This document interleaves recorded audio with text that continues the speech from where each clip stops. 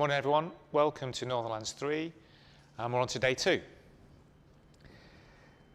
Northernlands 3 is brought to you by ODI Leeds. So we're here today at our lovely space, working with our partners, the Kingdom of the Netherlands Embassy. We're also part of the West Yorkshire Combined Authority Innovation Festival, and hopefully you can find out lots more that's going on in West Yorkshire through that. So what is Northernlands and what is Northernlands 3? So this is a virtual conference that looks positively at data, digital and emerging technology. We've got 4 themes and we've got a general thread that flows through it. So we're looking at the future of work, mobility, urban living in cities. We're looking at health innovation. We're looking at the climate emergency. And then we've got a really important theme that flows through it, which is data ethics, data security and data safety. But where is the Northernlands? So the Northernlands is obviously North England and the Netherlands. You'll get that by the title, but also it's Ireland, Northern Ireland, Scotland, our Nordic neighbours across the North Sea, and our Northern European neighbours. What to expect today? Well, we've got an introduction from the ambassador. We've got a fantastic exploration of what it means to work and innovate in Yorkshire from Kirsten England, Chief Executive Bradford. And we've got a brilliant spoken word piece by Shireen Ali Sati called Data Is. What we'd like you to do today is watch, learn, join in, have fun. But also, if you can just let us know you're watching by joining in with the Post-it notes. So if you've come to any of our events, you'd normally have to put in a Post-it note on the wall which says who you are, where you're from, and why you're here. We've got a virtual Post-it board for you to do. And also, if you can join in the chat, just let us know you're there. Ask any questions as we go along. Because at the end of each talk, we've got the opportunity to have each of the speakers live for a 5-minute Q&A. So you can ask them questions about any of the points you've seen in their talk.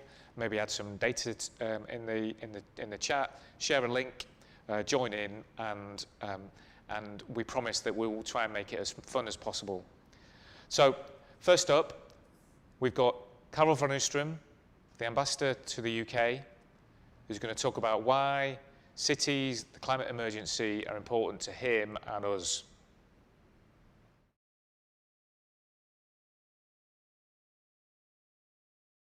Hi, Carol. So one of the major themes for us and Northernlands is climate emergency. Could you just introduce the speakers that are looking at this theme for us, please?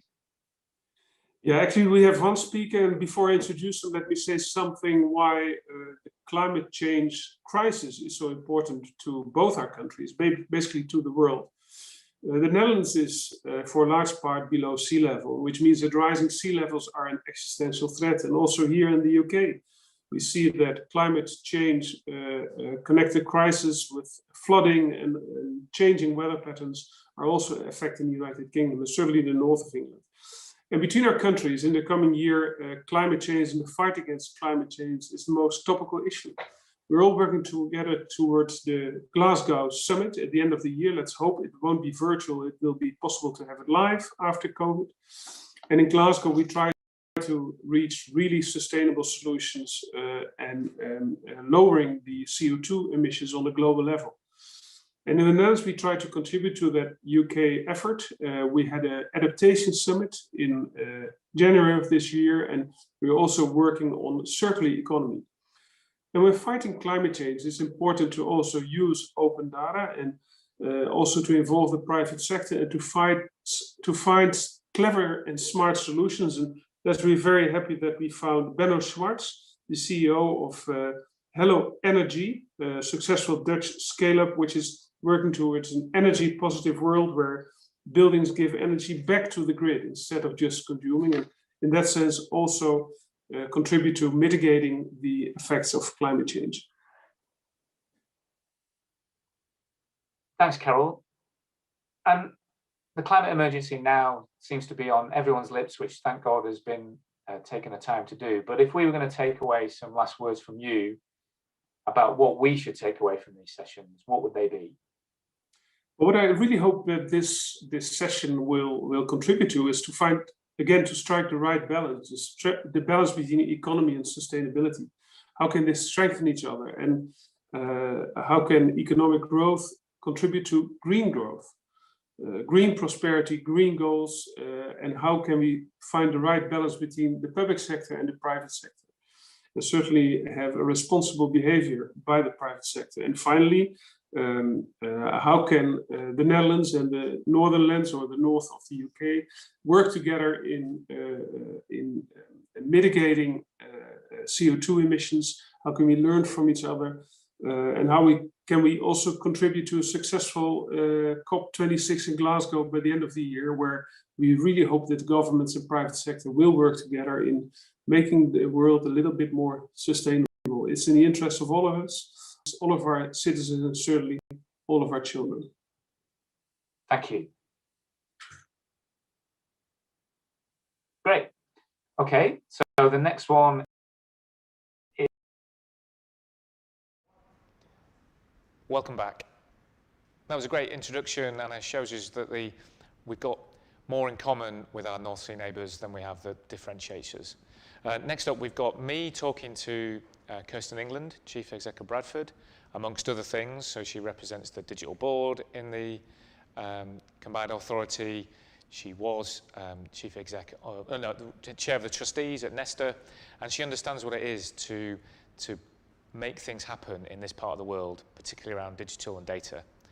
After that, we've got Sharina Lee Sati, who's going to give us her spoken word piece. Then it's back to me, and then into our speakers.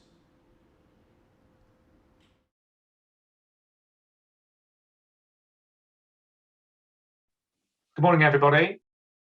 Welcome to Northernlands 3. My name's Paul Connell, founder of ODI Leeds. And what we're going to do now is speak to Kirsten England. She's the Chief Exec of Bradford, who are founding sponsors of ODI Leeds. And she's also the lead on business innovation and growth at WICA, the West Yorkshire Combined Authority, who are our partners for Northernlands 3, along with the Kingdom of the Netherlands and the embassy down there. Northernlands 3 has got 4 areas of focus, and it's also got a common thread. So the areas of focus are mobility and urban living, climate emergency, innovation with health data, economy and future of work,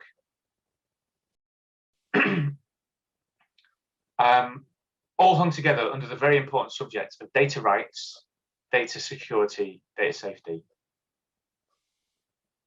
Kirsten, hi, welcome. Could you just introduce yourself, why we're here today, and also why this is important to you? So, hi Paul, absolutely delighted to join you. It sounds like a really exciting event, and I'd love to take in as much of the content as possible when I can. I would just say that. So yes, as you said, I'm the Chief Executive of Bradford Council, which happens to be kind of one of the largest cities in England, 5th largest, but it is actually the youngest city in, I believe, Europe. In fact, 1/3 of the residents of Bradford are under the age of 30. It's also hyper diverse, one of the most diverse places to live in the UK, brimful of entrepreneurial businesses. So I have a phenomenal asset base of young entrepreneurial digital natives who are globally connected and entrepreneurial. It's a real asset base for innovation and kind of prosperity. But yes, as you say, I'm also the lead Chief Exec for Business Innovation and Growth for the whole of the Leeds City region, which is a very significant economy in the north of England, with huge assets actually and potential around social, economic, technological innovation. But I also was a trustee of Nesta for 6 years, which is the innovation charity. And I am now actually a trustee of the Young Foundation, which is an organisation dedicated to exploring social change through the power of community and innovation. So it feels like innovation has been part of my life and work for a very long time. And I think it's incredibly important because I think the world faces huge intractable challenges which cannot be solved through kind of conventional approaches. And actually, I see this as part of harnessing all of our ability to create a better, safer, more secure, cleaner world for us all to live and prosper in. So me being a natural optimist, what are the opportunities for this region's businesses, but also the Netherlands businesses, so the Northernlands, what are the opportunities for businesses in the Northernlands? Yeah, well, I love this phrase, Northernlands. I mean, as you can probably tell, I've got a Scottish accent. I'm a Northern European Scot, and I actually feel much more in tune with the culture at times than I do of necessarily of all parts of the United Kingdom at the moment. And I think we have a tradition of coming together, of creating opportunity, of sharing and collaborating on that opportunity, and being kind of, if you like, less hierarchical or exclusive of one another. So I think that's a real opportunity, I think, for the Netherlands and this part of England to work at this moment. It's a particularly important moment, of course, post-Brexit, as we find new ways of being collaborators in an interdependent world, because we live in an interdependent world. Of course, I know this part of the world much better than I know the Netherlands. What I know about the Leeds City region is a place of small and medium enterprises and some much larger corporates, but they were born from a history and a legacy of innovation, both in terms of social, economic and technological innovation, of course, with the Industrial Revolution, but also with being, if not invented here, then first adopters of technologies here. So I think back to some of the kind of innovations of the 19th and 20th century. So some of the kind of first television sets were produced in the Leeds City region. The first moving image was produced in the Leeds City region. And many other such innovations. There's a long history of that, as well as social innovation around the invention of school meals, school baths, and so on. So I think we have both a legacy from our kind of industrial heritage, but we also now have this, we are the youngest city region in the United Kingdom. So we have that energy and also the diversity of our city region, which kind of predisposes us to think differently about the world, to see opportunities to create it differently. We have, of course, as well, the largest academic base in the Leeds City region, more universities, FE and higher education institutes than anywhere else in the United Kingdom. Many of them are research-intensive universities producing phenomenal work, particularly around health technologies and the biosciences, particular strengths around data science, data capture and storage. And now we have a kind of economic base which has both mature and growing businesses and startups, kind of at every part of the kind of cycle, particularly, as I've said, around kind of health tech, biosciences, but also data capture, data storage, data security, as you said, data analytics. If you bring all of that together, you've got a powerful ability, I think, to create new solutions. Fantastic. So I was going to ask you lots of questions about what are the opportunities, what should we look forward to, and what are the big opportunities around data. But I think you covered a lot of what we were going to talk about anyway. I'd just like to, the final point is mention about how we're more in common than we are different, and the Northern Europeanness of the Northernlands and how we can link up in the future.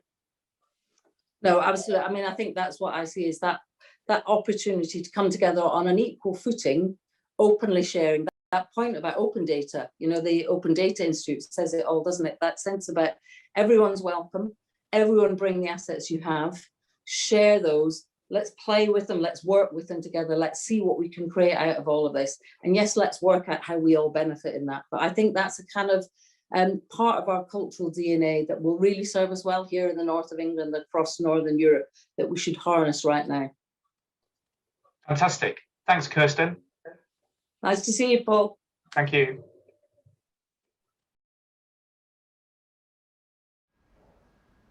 Welcome back. I think you'll agree that was a fantastic piece by Sharina there. First up, we've got our session on cities, climate emergency and mobility. And our first speaker this morning is Rory Canavan from Arup, who's going to talk about biodiversity and its importance to how we build our new cities.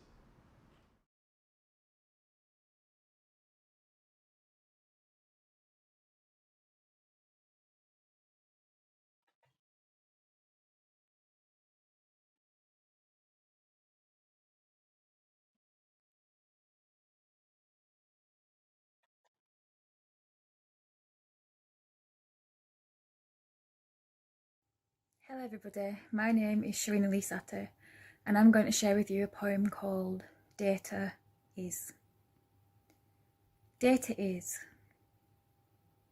The universe connects us all, from stars in the sky to every ripple in the ocean. We are seeds of light, of every word spoken. We grow through what we go through, and we learn. Learning through our life experiences that sometimes changes things, and we have to let go. We are educated through practice and learning, making mistakes too. But what if we all shared our mind's data? What actually goes on inside of you? Maybe we could improve our lives. And what happens in the future too. Knowledge is wasted unless shared. How else can one evolve? Our minds are human data, but technology helps us solve. Where individuals stop thinking. Data will always evolve. It's the solution to our problems, to the future we must grasp hold, to changing our understanding and improving our ways of thinking, with new ways, not the old. Data is the soul of the universe.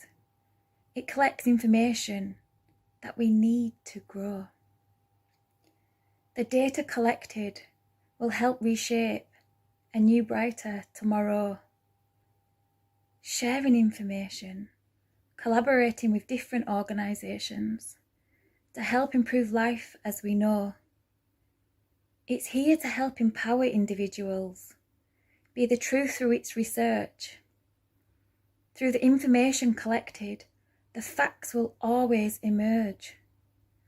So let's share our open data today and understand its technical terms to build a better future and trust in the data that is confirmed. Building better connections and improving people's lives to help the future bring peace and balance into people's minds. Open data is needed in our lives.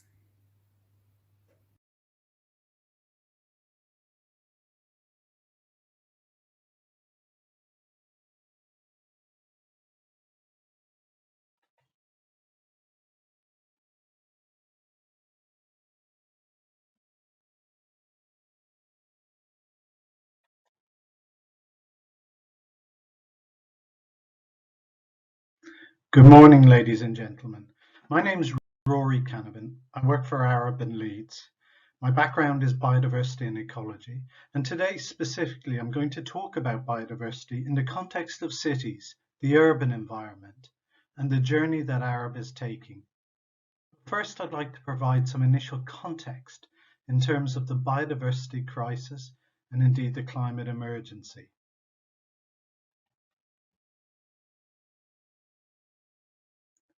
Biodiversity is an issue that's bubbled and indeed breached the surface of public awareness. This really culminated in May 2019 with the publication of the Intergovernmental Science Policy Platform on Biodiversity and Ecosystem Services, or IPBES for short. And this report is the biodiversity equivalent of the IPCC reports on climate change. It warns that the current rate of global nature decline is unprecedented in human history. It's the most comprehensive assessment ever undertaken of biodiversity and ecosystem services and assesses their changes over the last 50 years. So what I'd like to do is quickly run through some of the key messages arising from the IPBES report. Biodiversity, or simply nature, is essential to our health and existence. It is responsible for the food we eat, the clean water we drink, and the air we breathe. The ongoing loss of biodiversity and deteriorating ecosystem services contribute directly and indirectly to worsening health, higher food insecurity, increasing vulnerability, and less freedom for choice and action. This planet and its biosphere on which all humanity depend has been deeply reconfigured by human activities. We've already converted 75% of the ice-free land, and by 2050 it will be 90%. 66% of our oceans are totally degraded with plastics. Ocean acidification and associated warming are also significant issues. We've lost 85% of our wetlands, And perhaps one of the most staggering headlines from the IPBES report is that 1 million out of 8 million species are threatened with extinction. That's 500,000 plants and animals and 500,000 insects. In 2018, the Living Planet report produced by WWF found that freshwater species, so that includes amphibians such as frogs and toads, and fish, have been the worst hit globally. In a UK context, these populations have fallen by a staggering 83%, and overall a 41% of species are in decline in the UK.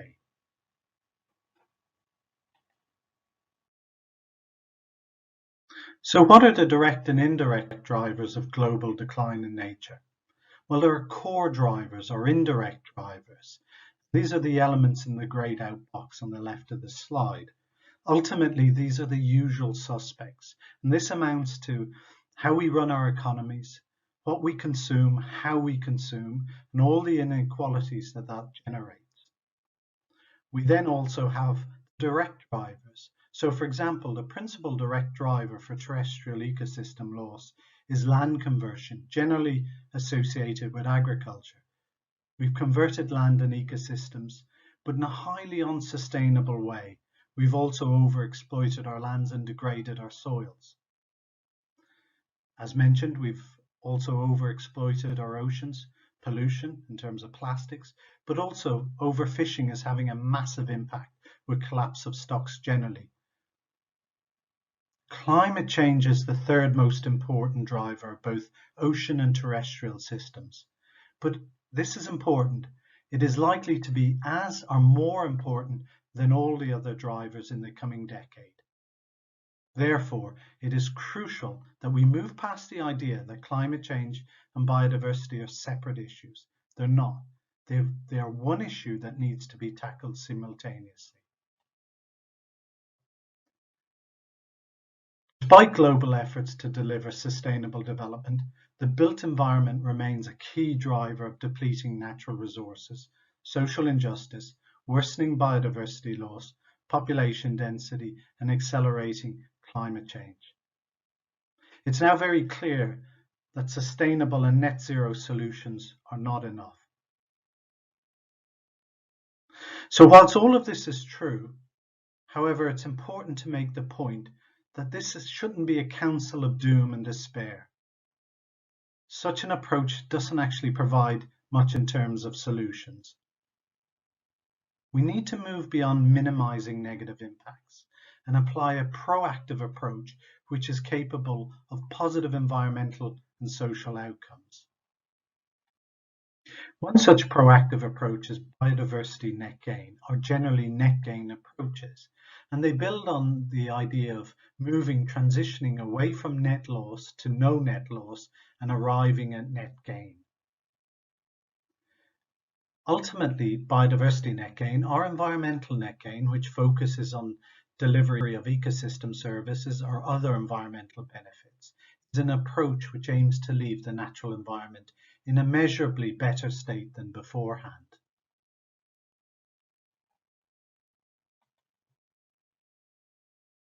Within Arab, we are now starting to ask the challenging questions.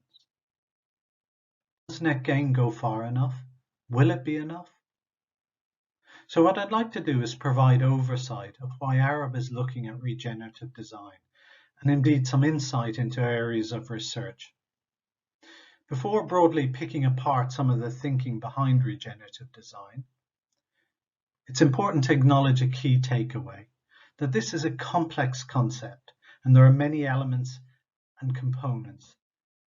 But fundamentally, it provides a space for organizations to think differently and innovate.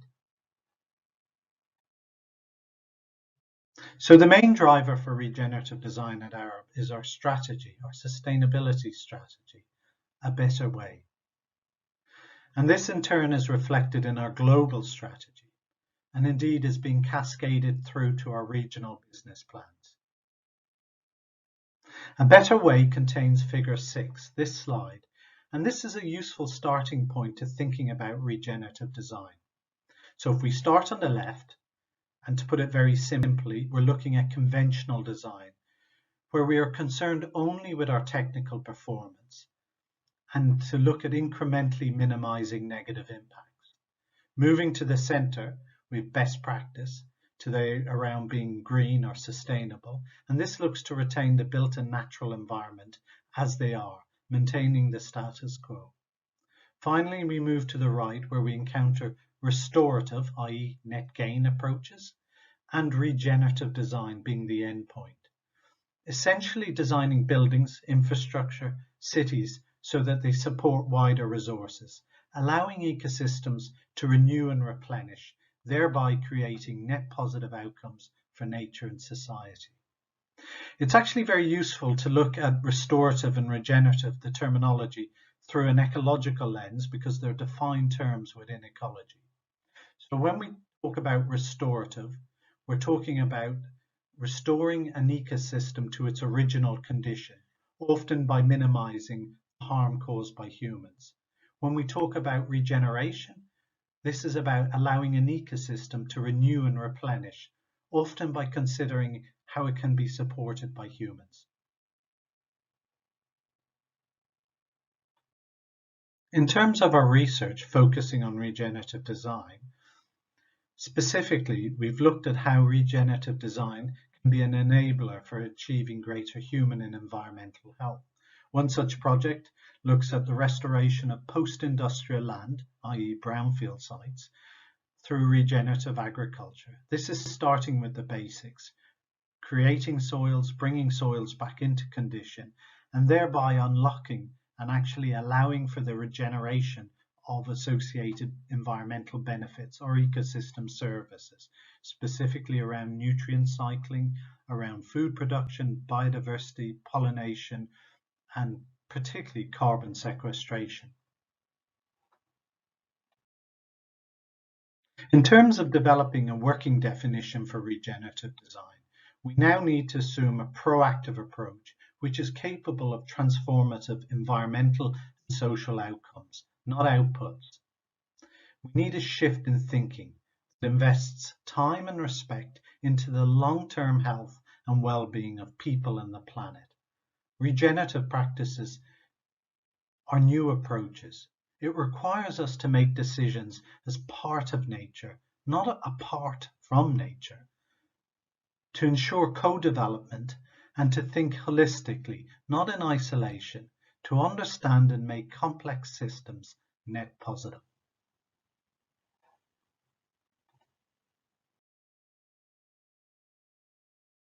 Principles of a regenerative approach include place-based design, which celebrates nature and biodiversity, encourages collaborative thinking and decision-making, and considers science-based targets.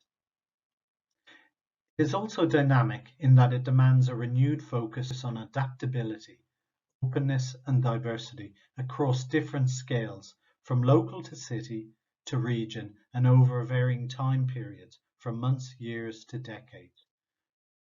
Crucially, in a world of uncertainty, this means designing for change, not efficiency alone. That is, we need adaptability.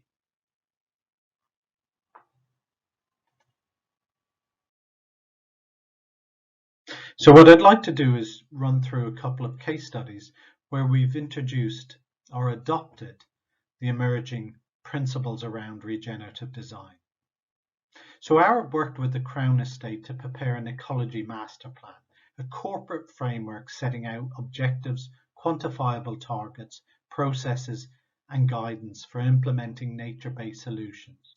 And this was done through development, asset management, and public realm works. It was supported by Greater London Authority and London Wildlife Trust. Crucially, the strategy contributes to local planning objectives by increasing green space in central London. However, integral to the ecology strategy was the creation of a vision for a green corridor throughout central London. Our work has now developed into a wider and award-winning initiative called Wild West End.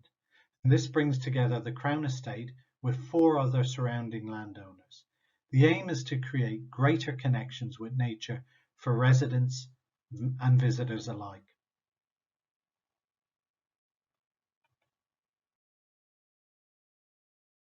The second case study which I'd like to touch briefly upon is Tirana Orbital Forest.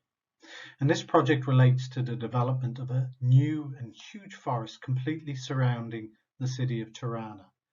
Broadly, the project is about using nature-based solutions as an alternative to hard-engineered approaches. And this specifically looks at addressing issues around flood resilience, air quality, air pollution, urban sprawl, urban heat island effects, and indeed ratios of low green space within the city. It's about promoting local social and economic development. And at its heart, it's ultimately about planning for the environment the way we plan for infrastructure.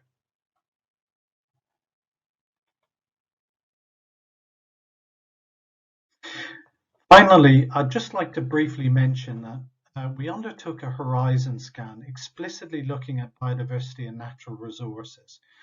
The purpose of this horizon scan exercise was about changing mindsets, challenging assumptions, fostering innovation, and crucially exploring how we can develop thinking to solve some of the global issues around biodiversity and natural resources. So I'd like to say those cards are available to download on the link below. And certainly if you have any other questions or queries, please feel free to contact me. Thank you for listening.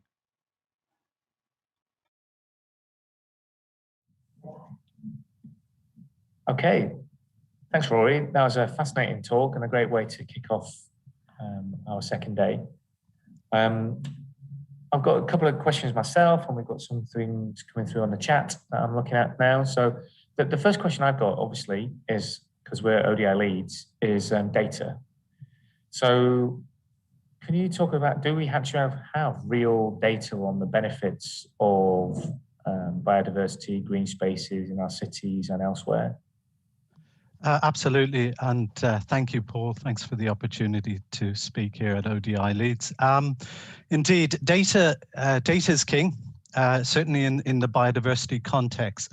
So we have a significant evidence base in terms of benefit associated with biodiversity and ecosystem services.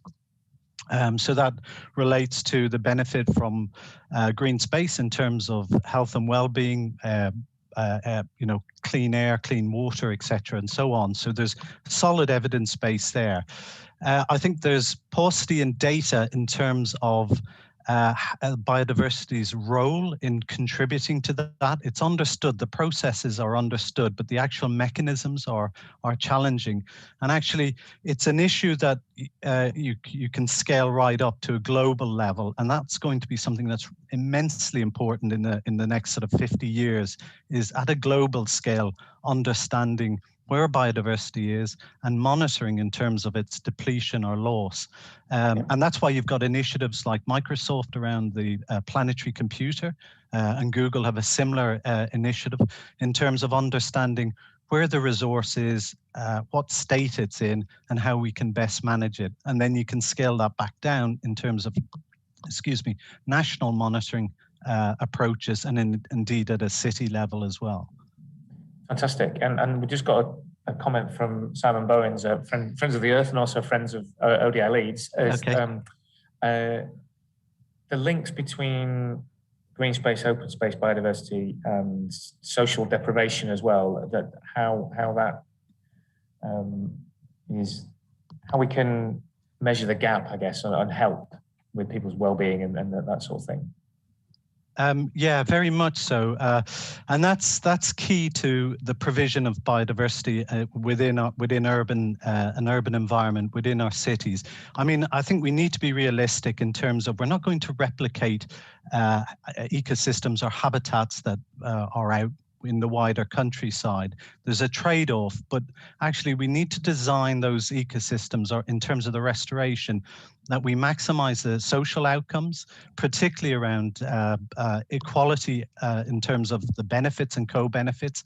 That's a massive issue in the UK in terms of, I think there's a recent stat that it's 1 in 5 people don't have access to green space within cities. And then, of course, all there's the host of benefits. In terms of downstream, it's important to have sight of potentially that biodiversity. The move is to ensure that it's I suppose, framed in terms of a human right, and that it's a right for every individual in terms of access to green space or natural green space. So I think that's where that's the trajectory of travel in terms of the equity angle as well. So it is critical, absolutely. Fantastic. And there's one more question, and I'll ask you our final one. So Sure. this comes from Jez from OpenStreetMap. What's your definition of green space? I guess that we've got a fantastic resource in OpenStreetMap in that we can audit what is green space, but the first thing we need to do is understand what do we mean by that. Yeah, absolutely. And there's layers of definitions and indeed umbrella terms around green infrastructure, nature-based solutions, and so on. I think from a technical and from an ecological point of view, we'd probably be looking at gradients in terms of delivery of services and benefits.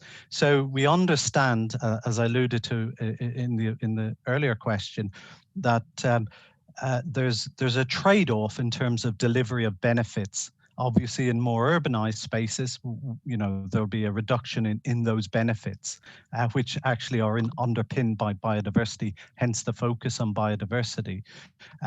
So in a way, there's nothing that you could, as far as I'm concerned, exclude, but you do understand that there's a trade-off as regards green space. So we start from everything, and then we need to work down, don't we? Yeah. Fantastic. So what's the future? If you give us a glimpse of the future about how people are going to be designing and including biodiversity in our cities. For my money, I think something that's been missed for a long time, what's very topical at the moment is the Dasgupta review and the valuation of biodiversity, the financial valuation and so on. And actually, one of the key things that seems to have been missed by the media coverage around the Dasgupta review is education. And that relates more to a profound issue around the disconnect in terms of how, as urbanized, increasingly as we've got more urbanized, how we've become disconnected from nature. And the key thing about that is we've lost our perception in relation to the interdependence around nature. And I think education is key, absolutely key. And I think that's where we need to be investing. And already there are moves in terms of a GCSE around natural history, but we have to catch our children, in essence, from primary school onwards. And I think that's the future. Yes, there's a lot of interventions and work ahead of us for our generation. We don't get to walk away. We have a lot to do, but certainly we need to inform and reconnect our children with nature. I think that's the future in essence, as far as I'm concerned. Fantastic. Thanks, Rory. We're going to finish off here, but on behalf of ODI Leeds and everyone watching, thanks for joining us, and it's been great. Next up, we've got James Madison, who's going to talk about open cities, talking about the role of being open in the way we manage and use data in our cities. So thanks, Rory, and then over to James. Thank you. Thanks. Bye-bye.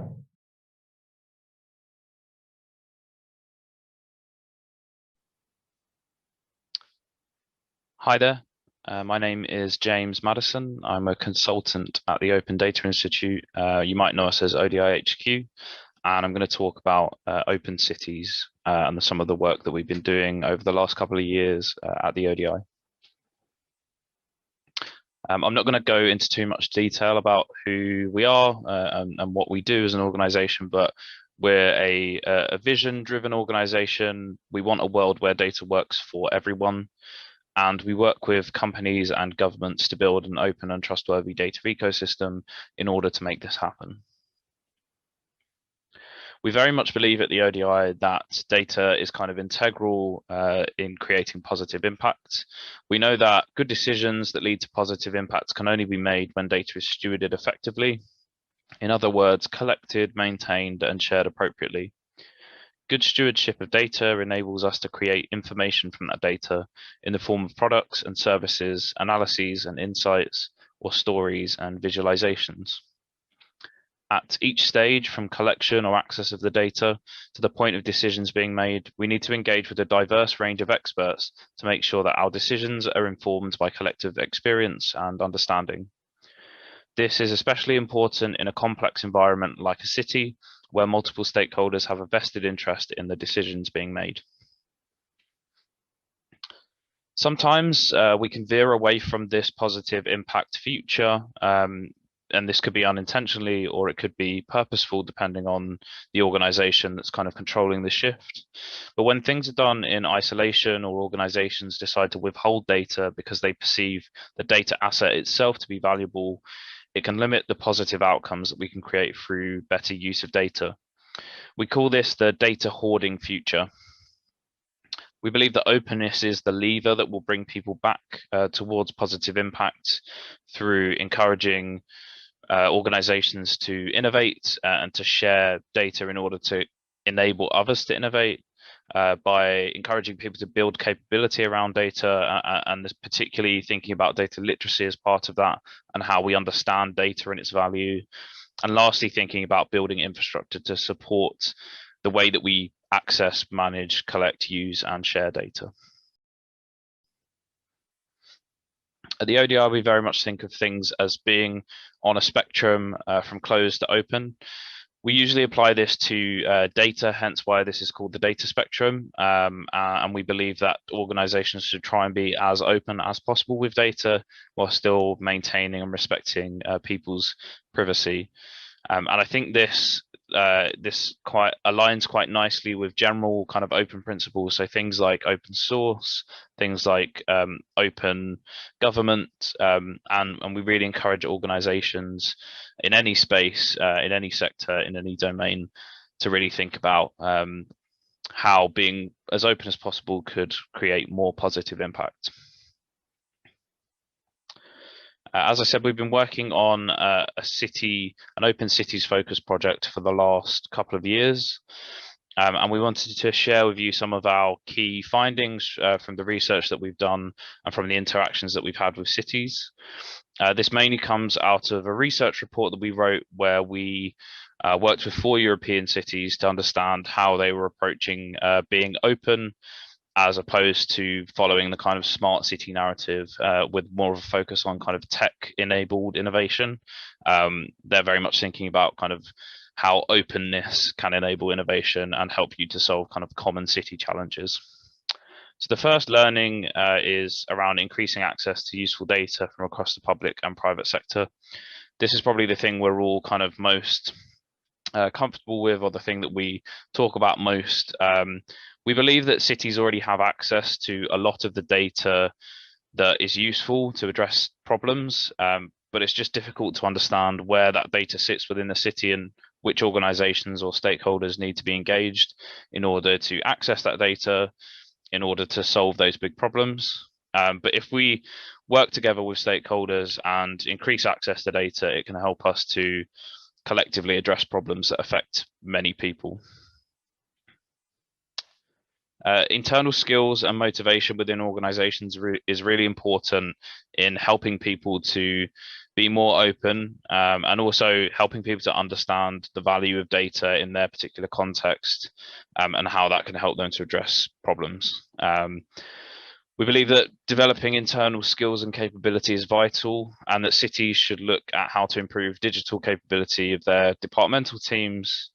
This should be done first and foremost through upskilling staff already working there who have the knowledge of policy and services, but who could benefit from learning more about data and how it applies to their role, as well as kind of technology and digital skills that kind of complement learning about data as well.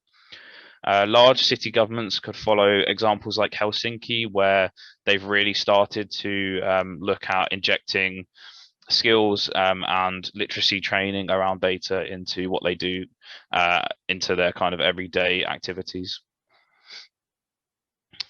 We think developing relationships between stakeholders across a city environment or ecosystem is really important, particularly between private and public sector organizations, as private sector organizations usually hold a lot of really useful data that could help a local authority to address problems.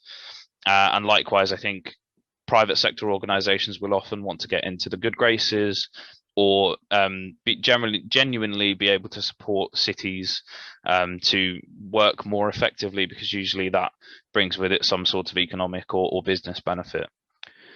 We've learned that a lot of cities are actively publishing data, making it openly available and encouraging wider use. And it's not so common with the private sector organizations that sit within those cities. When it comes to decision making within a city environment, data held by the private sector has a lot of potential in terms of improving citizens' lives, in terms of helping to deliver better public services. But as we said, if that connect is not there, then it's really difficult for both parties to kind of make value out of the data that already exists within the city context. We really encourage that organizations, whether they be private sector, but particularly local authorities, engage with citizens and technical communities, and usually with a kind of problem focus in mind. Tapping into collective knowledge of citizens and citizen groups can lead to better engagement, better decision making, and better services that people want to use and actually need. Engagement can be done in various ways. In Hamburg, which is one of the cities that we looked at, they use online platforms such as Decidim or Console, or they use like citizen panels in some other cities like Gdansk, where they invite people in to have a conversation about data, but in the specific context of a problem. To maximize the value of this engagement, citizens first need to understand the major issues around the use of data and technology, how that affects them, and cities and city governments can help support citizens by talking to them, by helping to educate them and kind of upskill them in terms of what they know about data, what they know about digital, and what they know about kind of technology as well. Lastly, and personally, what I think is one of the most important points, or one of the most important parts of being an open city, is about learning from others. So it's all well and good within your own city environment, practicing collaboration, publishing open data, and generally kind of being more open.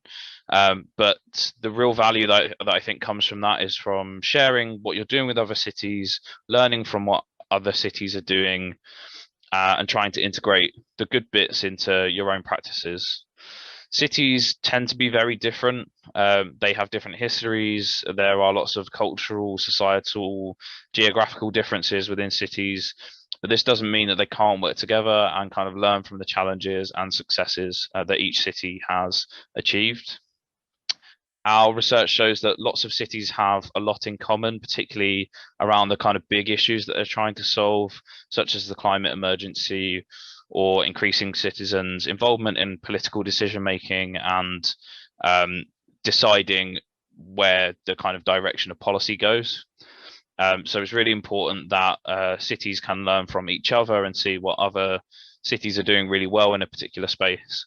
And one of the things that we've started to do in the last few months or so is look at not just how UK cities can learn from each other, but trying to learn from international examples where cities are doing some really interesting stuff around citizen engagement or open data or addressing particular problems, and trying to convene forums of kind of like-minded stakeholders who want to learn from each other. So that's one of the big focuses for us at the moment, is basically enabling those conversations to happen and trying to bring as many stakeholders who have a vested interest in being more open and solving city challenges together.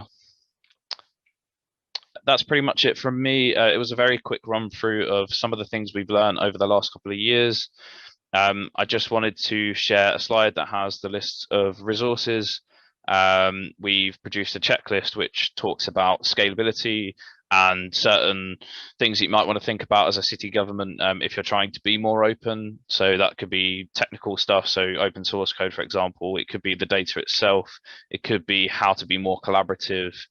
And it could also be around kind of sharing what you've learned about resourcing or what your kind of current situation is around resourcing and how other people can kind of compare that to their situation. We had a whole research and development project around open cities. So if you're interested in that, please go and check out the link, which we can share after the session. And lastly, we wrote a report, as I mentioned, about the 4 European cities that we engaged with. and what we kind of learned from them. It's really interesting, so please do go and read that if you're interested. That's it from me. Thank you very much.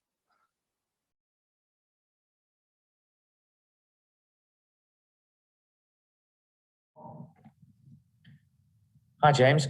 Thanks for that. That was a great summary. I guess it was a quick run through of everything you've been doing around cities and data and the work that ODI HQ have been doing. So thanks very much. Got a couple of questions for you, and I guess you get asked this all the time. How do we make it easier for people to share not just their data, but their company's data as quickly and as openly as possible? Yes, I guess that's a difficult question for lots of organizations because they're worried about security, they're worried about protecting, personal data or sensitive data. I think it starts with conversation. Have that conversation with organizations about what data they need from you or what they're asking for. Let them kind of really define the parameters of what they think they need. And then that helps you to make decisions about what data sets you need to look at, where you might need to focus on anonymizing data, where you might need to set up some governance around how that data is shared, whether that be on a kind of one-to-one basis and putting a sharing agreement in place, or whether that be something more kind of robust, looking at perhaps a third-party institution to help you with that sharing interaction. But it really does start with understanding the problem. What are you trying to address by sharing data in the first place? And has the pandemic helped people understand that sharing does help? I think to a degree, we've seen a lot more willingness from citizens, I think, to contribute to helping understand problems. So I think symptom trackers is a good example to point to. We've seen so much engagement with a variety of different symptom trackers across the UK and across the world. And that kind of mass participation is really quite rare outside of like the pandemic situation. So I think from a citizen perspective, people understand that when there's a problem and that data can help, they're willing to contribute. And then I think with organizations, we're also seeing a willingness to try and tackle problems together, and part of that is sharing data. Okay, we've got a question that's come through on the chat. So there were some great examples of some public-private project funding that came through the ODI a couple of years ago. Are you looking to do something similar in the future? In everything we do, we try to take more of an ecosystem view. So we're definitely keen, I think, that when we do any piece of work, so when we work in a specific sector, for example, to make sure that we engage with not only the businesses that play an important role in making things happen in that sector, because realistically, things tend to be driven by the private sector when it comes to particular domains, but also engaging with the regulators and the government departments who are responsible for what happens within the sector, engaging with people at a local level. It's all really important, and we try and make sure that happens whenever we work on a particular project. Yeah, I think the question might be a little bit more direct. Is will there be some more specific funding for projects that people could apply for? So if we're talking about kind of stimulus fund type things, I would hope so. It's one of the things that we see a lot of value in. We recently worked with Lloyd's Register Foundation to run one for the engineering space, to kind of help engineering organizations look at how sharing and opening or improving access to data can benefit public safety. And it's a model that I think really works, so we hope so, but there's nothing kind of clearly on the horizon at the moment. Yeah, thanks, James. And I guess as a final question for me, so the future, what's going to happen? What do you see happening in the next year or so, and then maybe a bit further out? So I think on the cities front, and maybe the pandemic has kind of really brought this together. I can see a lot more international collaboration happening. Cities, I think, have realised that we've been almost isolated in the way that we've dealt with COVID-19, in the way that a lot of other cities have dealt with it. And really, that's kind of brought to the fore this idea of openness and sharing, and how important it is to make sure that we share learnings and share best practice and work together to solve problems. So one of the things that we're looking at is trying to kind of formalize some of those relationships and create a sort of network or a forum for people to have conversations around open cities. Yeah. And who knew there was a thing called the web that people could collaborate and share with, man? Yeah, it's amazing.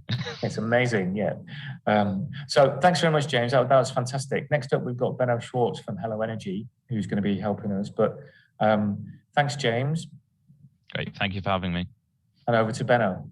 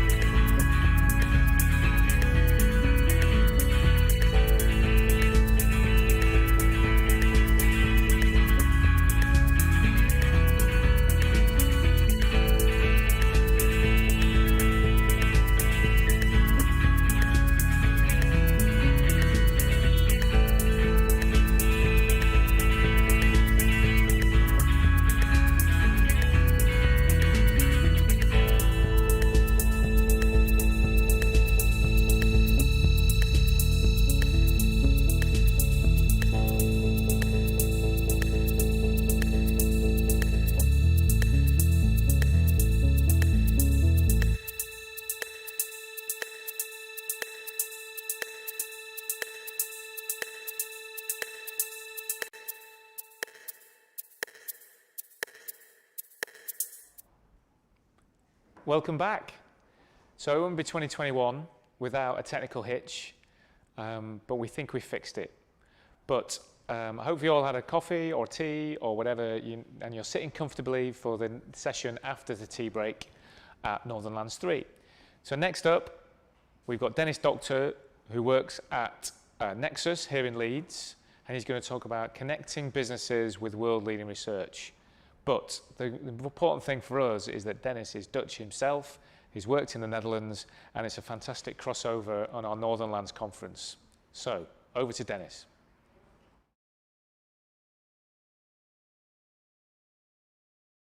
Good morning, everyone. I hope you enjoyed your tea and ready for another round of presentations. So my name is Dennis Doctor, and I'm a relations officer at the University of Leeds, mainly Nexus, and it is my job to help connect business with world-leading research at the university.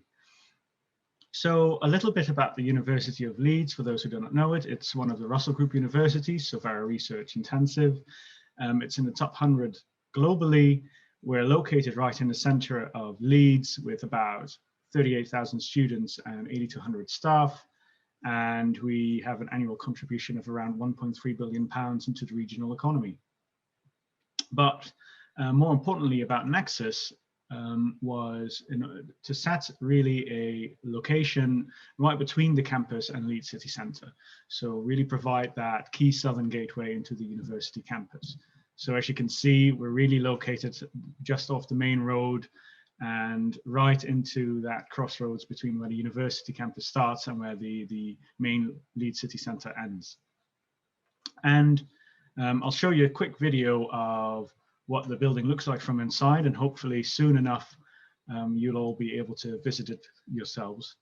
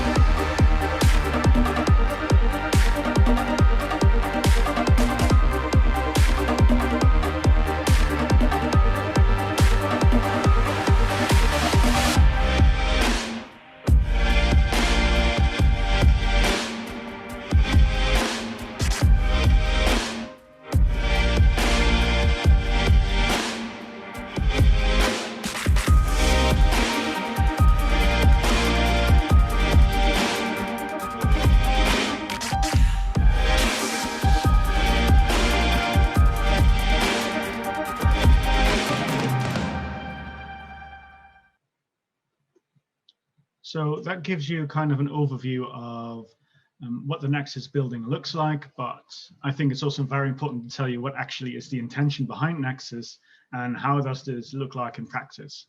So the reasoning behind why Nexus was created was really to enable a step change in how the university engages and collaborates with businesses. So really crossing that kind of translational gap between, on the one hand, academia and on the other hand, industry. And it's also to further capitalize on the track record of commercialization at the University of Leeds. So we've had a number of very successful companies spin out from the university, and of course we want to motivate the continuation of that process. So it's also to drive more and higher quality R&I opportunities and partnerships, to be more business need focused and make engagement and collaboration as seamless as possible, and that's also where I come in, and to provide the Leeds city region with a high profile hub for innovation. So following that, of course, you saw the building, it was set up, and it really is to provide that seamless access to the world-class research expertise, facilities and talent of the University of Leeds. And we really aim to be that vibrant community of innovators. So we try to support our members with state-of-the-art facilities and a professional team, and all by working to create an effective partnership, because that's very important for us, a personal relationship that we can build with our members and to deliver a commercial impact. So in that sense, we really want to link up entrepreneurs, startups, SMEs, large corporates, and the University of Leeds within this wider regional ecosystem. And we really we focus on 4 main themes at the moment. So collaboration within health, data, environment, and engineering. And we really try to stimulate new opportunities, ideas, and solutions in these fields, and by helping ambitious businesses to thrive within it. And we are also supported by professional services, but I'll come back to that later. But we really try to be a key enabler to a new way of working and to drive strategic partnerships between the university and external organizations. So a few of the mechanisms, how we engage businesses and the University of Leeds. So of course, there's research collaboration, where we try to help identify experts that can help you with certain knowledge gaps and help you fulfill that research strategy as a company. It's to help maybe identify UKRI research funding and grants, knowledge transfer partnerships, or supporting academic proposals. Can also be that you want to dip into the pool of skills and talent at the university and work more with the students, and maybe in the future even employ them. So you want to look at how can we recruit graduates, internships, placements. It's about training and development. It's about facilities and equipment. We have a wonderful events team, and hopefully you've already been present at one of their events that tries to help to create these sessions where there's not only a nice engagement between academia and industry, but also to really provide some thought leaderships on certain topics, and especially with relating to modern innovation. And in that sense, we really try to also provide opportunities for consultancy and commercialization. So where do I, for instance, come in? So I really try to help with research and innovation support. So if you're a company and you're a Nexus member and you want to work with the university, what I try to do is help you with your research strategy. So really identify those gaps that you might have, or give you some advice on how this could look like towards the future. So really looking at your long-term strategy and how we can plan that on the shorter term, and then identifying research projects, which then hopefully leads to connecting you to relevant academics at the university, and also to relevant stakeholders within the wider Leeds region. And me and my colleague, Harrison Evans, try to do that as much as possible. So my personal background, for instance, is more in data research, data science, and research methodology. And I know my colleague is more an expert in the field of MatTag devices and regulation and the whole world surrounding that. And this has led to a nice big community already of key innovators, and hopefully more will be joining in the future to this slide. But I think it gives a great overview of the companies that we're working with. Please have a look at our websites, or on our website where you can find them as well, to have a look, because these are definitely worth being looked at. They really try to have a massive impact, and they're all very heavily engaged with research and innovation. But it's not just our internal community that we think is very important.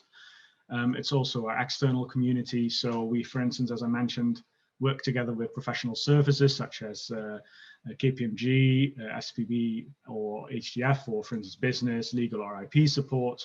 We're trying to work more and more together with accelerators like Propel, like MIT Rebuild program, of which the University of Leeds is, of course, one of the core partners of the MIT REAP program.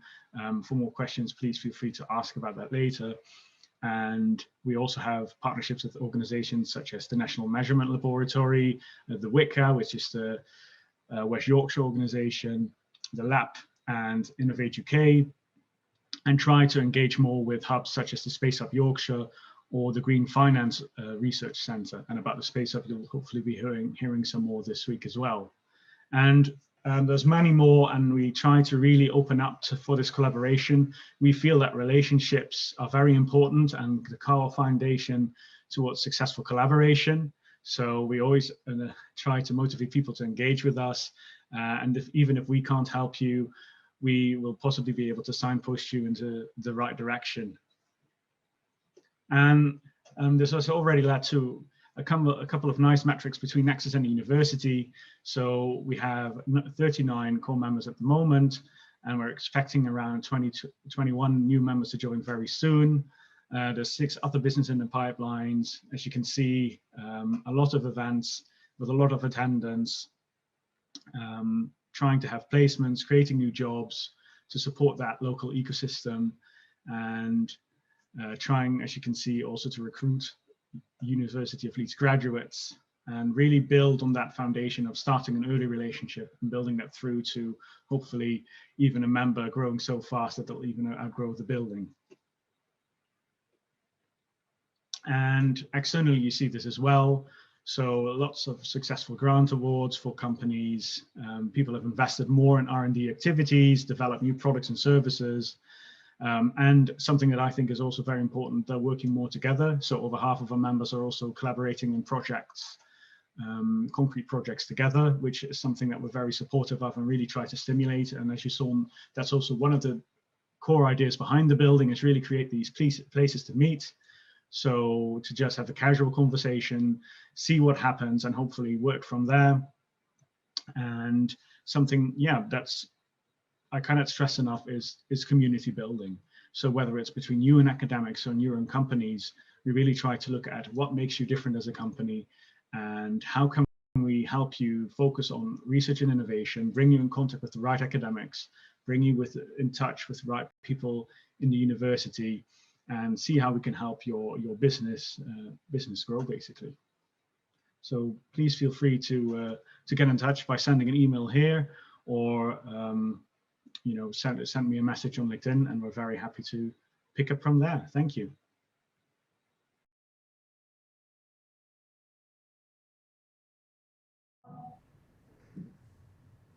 So Dennis, that was great. A fantastic introduction to Nexus in Leeds. But I'm going to ask you a couple of questions now, just to explore this a bit more. So you're obviously not from Leeds. You're from the Netherlands, and it's fantastic to have you a part of this. From a personal perspective and also from a Nexus perspective, how are you seeing things happen now in the wake of particularly Brexit, I think? Mm-hmm.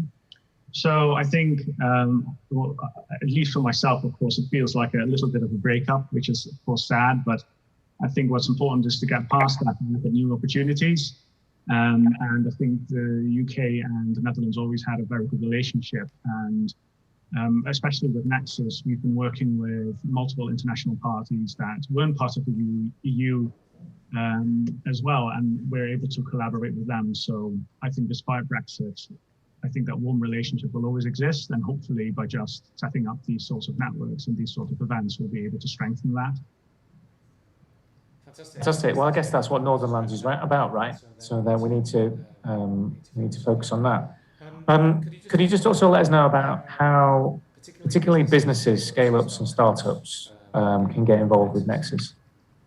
So the first thing I always recommend is you can always go to our site, nexusleeds.co.uk, but you can also feel free to send me or one of my colleagues a message on, for instance, LinkedIn, and I can help you with any inquiries, any questions you might have, and signpost you in the right direction. We have a wonderful team that can help with that as well. So, for instance, if you're looking for either a membership or looking to collaborate with the university, there's always ways that if we can't help you, we know the other people in the university who can.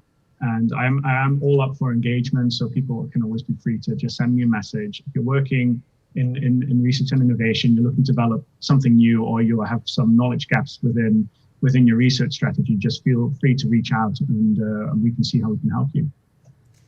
And if, for example, an embassy based in the UK was looking to assist startups and scale-ups to inwardly invest in the UK, how would that work?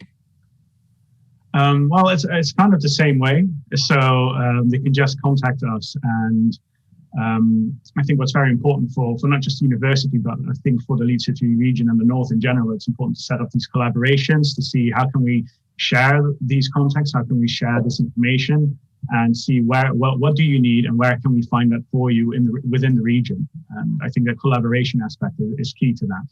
Yeah, and if you were advising a startup or a scale-up from the Netherlands, Leeds or the north of England would be a much preferable place to establish than maybe London, for example. Yes, I mean, definitely. Personally, London is a nice place to visit as a tourist. But I think as a company, you're just a small fish in a very, very big pond. And I think when you come to the north, there is a lot of expertise there. There's a lot of knowledge there. And it's, I think, you get more attention as a company, so we take more time for you. We are, I think, more personalized, and I think there's the same opportunities for you to grow, and even better than it would be in London. Fantastic. And then just to finish off, obviously we're moving into some more uncertainty post-Brexit, post-pandemic. What are you seeing things happen in the future for you and Nexus? Well, what I think is that we at Nexus are very community focused, and I think that's something the University of Leeds and the city and the wider region is very much focused on. I know from my personal point of view, and as well as Nexus, actually, that it is that community. It is about building that support. It's about that engagement and sharing the knowledge with each other, making sure that, you know, not seeing everything as competitive, but being able to see the benefits of proper collaboration. So where can we support each other's strengths and actually can build towards a better future? Fantastic. Well, that's a great point to finish on about the depth of community, the availability of skills across not just the Leeds City region, but across the north of England. So thanks very much, Dennis, for joining us today. It's been a fascinating talk, and it's great to speak to you again. Next up, we've got Leonard Carey from AwareTag, who's going to talk about his IoT solutions, not just in this part of the world, but across the UK. So thanks, Dennis, and over to Leonard.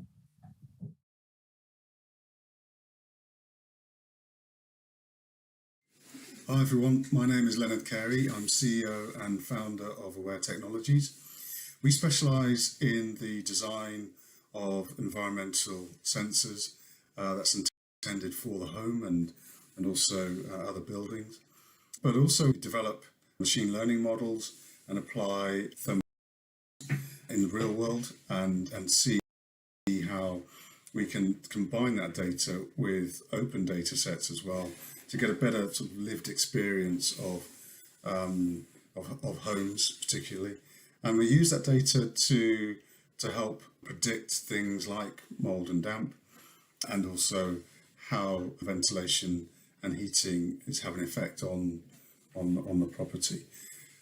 Sitting underneath or around all of that, we do a lot of visualization and development of applications as well to help people understand their environment more and to provide them with the triggers that can make a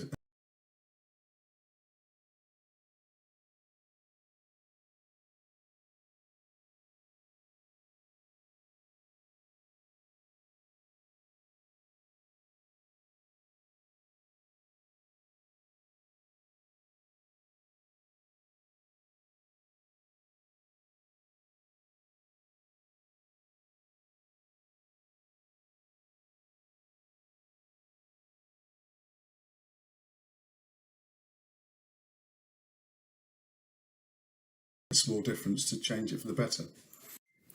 We're a team of data scientists and some academics in machine learning, robotics, and in analytics.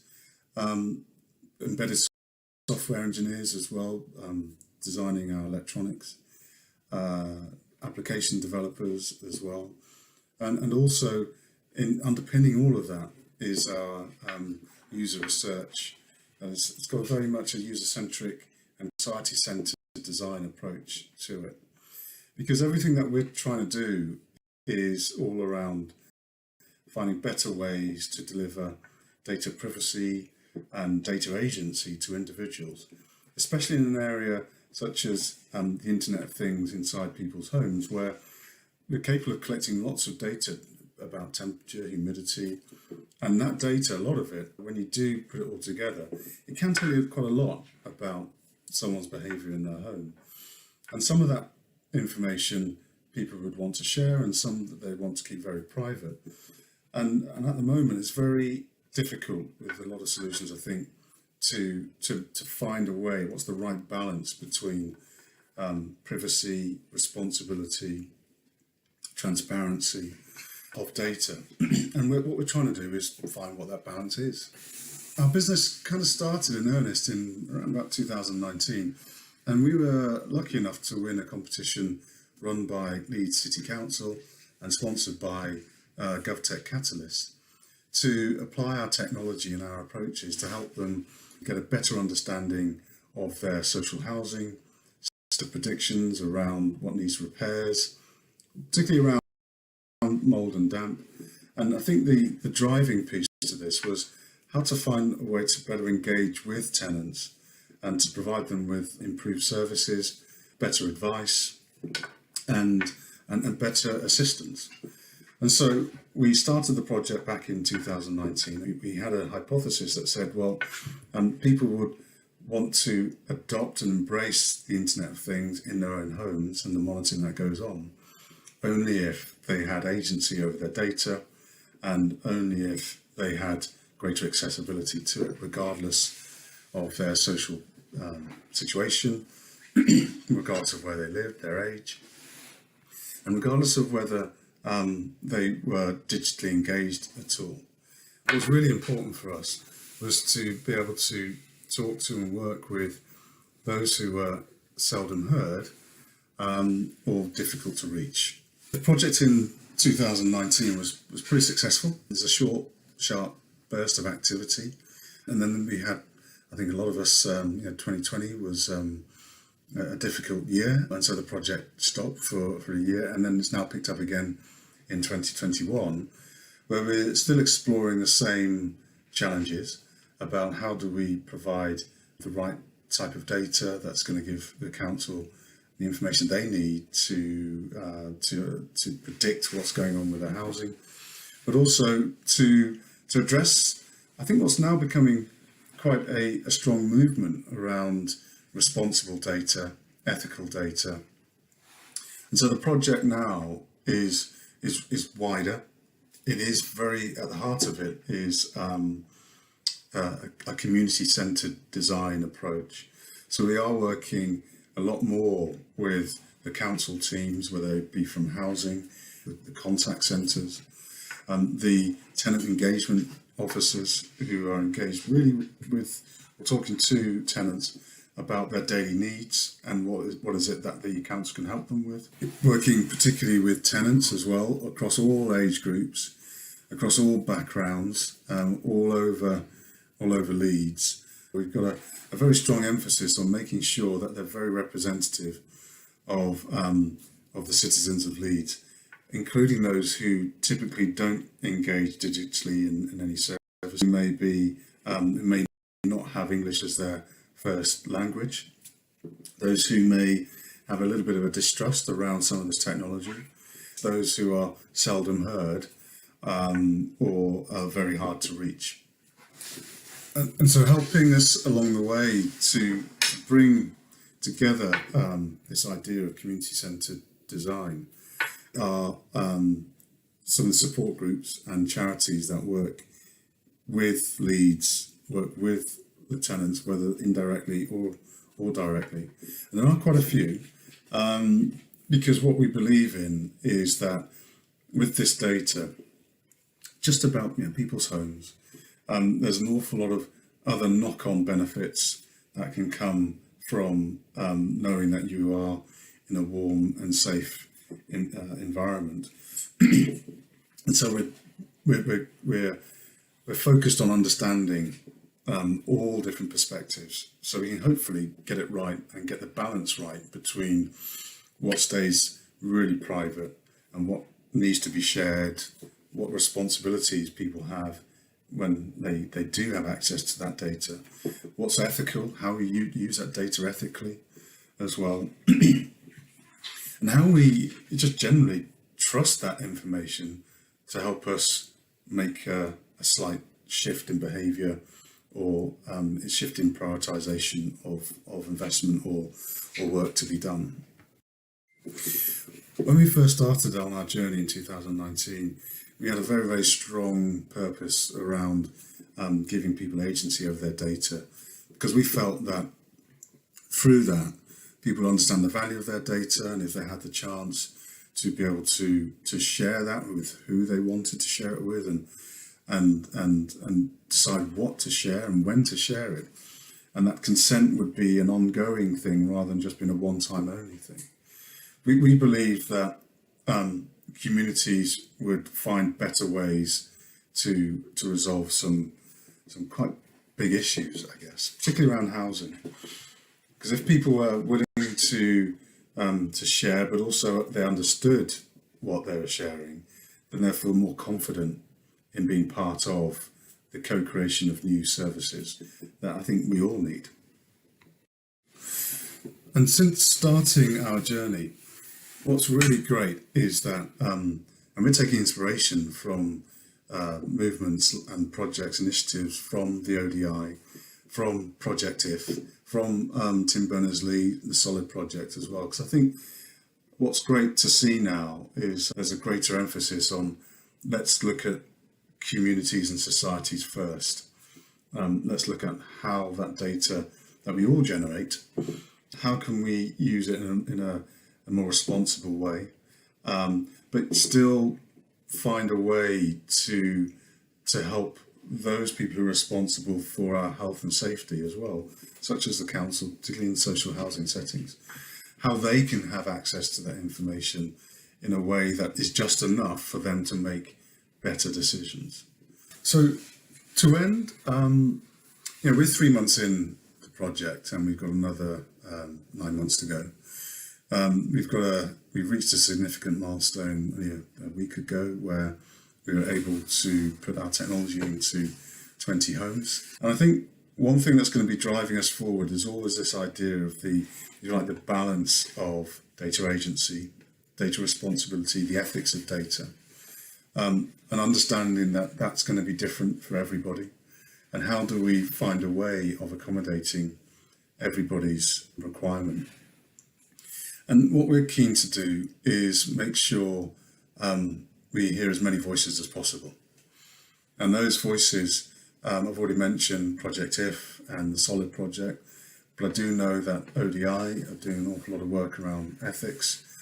If any of you out there are looking at similar ways to approach data, we're always open, and we'd love to be able to speak to you more. Thank you very much.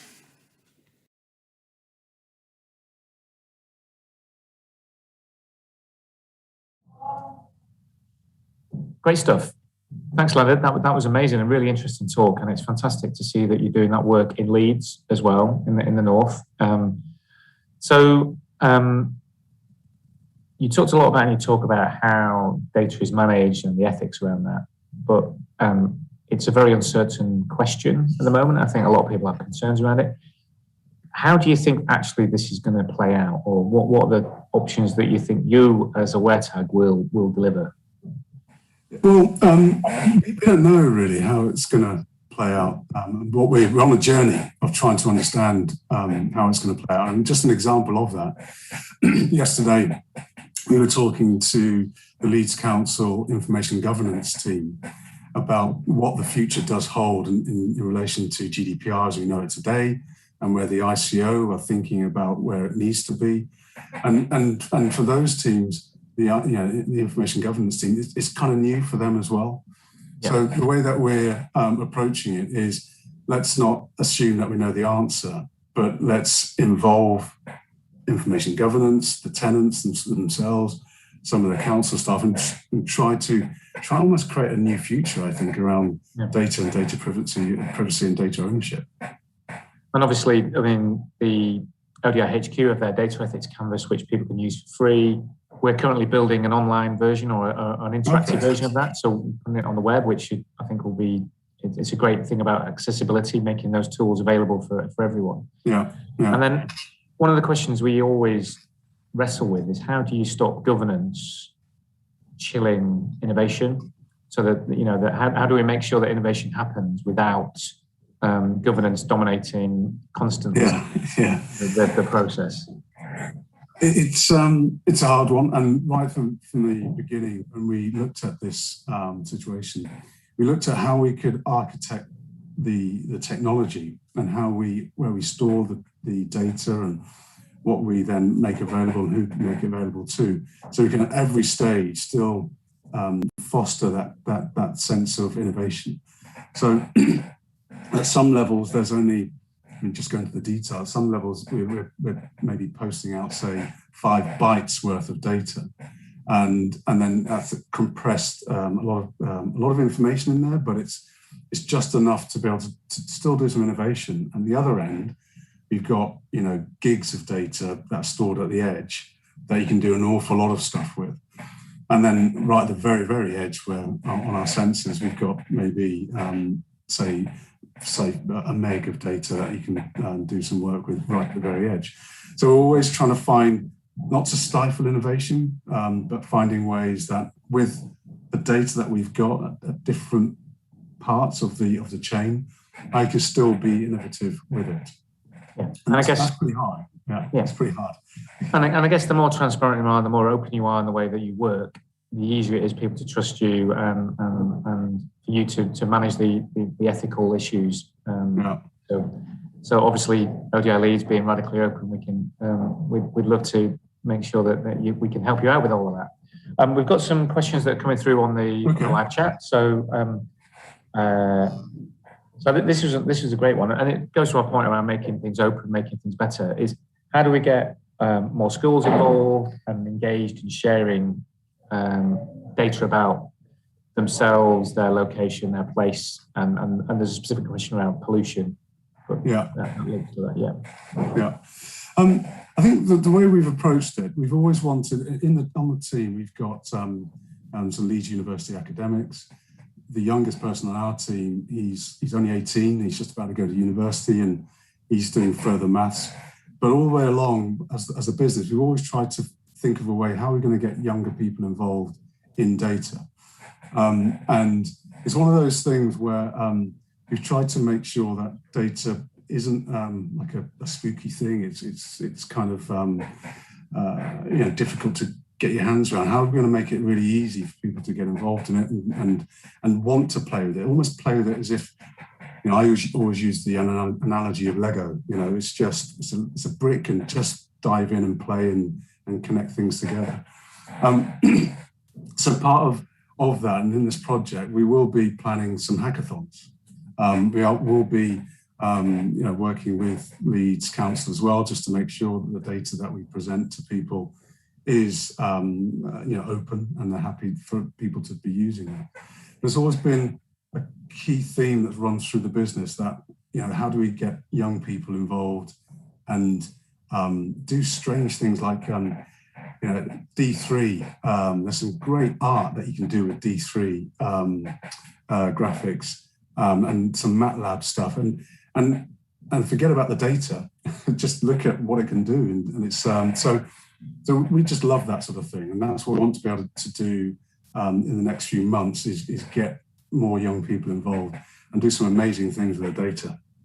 Cool. So do cool stuff, and it'll mean people get engaged. Yeah. I mean, because it's when you look at when you've got a database full of 10 million or more rows of data, it's not that interesting, really. But when somebody takes that and does some fantastic animated, I call it art, really, which actually tells you a little bit more about what's actually going on. It's just fascinating. It's just stunning stuff. Fantastic. So we're just coming to the end here, but just tell us a little bit more about the future of your company, your project in IoT. Just let us know what you think is going to happen next. So for us, the project is a 12-month project with 3 months in, got 9 months left. The absolute focus is with Leeds to find a way to get that balance. I think I said in the talk around data agency responsibility and data ethics, so that actually the people of Leeds, the citizens of Leeds, the tenants of Leeds feel more empowered by understanding their own data and can get more involved in how that data is then used. And we're doing a lot of work with Leeds to find how to get people on that journey and how to try and use that data to address some social problems as well. So we do see that a lot of our technology is about trying to address some social issues around health and housing, not just in Leeds, but wider. So we will be having a strong focus on how we can use the data to map the performance of homes, for instance, how that then trickles down and influences retrofitting for greener homes for 2030. How that then cascades into the third sector as well, and how they can help accelerate some of these things, knowing what the housing stock and the health of people are in those homes. So we do see it spreading out a bit more into different areas, that not just Internet of Things. Fantastic. Well, it's been so good to talk to you today, and it's been really great to hear about your project. So I'd just like to say on behalf of everyone watching and ourselves, thanks for joining us, Leonard. Okay. And next up, we've got Astrid Bogen from the, let me just check my agenda here, from the Brightlands Smart Cities campus in the Netherlands. So thanks, Leonard. Over to Astrid. Thank you. Thank you very much.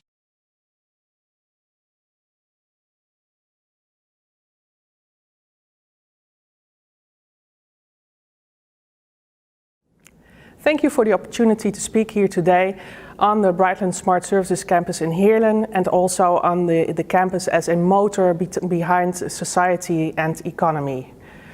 The Brightlands Smart Services campus in Heerlen is a digital hotspot for innovation and growth. We work in a triple helix context, which means that we house both governments, companies and also knowledge institutions at our campus, and that in collaboration they work on innovation in the field of data science and AI. We are rooted in Heerlen, which is a city in the south of Limburg, and this is no coincidence because the Brightlands Smart Services campus was founded as one of the late measures in restructuring the regional economy after the closing of the mines in our region, which in first instance led to large unemployment, after which several measures were taken in order to restructure the economy. The first wave was the introduction of government institutions and also large corporate institutions such as Statistics Netherlands, the Tax Authority, also DSM. And the second wave was the foundation of our campus as a new motor behind the economy, using the new developments in the field of data science and AI. We have therefore several goals. We have been founded by the province of Limburg, APG, which is a large pension provider, and Maastricht University. And our goals are to create employment, to attract and retain talent, to drive the Limburg economy forward, and also to stimulate innovation. And as you can read on this screen, our mission is to connect digital top talents to develop smart solutions which improve quality of life. We are part of 4 Brightlands campuses in Limburg. The other campuses are a campus which focuses on food and logistics in Venlo in the north of Limburg. A campus which focuses on chemistry, materials and circularity in the Sittard-Geleen region in the middle of Limburg, a health campus in Maastricht, and then our campus in the field of data science and AI. And of course, we collaborate, and the crossovers between these fields are also very interesting in order to start new projects or to attract new businesses. As I said before, data and data science are of increasing importance. This is reflected in the Dutch national policy. The government is investing through the Dutch National AI Coalition in data science and AI, again as motors behind the economy and as tools to improve society. They did this by founding the Dutch National AI Coalition, to which at this moment in time around 400 companies and knowledge institutions are linked. And they are currently in the phase of establishing a Dutch national governance through a hubs and spoke system. Also, they work on so-called ELSA labs, which are labs that focus on the societal, legal and ethical aspects of data science and AI. Also in Limburg, data and data science are increasingly important, not only on our campus, but also on the other Brightlands campuses. Of course, you can imagine that also in the field of circularity, or in the field of health, or in the field of food and nutrition, or in the field of logistics, data become ever more important drivers behind improving production, behind creating new insights, and therefore also the collaboration between us and the other Brightlands campuses is ever more important. When we look at the city level and region level, we see that SMEs specifically are often struggling with digitization.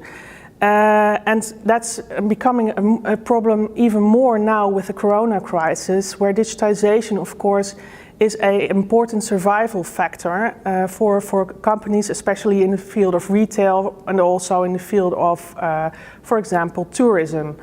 And that's why we strive to help these companies in their development in this field.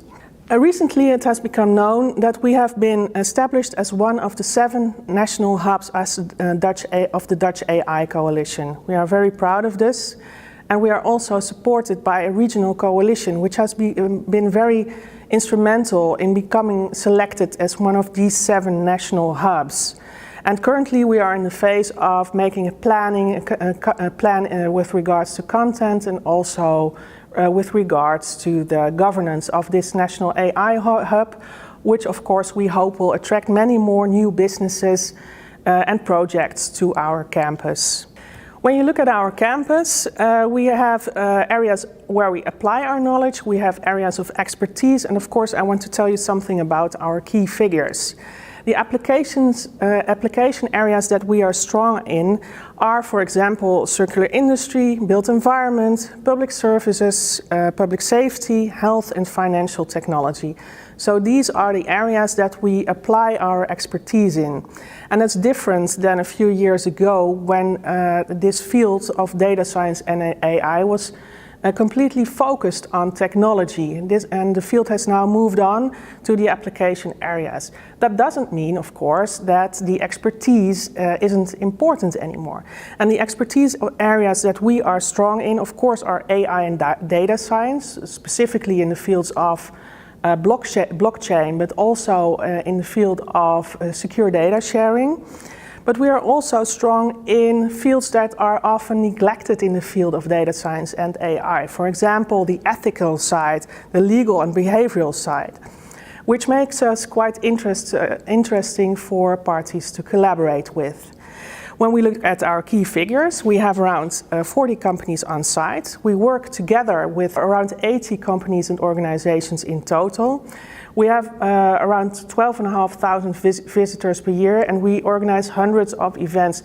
So in the normal life, in a non-corona life, our campus is quite a lively and vibrant place. Of course, we have been founded in 2016, and in the interlying 4 years, we have grown into a mature ecosystem. And we are not on our own. So we have expertise on our campus, but we also collaborate intensively with our partners. For example, the partners in our regional coalition. We work together very intensively also with knowledge institutions. For example, Maastricht University, the Open University, Zuid University of Applied Sciences, and also TNO, which is the large knowledge valorization organization of the Dutch government. And interestingly, of course, there are many crossovers between the focus teams that I mentioned earlier on our campus. For example, you can imagine that a topic which is important in the field of public services, poverty, has many crossovers with the field of health. And which makes us special, we have quite a lot of experience in working together with SMEs, and also because of the region where we are in the collaboration with organizations on the other side of the border, both the German and the Belgian border. Thereby, we are a hotspot for digital innovation, and we see that this rests on 3 pillars. First of all, of course, we have the pillar of content. Second of all, the pillar of facilities, and the third one is the pillar of the ecosystem. If we go to facilities, we have meeting rooms for events and for just meetings at our campus, ranging from quite small, a few people, to hundreds of persons. We have also flex solutions for example, startups in our location, where they can only rent 1 chair just to start their company up. for very low costs. We also have business premises for larger companies up to 3,000 square meters, and we have lab facilities. For example, an SME lab, an iLab of the Dutch National Police, a nano lab from Accenture, which is a large corporate which is housed at our campus, and also a data visualization lab. When we go to content, I have two examples for you. The first one is an EU project with the name Quick Response Manufacturing. In this project, we help SMEs to get state-of-the-art, super fast production times by using quick response manufacturing techniques, meaning that we deploy digital techniques in order to speed up their production process and to improve quality. Thereby, of course, increasing their profit margins. We do this together with many partners, which you can see here on this slide, and also supported by associated partners such as, for example, the Limburg Regional Investment Company. And we do this in a German-Belgian context. Another example is the project We Service Heerlen, which is a crypto coin. As a matter of fact, the first crypto coin which has ever been launched by a municipality. And the municipality uses this crypto coin to reward citizens that provide services to the city, and they get back this coin with which they, again in a normal life, can pay, for example, for a visit to a restaurant, which is a unique form of citizen participation with also a heavy technological side, because this whole crypto coin is based on blockchain. Again, we do this with many partners, ranging from, of course, the municipality of Heerlen to the Office of Statistics Netherlands, and many, many other parties, again here also funded by the European Union. And more interestingly here, the project has even evolved into a next project, which is the Public Services Lab. And this is a lab where we develop digital innovative solutions for cities and municipalities. Well, going to the ecosystem, as I told you before, we have many, many partners that we work with from all sides of the triple or even quadruple helix. The triple helix traditionally is the collaboration between governments, knowledge institutions and businesses. And increasingly, we also work together with citizens, of course, who are also often on the receiving end of digital technologies.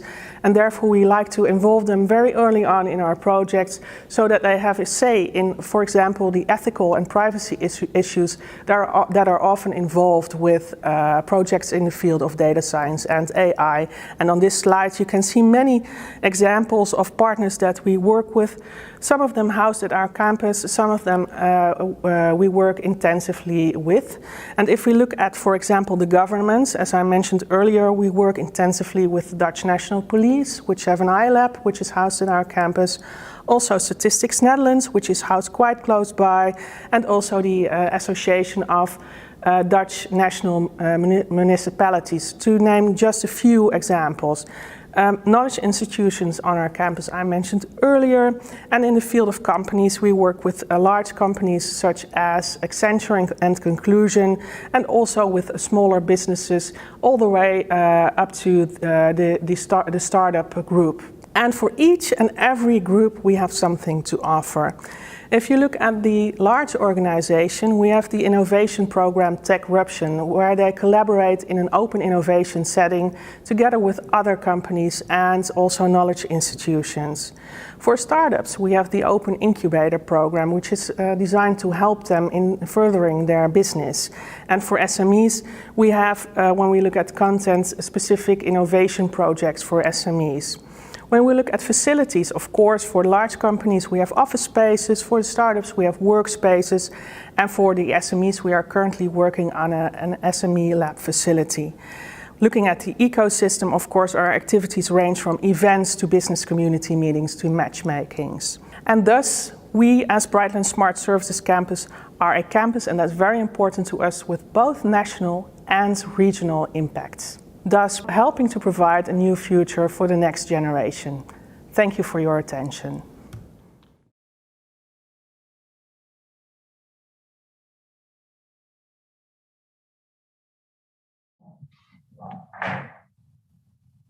So thanks, Astrid, and it's fantastic to have you join us this morning. We've got some questions, and then hopefully we'll have a little bit of a chat, and then we can catch up have our talk with Benno from Hello Energy. But the first question, and I promise this isn't a plant, is someone's put in the chat. Jez has. So would you and your organisation like to collaborate with ODI Leeds in the future on the Northernlands connecting North England with the Netherlands? Well, first of all, thank you so much for having me here today. And of course, I would be more than willing to collaborate with ODI Leeds in the future. And I think it would be really interesting to look at several topics of collaboration, of course, research, maybe also collaboration in the field of startups, etc., exchanging them. And what we have experienced in the last year or so is that opening up to collaboration really has so many benefits. We became, as I told in my talk just now, a hub in the Dutch National AI Coalition. And we see that it gives so many new opportunities for projects, for companies willing to relocate to your location, etc., etc. Yes, absolutely. Fantastic. And it's great to hear that you want to be radically open in the same way that we do. It's great. And obviously the link to Nexus in Leeds, and Dennis, who's just talked to it, it'd be fantastic if we can help make that happen as well for you. Yeah, absolutely. And I would be more than glad to look into collaboration. Actually, I know Dennis from the past. It's a small world. So we used to work together at Statistics Netherlands, which was both our previous employer. And I think that the things that Nexus Leeds does, really links in with our activities. And I would love to explore a potential collaboration in the field of, for example, startups and companies, in order to see if we can help them find the best landing place for their activities and their situation. Fantastic. And are you seeing a large growth in new startups, businesses that are wanting to come to the UK and vice versa? And how do we help you connect with some of our startups over here? Well, I think I would be really interested in having a meeting afterwards and explore how we could bring this about. I think there is growth in the startups in this field, in the number of startups in this field. Even if you look at LinkedIn, and I think you're aware of this, that the top 5 of vacancies are all in the field of data science and AI at this point in time. So this field of working has expanded hugely in the past few years. I think even more than we could have thought 5 years ago. And we see that in all kinds of developments, existing companies, corporates, etc., are all starting departments in the field of data science and AI. And of course, we see growth in a number of startups. Also, startups looking to come to Europe from abroad, from countries like Eastern Europe, etc., etc. And I think it would be quite interesting to see if we could enable these developments. Cool. And we absolutely need to stay connected with our North Sea neighbours. And as your embassy says, we need to stay in touch with the Dutch. We've got some badges that they gave us. Yeah. So thanks very much, Astrid. It's been amazing. And we're already talking about Northernlands 4, which we must do in person, and I think we must do in the Netherlands with your embassy. So we must absolutely do that. And I'd just like to say on our behalf, thank you. Next up, we've got Benno Schwartz from Hello Energy, but thanks, Astrid, and then over to Benno.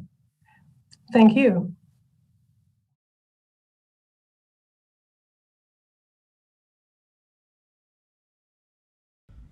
Hi, my name is Benno, and I'm CEO and co-founder of Hello Energy. And today I'm presenting about my company, and very pleased to be at this very positive event. And I would like to thank the organizers for inviting me.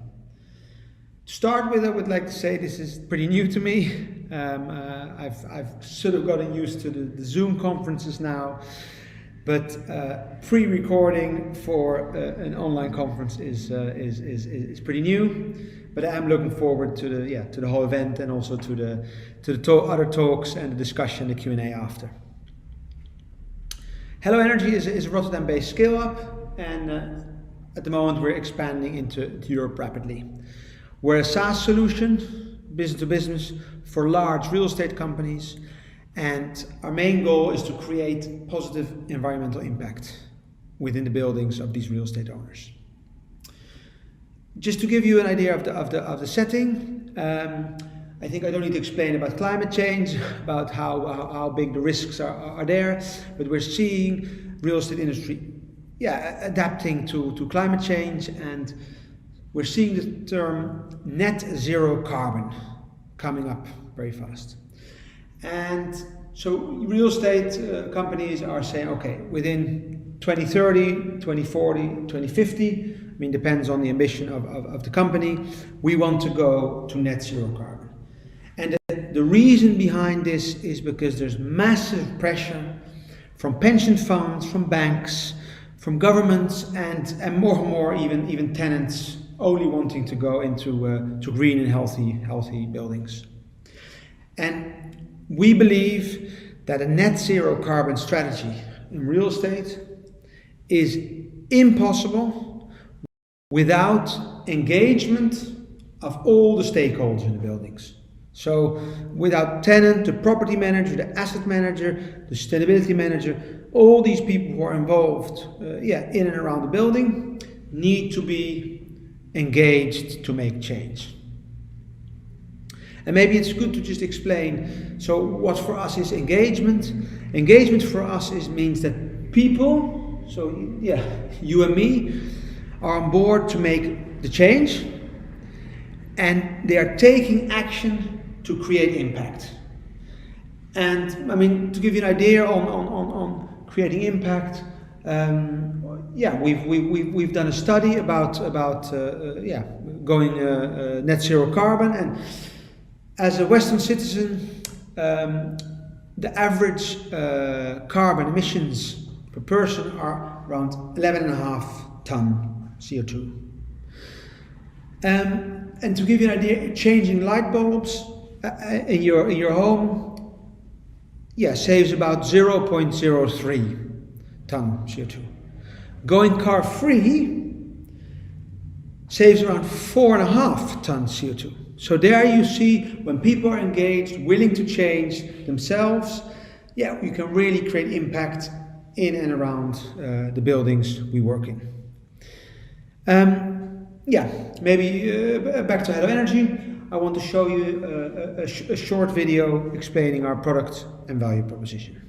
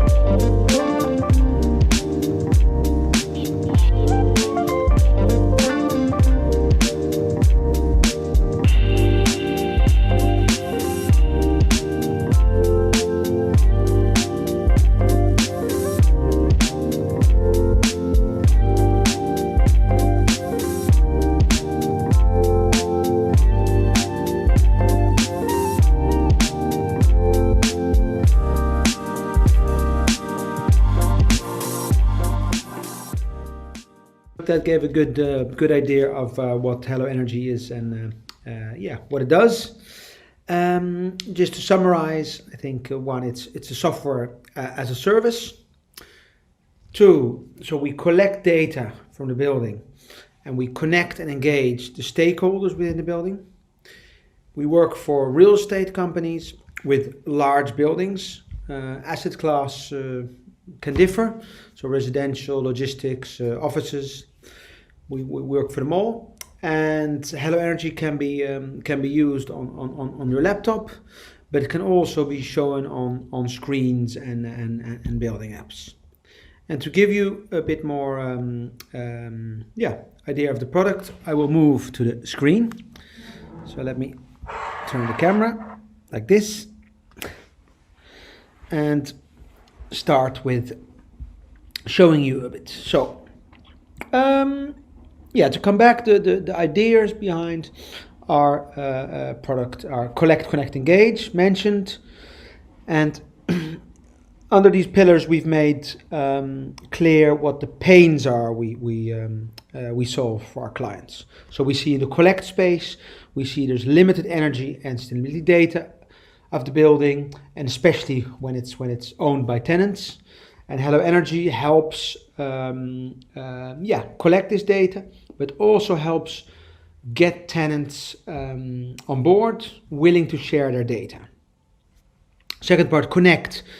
What we see as a pain is that it's called split incentive. So the different stakeholders are pointing to each other to initiate the sustainability topic, and our solution brings these together.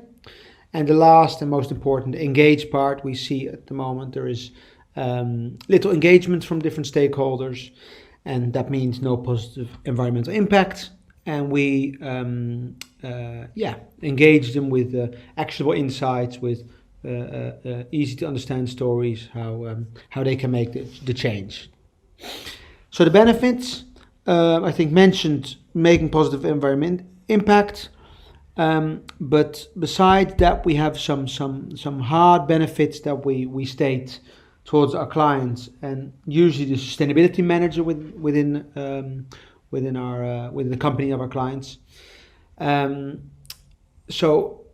It's very good to score on certifications like GRESB, BREEAM, and WELL. Hello Energy scores direct important credits. We see it being used towards pension funds to create investor value, to show that you are really integrating sustainability throughout your portfolio and your buildings. And last but not least is complying with legislation. Then to the product. I mean, we've mentioned it's on multiple devices. So it's part is on your laptop behind login. Other parts are on screens in the lobbies of buildings usually. But we also make connections to mobile apps. So building apps we can connect to, and we send quarterly or monthly emails to our ambassadors. And an ambassador is, and I'll come to that later, an ambassador is somebody who uses Hello Energy. If we go to the collect side, how do we get data in? I think we go to the source. So not only electricity, gas, but we can also go to solar, charging stations for electric vehicles, but also sensors for indoor climate, occupancy data. And we bring this in directly. Can also do it through a building management system or through a third data provider that's already working for our client or within the building.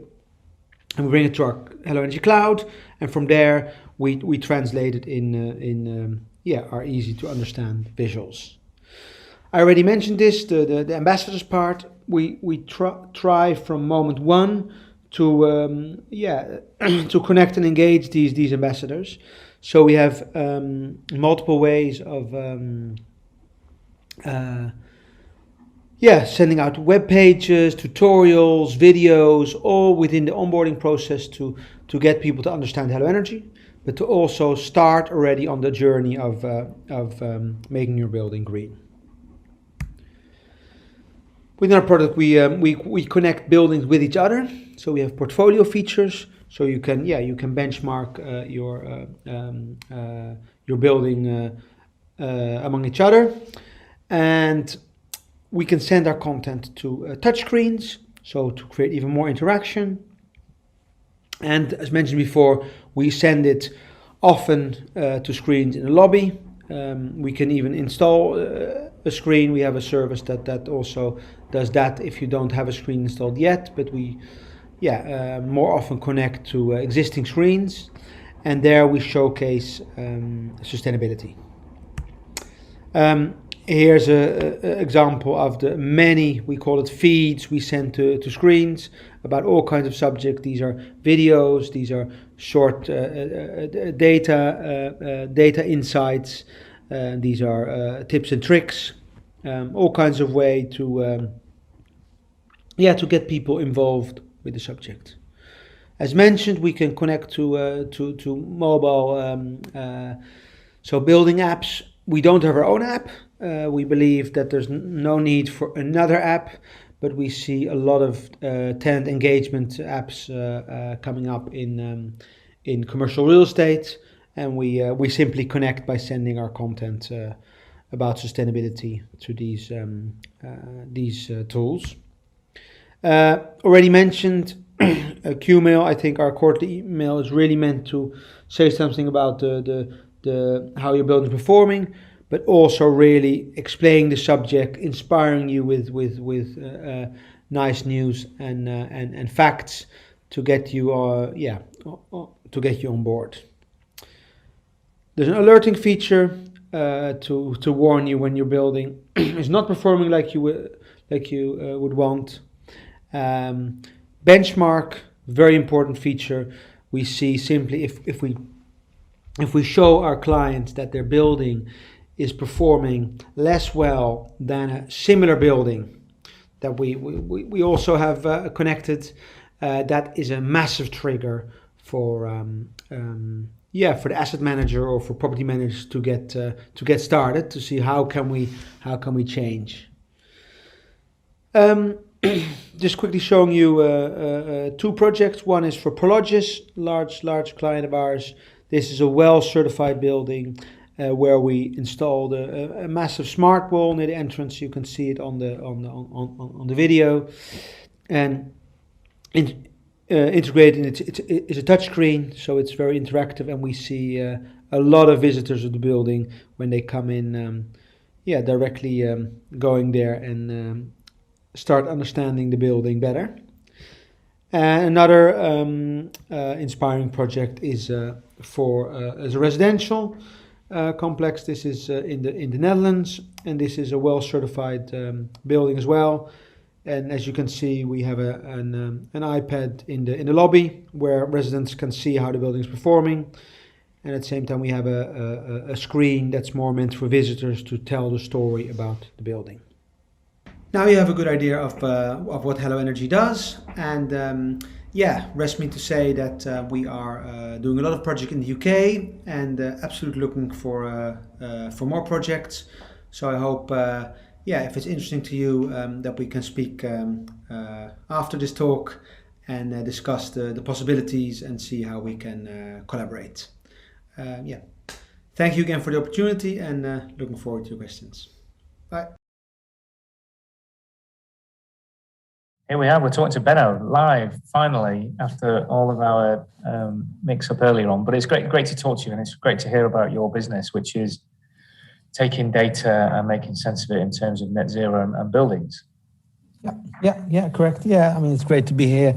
Some technical issues, but it's the first Q&A that way I was just finishing a proposal, and then 1 minute later I'm in the studio, so it's good to be here. Thanks. Great. Well, welcome, and thanks so much for joining us. And just tell us about your plans to come to the UK. I mean, the plan was to physically open an office, last year. That changed drastically.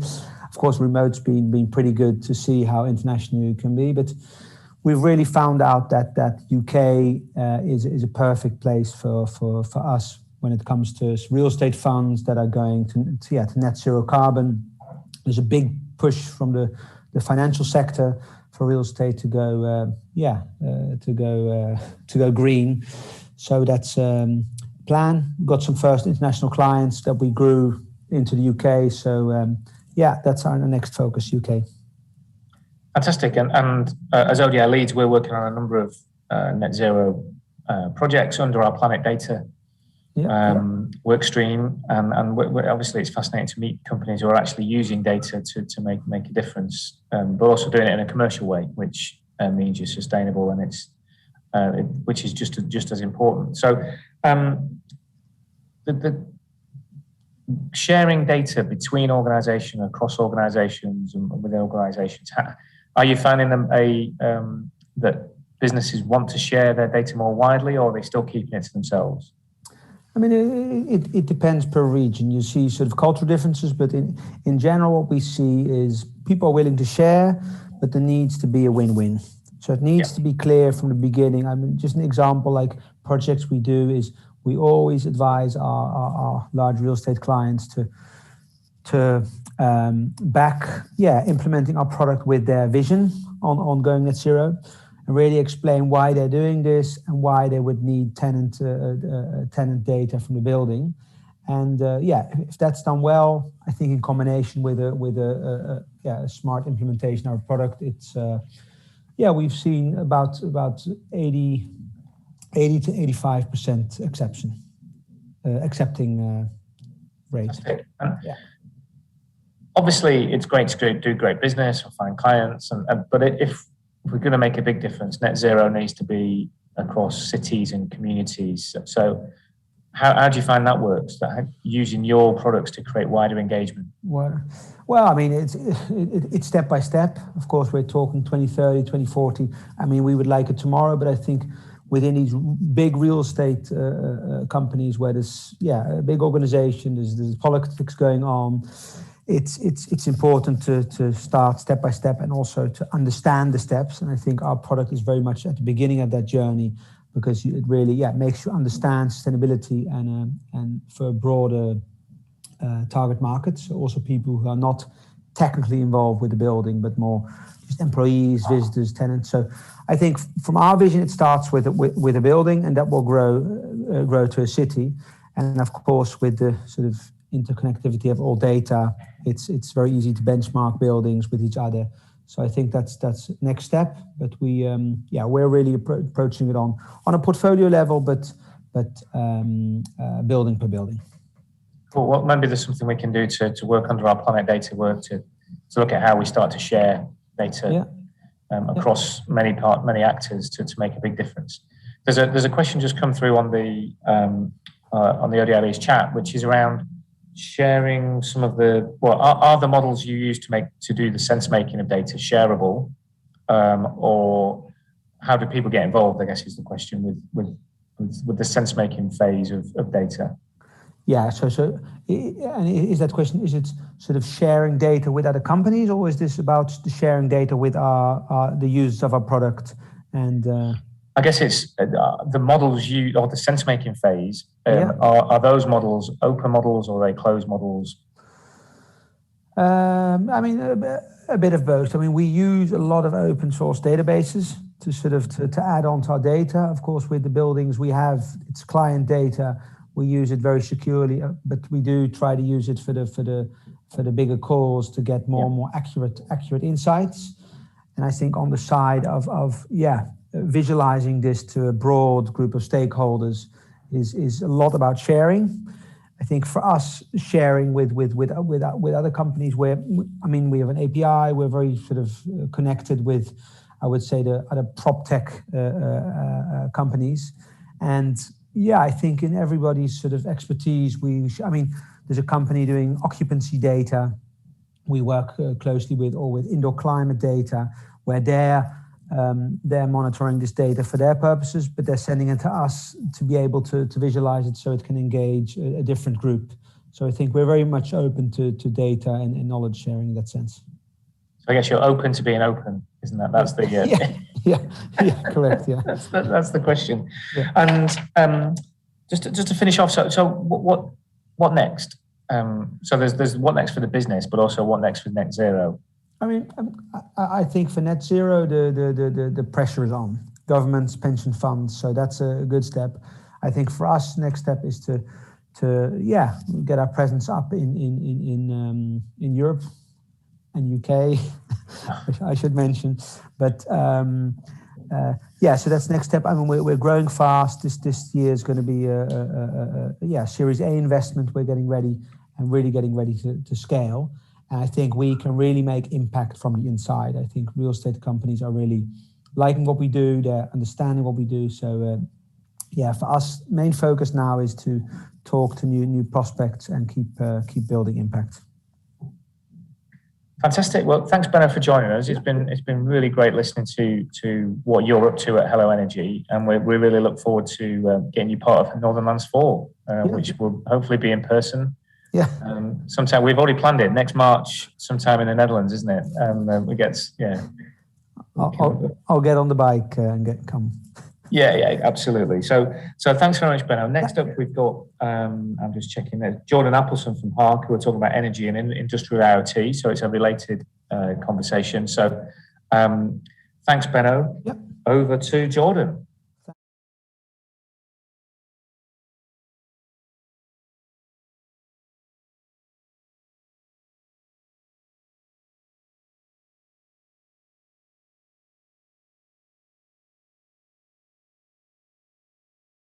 A massive thank you to the ODI for inviting us to take part in this event alongside so many excellent businesses and people in the North today.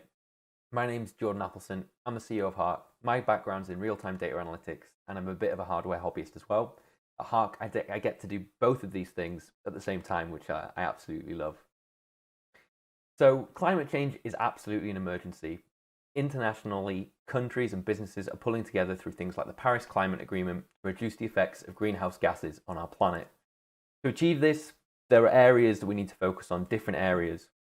One of the most effective solutions to this crisis, from our perspective, is the reduction in overall energy consumption and operating buildings and industrial assets way more efficiently. This not only has a climate benefit, but also a financial benefit as well. So the UK government, they estimate that about £3.6 billion could be saved annually by developing smarter control technology for buildings and industrial assets. Not just developing it, but deploying it as well. Predominantly, these statistics come from like supermarkets and industrial manufacturers. At Hark, we're a real-time energy analytics and industrial IoT platform for enterprises. Our mission is to increase efficiency, maximize yield, and reduce waste. And typically, this revolves around energy and industrial assets. This forms part of our wider mission for Hark, which is to improve the way the world performs. We're working with lots of different businesses, blue chips, such as Microsoft, Intel, and Dell, to deploy this type of technology to enterprises. Some of our customers include the supermarkets, such as Asda and Sainsbury's, as well as life sciences customers, such as the Medicines Discovery Catapult. We're also working with utility companies who effectively sell and manage energy on behalf of industrial and domestic customers as well. The Hark platform is a cloud-based sensor platform that allows us to monitor, store, and analyze sensor data in real time. And we do this by connecting to industrial assets such as building management systems, energy systems like energy storage systems, energy meters, and a whole host of other assets. The capabilities that we provide to our customers typically revolve around energy and power monitoring. So 80% of what we do today is around real-time energy and power monitoring. We also do things like oxygen and CO2 pollution monitoring, temperature, pressure, humidity. And typically this is by connecting to these industrial assets, whether in a production line or a building.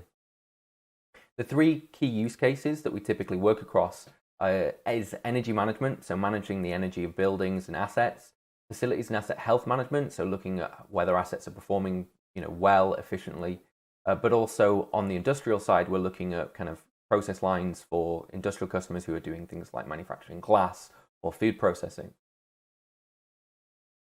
And what we do with those customers essentially is increase the visibility of energy utilizations and trends. So spotting anomalies and discrepancies at an individual asset level and a statewide level. And that allows us to provide real-time insight into power usage, consumption information, which can then be used to track things like carbon and cost. As well as that, we can alert people to essentially overspend on energy overconsumption, looking at peak demand analysis, and all sorts of stuff around load disaggregation too. The same technology that we've developed essentially allows us to do the same thing, but for industrial assets. So we're able to provide industrial customers with health information around their assets, look at assessing risks or potential failures, downtime, that kind of thing, and then ultimately provide performance and benchmarking information. So looking at how much that asset is effectively underutilized versus what it could do. Lastly, the other thing that we do is control assets dynamically based on schedules and other dynamic information, such as things like energy prices. So we're able to connect to and control buildings in a much smarter and more efficient way. This can be controlling things like the lights of a building, the heating, ventilation and air conditioning, and various other things. So that's a little bit about Hark and what we do. This is a little bit about what we've done. Now, typically what we're finding is that connectivity and visibility across these assets is a key driver to being able to do something about either waste or cost. So with one customer in the retail space, this is a supermarket, what we've been able to do is with them connect to over 24,000 assets that they have across the UK and Northern Ireland, across 600 sites in the UK, and monitor in real time different asset groups. And this is typically energy in real time. So this could be things like bakery ovens, refrigeration systems, lighting control systems, and even their solar arrays that sit on top of their buildings that actually generate power. And what this has allowed us to do is not only save them money through spotting anomalies, increased consumption, identifying assets that are typically maybe not working as they should be, it's also allowed us to control now their buildings based on things like energy prices. And energy prices, they change throughout the day depending on the type of contract you're on. And typically they are more expensive at different times of the day. And our system is tracking this through integrations with other systems. And within 60 seconds of an energy price change, our system in this case is able to control the building, reduce the load of the building, reduce how much energy it's using, therefore cost and carbon, which typically it's more expensive in higher intensity in times of the day. This has been like a fantastic project for us. Over 2019 and 2020, we saved over £1 million, but also we've saved a significant amount of carbon. In this case, we've actually saved enough energy to power 600 homes for a year every single month by deploying our dynamic control software, which is not just monitoring the energy of the building, but also able to react and control the building based on different schedules. Another case study that we absolutely love is the ability for our platform to control things like energy storage assets. So typically, when the energy prices are quite expensive, this isn't something that people can do anything about if they're using energy. But if they have energy storage assets, our platform in this case, this is a building over in Manchester, it is able to control the battery and take the building off grid when the energy is more expensive and charge the battery up when it's cheaper. It's also tied into the utility provider, who are able to orchestrate control changes to this battery when, for instance, if they need to charge it up at certain times of the day based on energy prices. This also has a net carbon benefit as well, and a cost benefit. As a business, there's a lot we're doing. We recently launched a carbon emissions calculator on our website that lets people put a small amount of information about their energy usage in their estate, and will output kind of potential waste savings that they could effectively accomplish by implementing this type of technology. And it lets our customers, not just our customers, but people who are coming to this website and this tool, visualize it in a recognizable way. For instance, it shows how many cups of coffee someone could buy with that money saved. So if it's 100 cups of coffee, 1,000 cups of coffee. But it also shows how many homes could be powered for a year based on that wasted energy. There are a couple of other bits of insight on there. For instance, how many wind turbines you would need to be able to actually provide this wasted energy. So please do check it out on our website, harksys.com.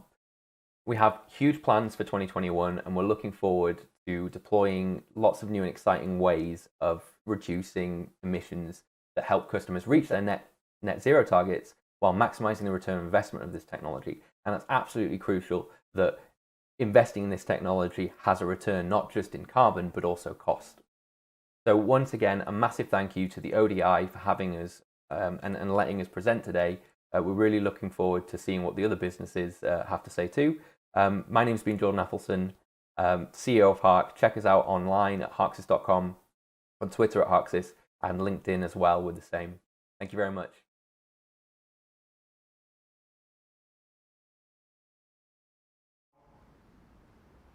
Great. So that's the morning over for the second day of Northernlands 3. Hopefully you can join us again at 2 o'clock for this afternoon session, which is a little bit of everything. So we've got data, cricket, health, innovation, cities, mobility, all the things you might expect from a session about data, ODI leads, and the Northernlands. So see you at 2 o'clock. Bye.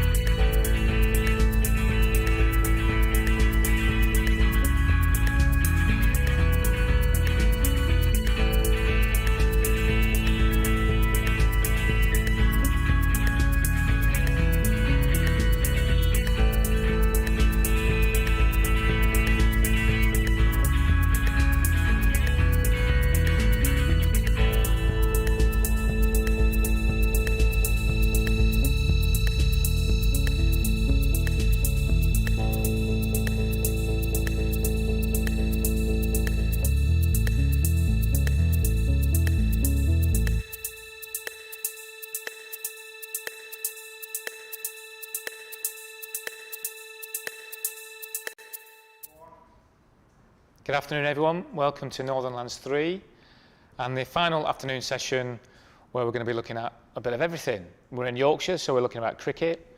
We've got Ben Goldacre talking about open safely and health innovation, although we're not quite sure exactly what he's going to be talking about. We've got people talking about the future of work. And before we start, I'm just going to explain a little bit how all this works. So we've got an introduction from the ambassador.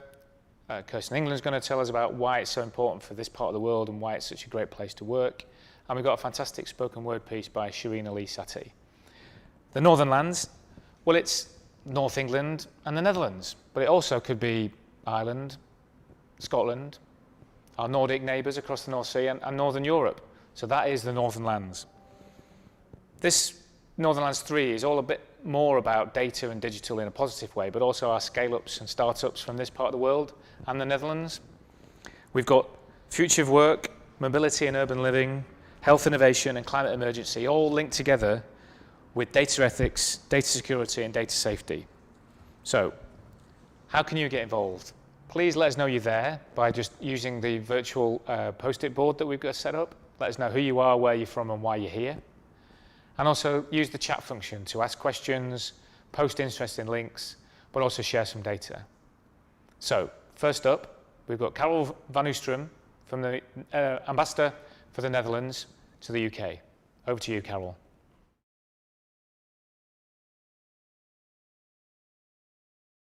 So, Carol, the next theme we'll talk about is the economy and also the future of work. We've all been experiencing different ways and accelerated ways of working over the last 12 months. Could you just introduce the speakers we've got in this theme and tell us all about why that's important to you? Yeah, a friend of mine said last week to me that imagine that we had COVID 20 years ago. We could not have been working like this. And he said we leapfrogged into the future in the past 12 months. And it's made the issue at hand we're talking about now, the economy and the future of work and skills. Maybe we've moved a little bit into the future in the past 12 months. At the same time, we see that people are losing out on the labor market because they don't have the right mix of work and skills. And that means an enormous challenge for education and training of people. And I'm very happy that Ruben Nieuwenhuis, who's the managing director of Tech Connect, one of the ambitions of that company is to have those people who don't have the right skills to bring them to the labor market and to make sure that they have jobs. And having added value in the tech sector is crucial, and it means we have to train and educate them. So we have Ruben Nieuwenhuis on that issue. Thanks, Carol. And if we were going to take away one famous last words from you about the future of work, what points should we take around from these sessions and this theme? I think the most important is to find the right balance between what the government can do and what the private sector can do to support education, employment, and youth entrepreneurship. Also there, very often companies say it's the responsibility of the government to provide education, to provide vocational training, but we feel very strongly there's also a very large responsibility for the private sector to contribute as well, especially because the companies need the right people to work for them, who come with the right skills, and if they don't have them, companies have a responsibility to contribute in developing those skills. So let's hope that will be one of the takeaways, and we also hope that we can learn from what's happening in Leeds and the rest of the north of England in that field. Thanks very much, and we're looking forward to learning from you and the rest of the Netherlands as well. And as we keep saying, we've got more in common than we have the differences. So thanks very much. And as you mentioned, we're already looking forward to Northernlands 4. And let's hope to do that live, and it'll be my pleasure to come there. Thanks very much.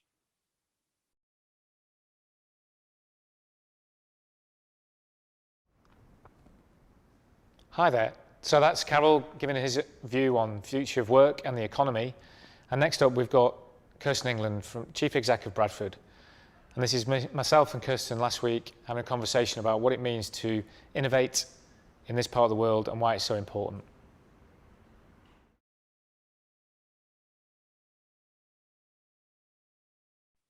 Good morning, everybody.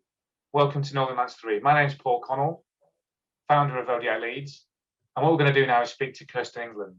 She's the Chief Exec of Bradford, who are founding sponsors of ODI Leads, and she's also the lead on business innovation and growth at WICA, the West Yorkshire Combined Authority, who are our partners for Northernlands 3, along with the Kingdom of the Netherlands and the embassy down there.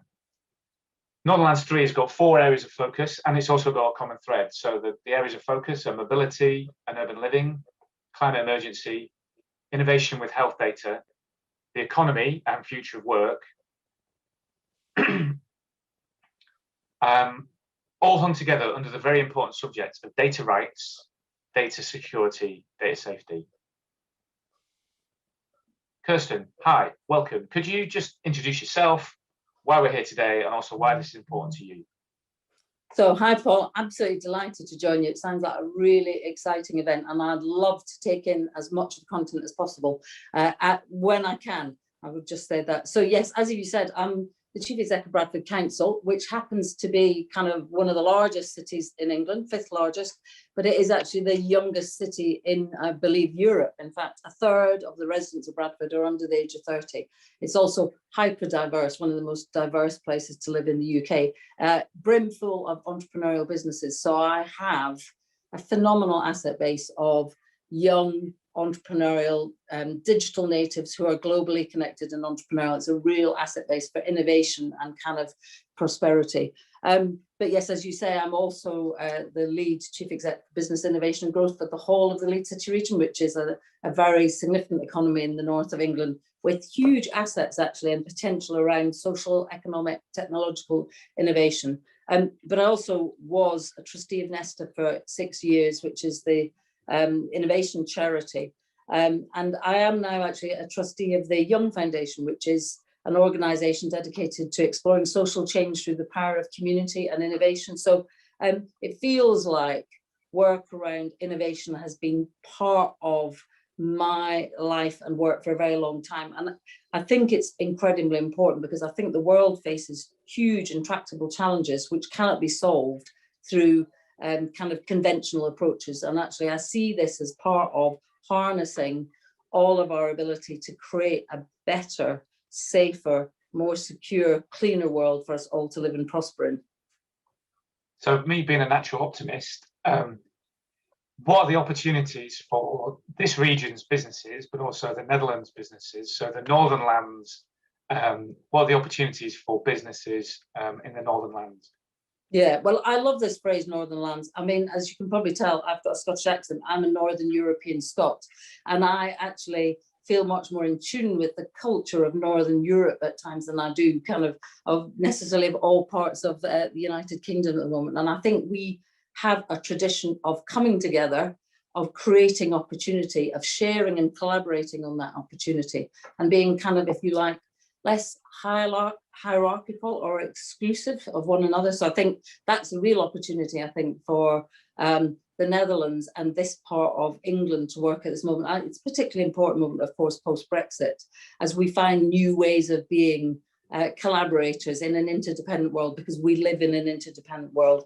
And of course, I know this part of the world much better than I know the Netherlands. What I know about the Leeds City region is a place of small and medium enterprises and some much larger corporates, but they were born from a history and a legacy of innovation, both in terms of social, economic and technological innovation, of course, with the Industrial Revolution, but also with being, if not invented here, then first adopters of technologies here.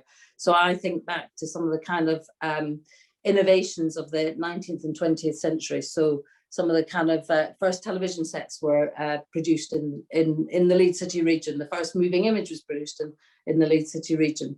And many other such innovations. There's a long history of that, as well as social innovation around the invention of school meals, school baths, and so on. So I think we have both a legacy from our kind of industrial heritage, but we also now have this, we are the youngest city region in the United Kingdom. So we have that energy and also the diversity of our city region, which kind of predisposes us to think differently about the world, to see opportunities to create it differently. We have, of course, as well, the largest academic base in the United Kingdom here in the Leeds City region, more universities FE and higher education institutes than anywhere else in the United Kingdom. Many of them are research-intensive universities producing phenomenal work, particularly around health technologies and the biosciences, particular strengths around data science, data capture and storage. And now we have a kind of economic base which has both mature and growing businesses and startups, kind of at every part of the kind of cycle, particularly, as I've said, around kind of health tech, biosciences, but also data capture, data storage, data security, as you said, data analytics. If you bring all of that together, you've got a powerful ability, I think, to create new solutions. Fantastic.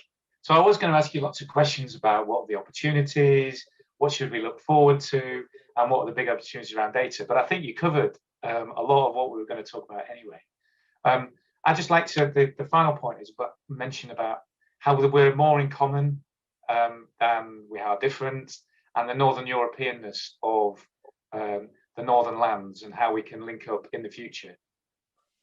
No, absolutely. I mean, I think that's what I see is that opportunity to come together on an equal footing, openly sharing. That point about open data, the Open Data Institute says it all, doesn't it? That sense about everyone's welcome, everyone bring the assets you have, share those, let's play with them, let's work with them together, let's see what we can create out of all of this. And yes, let's work out how we all benefit in that. But I think that's a kind of part of our cultural DNA that will really serve us well here in the north of England, across Northern Europe, that we should harness right now. Fantastic. Thanks, Kirsten. Nice to see you, Paul. Thank you.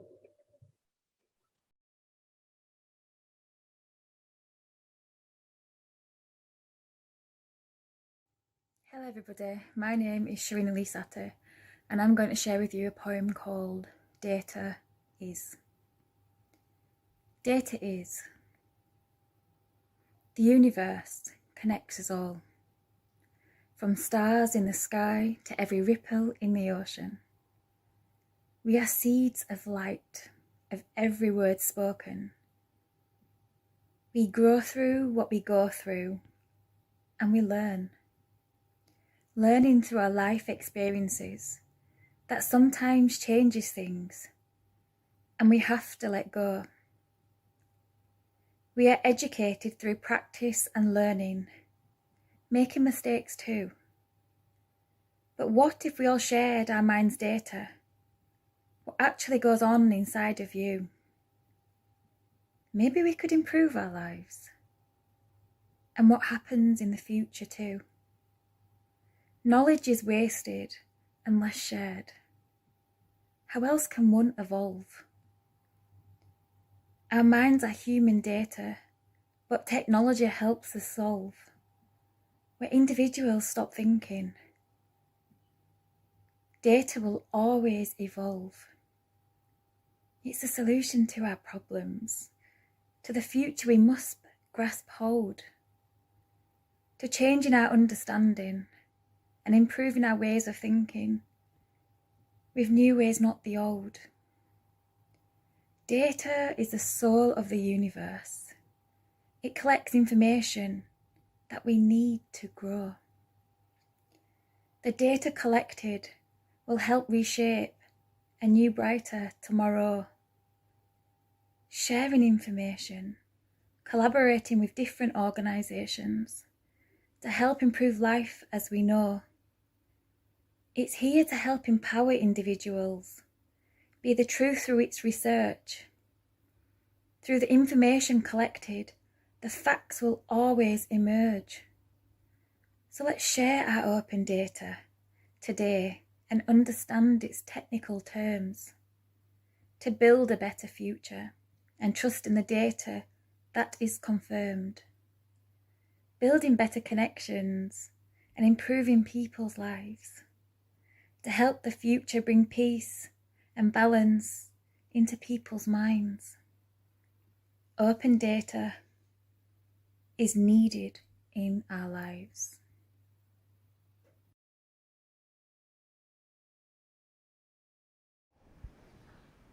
Fantastic.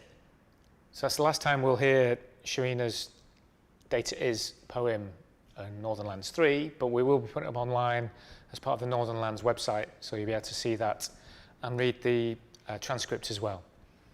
First up in our afternoon session is something that is sort of incorporates everything that we're all about. So we've got Matt Blakely from Ludimos talking about his startup that looks at cricket, data, the North and the Netherlands. Over to Matt.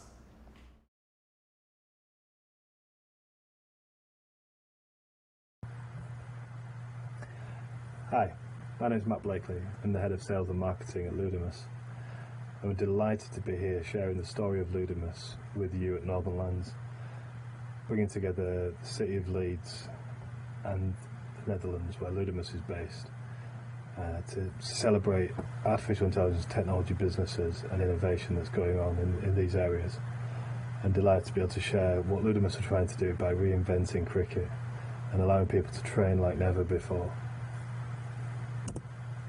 For those of you who may not know much about cricket, cricket is truly a global sport. Whilst you'll know about the big powerhouses of England, Australia, South Africa and the subcontinent of India, cricket is played in over 100 countries that associate to the ICC, the global governing body for the game, and is growing at a rapid rate in some of those areas, not least in the USA, where in a couple of years we will have Major League Cricket, an international tournament drawing in the best players in the world playing cricket in America. And just around the corner from that, the plans are afoot to have cricket at the 2028 Olympics in LA. A huge step change for the game and how it interacts, and how it then forms a part of some of the bigger countries that govern their sport and focus their sport on winning Olympic medals, and how grassroots sport in places like China, Russia and Germany will change as a result of that presence. The numbers behind cricket are huge. It's the second largest sport in the world, with over 1 billion fans, more than 300 million people playing the sport in a recreational format. Just a huge number of fans. And just to bring this to life, in 2017, India-Pakistan played the Champions Trophy final at the Oval in London. And the television viewing figures for that were over 1 billion people. India-Pakistan is such a huge game, but those numbers can't be argued with. To put that into some context, the Super Bowl is one of the biggest TV sporting events on the planet, and the Super Bowl annually gets about 500 million viewers globally. A World Cup final once every 4 years will touch somewhere near 1 billion fans. So for a sport to have something like the Champions Trophy with over 1 billion fans is huge. And the recent World Cup in 2019 that England successfully won, over 3 billion people interacted with online footage of that competition. Again, just showing the reach of the game and how far it's gone, and continues to grow and develop, whether that be the men's game or the women's game. And with that talk of the 2020 T20 Olympics in 2028, that potential market is just going to grow ever more. So let's talk a little bit about cricket and technology in cricket. Cricket's a very traditional game, still delivered and still trained in a very traditional way, probably as it has done for decades, if not the last 100 years plus.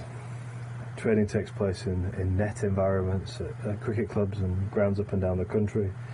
It takes place in fielding drills in a field. It's somebody hitting a ball to somebody and catching it. It's somebody bowling at somebody in the net. The technology is there for bowling machines, but that's not accessible to everybody. So it's very traditional, and it continues to be very traditional. Whilst some insight and some development has happened in the last 20 years or so, technology hasn't really embedded and changed that experience for many players.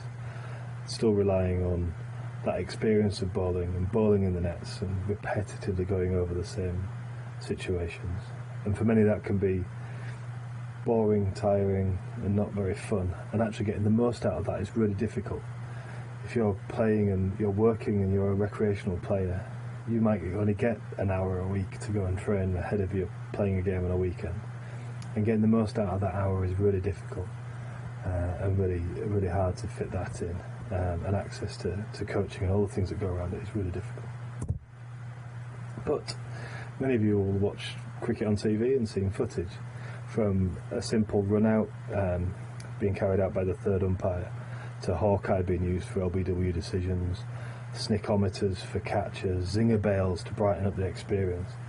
The technology has come on leaps and bounds in the last 20 years. In fact, cricket was at the forefront of developing third umpire and third official type decisions, and you look at kind of VAR and its mixed success in football in the last couple of years. It's really clear to see that technology is difficult to embed, but cricket is one sport that's had a real success with engaging in that.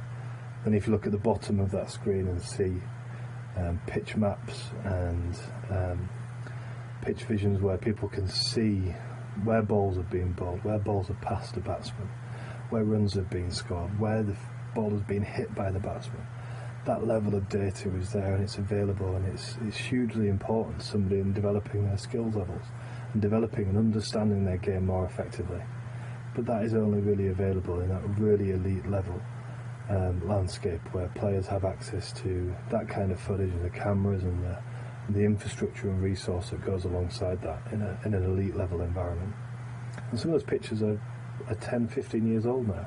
This isn't new, this has been around for a while, but hasn't trickled down and worked its way into the grassroots of the game and into the hands or the tools and abilities for your recreational players, for that 300 million cricketers across the planet. But we know technology is making a massive impact in sport. I remember Opta being mentioned and utilised in football as a child growing up, and people starting to track how far players ran and how many touches of the ball they had. And I've been using Strava for a good while now, nearly 10 years, in terms of tracking my own training as a cyclist and a failed and very bad runner. And again, being able to engage with a global community of following elite athletes and your friends, and tracking that and using social media as a platform to share what you've been delivering has been great for me as a training tool, and is great for so many people. And there are umpteen other apps similar to that working in that space. But then you look at something like Skillist and Home Court, using artificial intelligence now to really unlock the training capabilities for players, giving them data points and analysis. On form at the top, they're using video analysis to help everything from baseball to golf to show jumpers and how they tackle a hurdle. And then just last year, during the lockdown, the LTA making online training available for kids, and kids in their backyards being able to access coaching and use video footage to move their games forward. It was a huge game changer for so many kids up and down the country that were into tennis and wanted to continue to improve whilst not being able to attend their local tennis club. But technology is difficult to engage, and we've talked about cricket and its traditional training environments, and the people that have engaged with technology and cricket outside of the elite space of Hawkeye and the test arena where the television allows that data to be visible. It's not that straightforward. You've got a huge challenge of interacting and engaging with different technologies to get that relationship working. Email, WhatsApp, phone calls, video sharing files. It's so difficult to get that all in one place and all working seamlessly. And from the people that we've spoken to, it's a real challenge, and it's nowhere near as effective as they'd like it to be in that journey, both as a player and as a coach, and they're just not getting the most out of it. And I found that Madan came up with the concept of Ludmus having his own journey and his own experience himself, wanting to improve his game, using video technology, and finding it was clunky, it didn't quite work as well as it could do, and then deciding to take his own technology skill set and make a real difference and move the game forward by founding and developing Ludmus. And the age bit is a huge challenge in sport, in such a traditional sport as cricket. It's got especially in the UK market, it's got a very different reputation, shall I say, in terms of who plays the game, who engages with the game. Club volunteers are often older in years, and people that do play and develop and come through don't necessarily have that technology to lean on and engage with. And I'm pretty sure that might be the kind of conversation that would come along if you went to a lot of club volunteers. They'd look to their juniors to embrace and engage in that technology rather than them relying on themselves. So making it as simple as possible is absolutely key.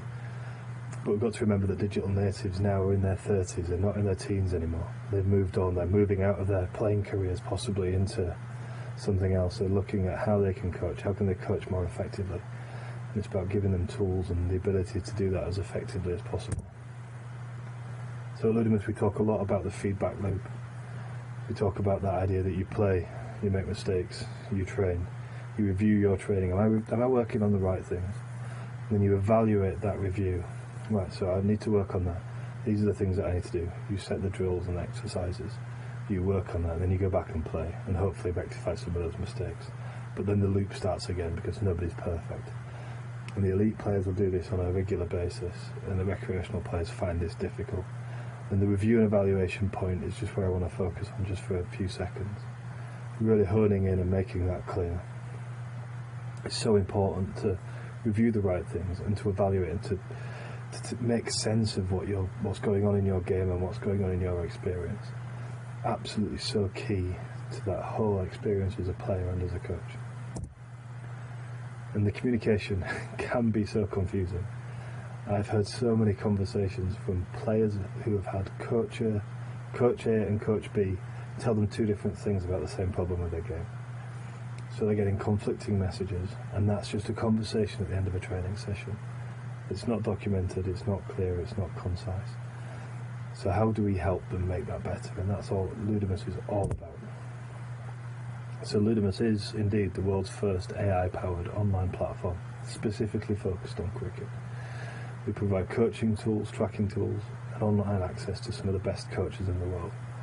We wanted to make cricket fun and interactive as possible so that people enjoy training, enjoy learning, enjoy improving, and therefore are better players as a result, whether that be the next Joe Root or Heather Knight or just somebody that wants to be the best player they can be at their local cricket club.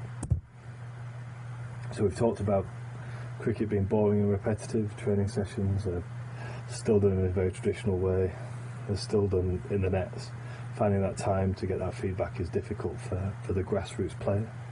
Accessing that technology, unless you're at the very top end of that sport, getting access to that just isn't there. And then documenting that. Unless you're really disciplined and have a notepad and keep track of what every coach has ever said to you, that's just not there, and it's really difficult to follow your own game. And often actually accessing those coaches we talked about internationally as a game, outside those big powerhouses, elite coaching is hard to come by. So what does the app do? It's app-based on Android and Apple. We've also got a desktop platform. It allows you access to smart analysis of video coaching, breaks down a session into the shots that you've played, looking at some rudimental ball tracking analysis for bowlers and batsmen, which is absolutely imperative and something that normally is only come at the very elite level facilities, but something that could be in the palm of your hand on your mobile phone. Looking at biometrics for batters and bowlers as well, how joints move and how technology can allow you to understand the movements of your body in a far more granular detail than just visual. And that analysis and feedback, having that documented in one place, absolutely key for a player's development to understand and reflect on their game, reflect on the feedback they're getting from their coaches, and having that relationship continue to develop. Alongside that, creating that digital cricket community, that Strava of cricket where players can benchmark themselves and follow themselves and track their own performance against other cricketers, not just in their club or at their school, but across the world.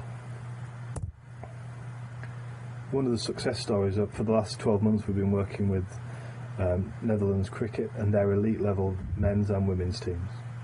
And their players are split between the UK and the Netherlands, playing at different standards, as are their coaches. Accessing those high-level coaches, as we said, is so difficult. Ludimus allows them to have excellent, powerful, AI-backed tools in their hand and have a constant dialogue about their development. Not wait for that training camp 6 months down the line, 3 months down the line.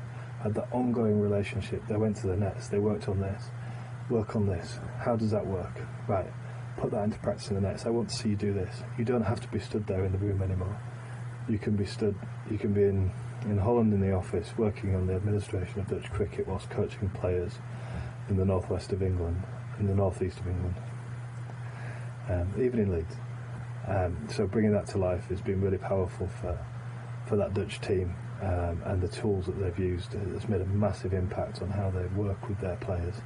And they'll be rolling that out to their junior teams in 2021. And again, allowing coaches to interact much better with the players and the grassroots systems in Holland.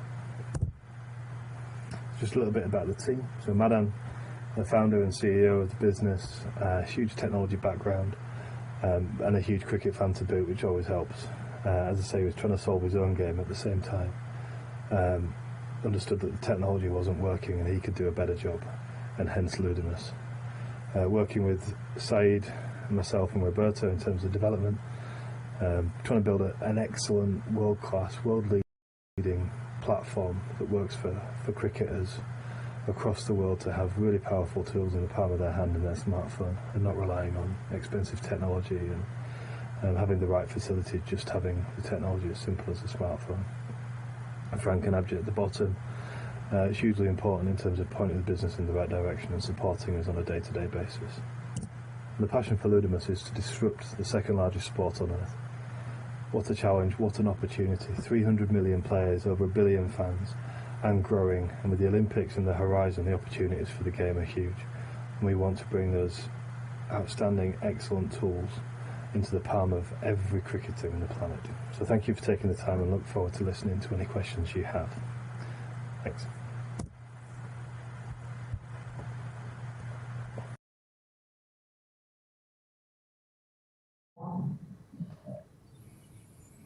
So I'm joined by Matt Blakely from Ludemos. Again, I've said it before, so a cricket startup based in Amsterdam, selling technology, expanding in the UK. So tell us a bit more about what you're going to do next, I guess, after the pandemic.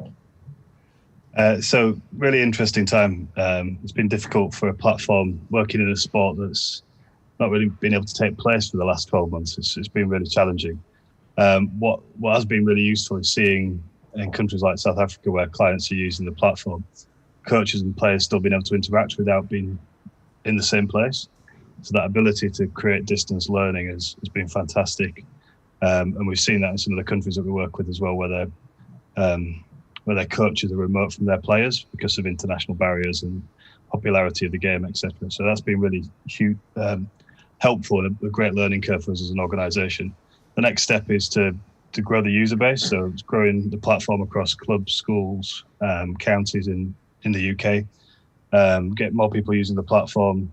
As we all know, the more people that are using it, the more you learn, the smarter the device and the platform can become. So it becomes a better experience for the user and a better experience for us in what we're developing in the medium to long term.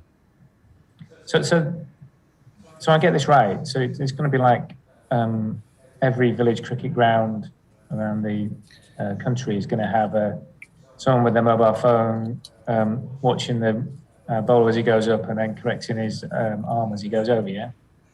Yeah, it's bringing that technology that you see in the elite level of the game into the hands of every cricket player in every club or community setting up and down the country. So absolutely, yeah, it's having in the palm of your hand the ability to access coaches, to work with coaches, whether that's a coach in your club or that coach on the other side of the planet. You can get that feedback on your bowling action, how you're batting, what's going on in your game, like never before. So yeah, really opening up in market.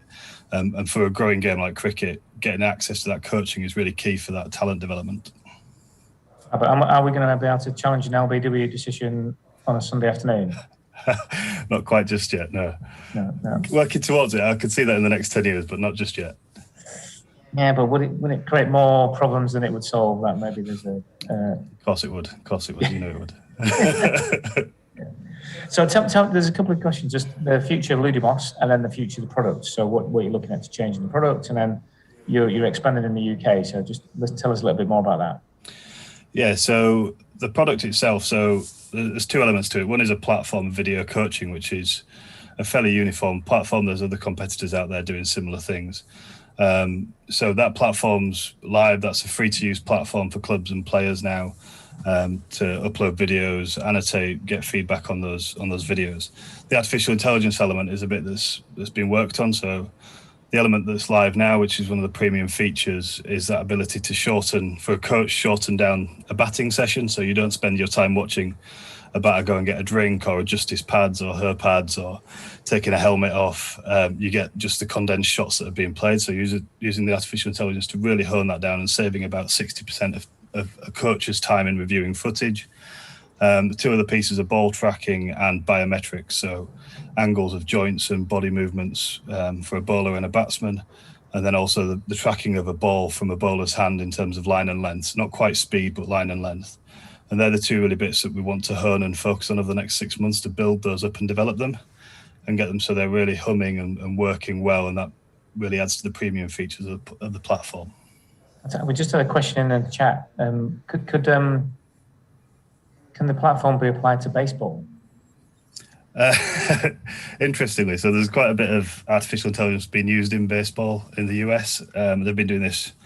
Moneyball is probably well known from the film, and data in US sport is a lot further on than we see it in the UK, and particularly in cricket.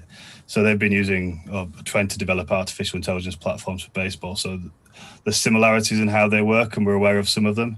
I'm not sure how that transition works, so it'd be interesting to do that analysis and to chat with our guys about what that would look like, but we'd love to have a chat.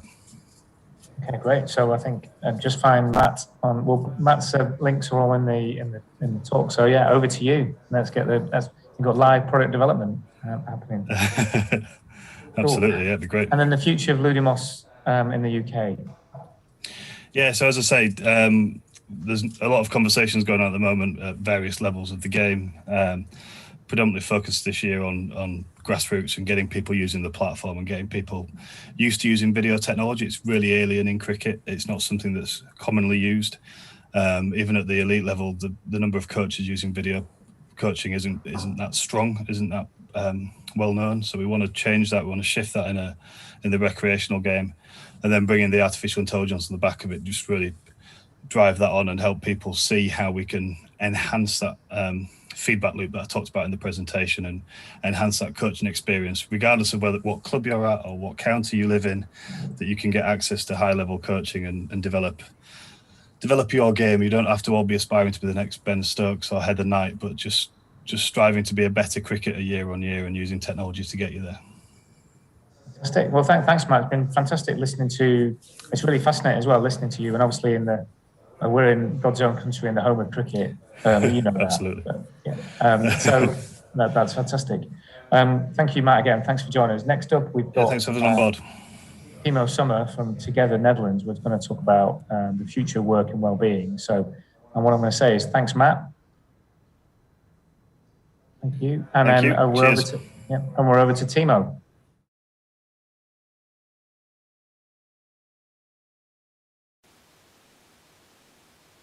Hello, my name is Timo Sommer, COO of Together.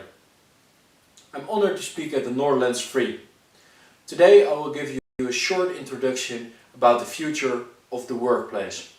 But first, we start with a brief introduction of our company. Together has founded in 2016 as an organization focusing on behavioral change at large organizations, with our oldest product, ride sharing. That means not only sitting by yourself in the car, but driving together to your work like the old-fashioned way of carpooling, but then motivated and nudged by our app. With almost 45 employees, with several of roles like mobility specialists, activation experts, developers, designers, sales managers, implementation managers, public affairs people, we are drive to change and generate an impact on mobility. At the moment we have an office in Utrecht, and we recently opened an office in Munich in the southern part of Germany. Together we are working on a service to turn the daily commute from mindless to thoughtful. Why did it all start? Because why we have a reason to exist as a company? Because our commuting behavior has a major impact on society. We all want to go from A to B on the same time, on the same day. But then we are standing still because we are in a traffic jam, or we are stuck somewhere else, something like that.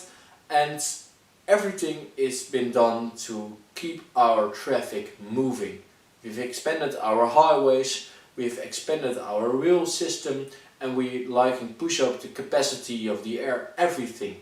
We're trying to keep people moving because that's important. But a few things like mobility have such an amount of impact on our quality of life is mobility. So that's why it should be efficient, sustainable, because commutal is vital for our prosperity, our productivity and our well-being. And of course the accessibility of an area is crucial, a facilitator for economic growth and environment. But in the coming decades we face a congestion problem with significant environmental change in not a positive way and also economy impact. So we need something to do to fix this and move this around. So there's a jungle of possibilities regarding mobility because mobility, smart mobility is really booming. There's a mix of tooling through several of countries, cities and organizations. More and more we will be accelerate the need for a better infrastructure because our people who are living on the planet are growing. But we should be focusing on this with all each other. So public transport is really good and but isn't always ideal. It can be costly, delaying and also crowded. So we should be focusing on all of that. But in the end, even with all this kind of effort from several of people like the environment or the government, but also the companies who are providing smart mobility, commuting will still be an individual effort. Because mobility innovation is booming, what I already told you, but yet there's a significant gap between what we now are capable of and where we want to go to the future. Because we are here in our situation with already electric cars and even electric scooters, and everything is more from ownership to use a product. So we are already in the right direction, but we are not yet with hyperloops and with flying cars and self-driving cars and such things. So what if we trying to use and have the ambitions to make our current infrastructure more efficient, because we have a lot of resources and we don't use them all the time very efficient. That's why I think, and we think as together, that there is still a really good chance to work in the period between that we are capable of to go safe by flying cars or safe by hyperloops, that we have the in-between period we can create our existing resources more efficient. That's why we need to mind shift. And because impact isn't made only by tooling and technology. It's made by individual effort and individual people behavior.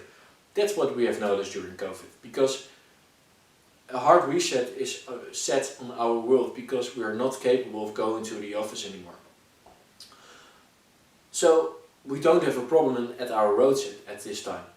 But you still see that because we as the people are not going to the office, we make impact on that, on the capacity and the use of our infrastructure.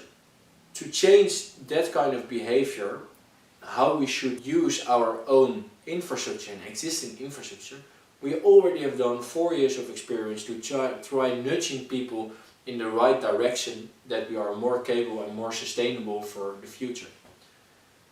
But we're not have achieved such an amount of difference as COVID, of course, but that's what we have noticed, that we now are capable of doing things differently, because we didn't thought we were capable of working efficiently from home.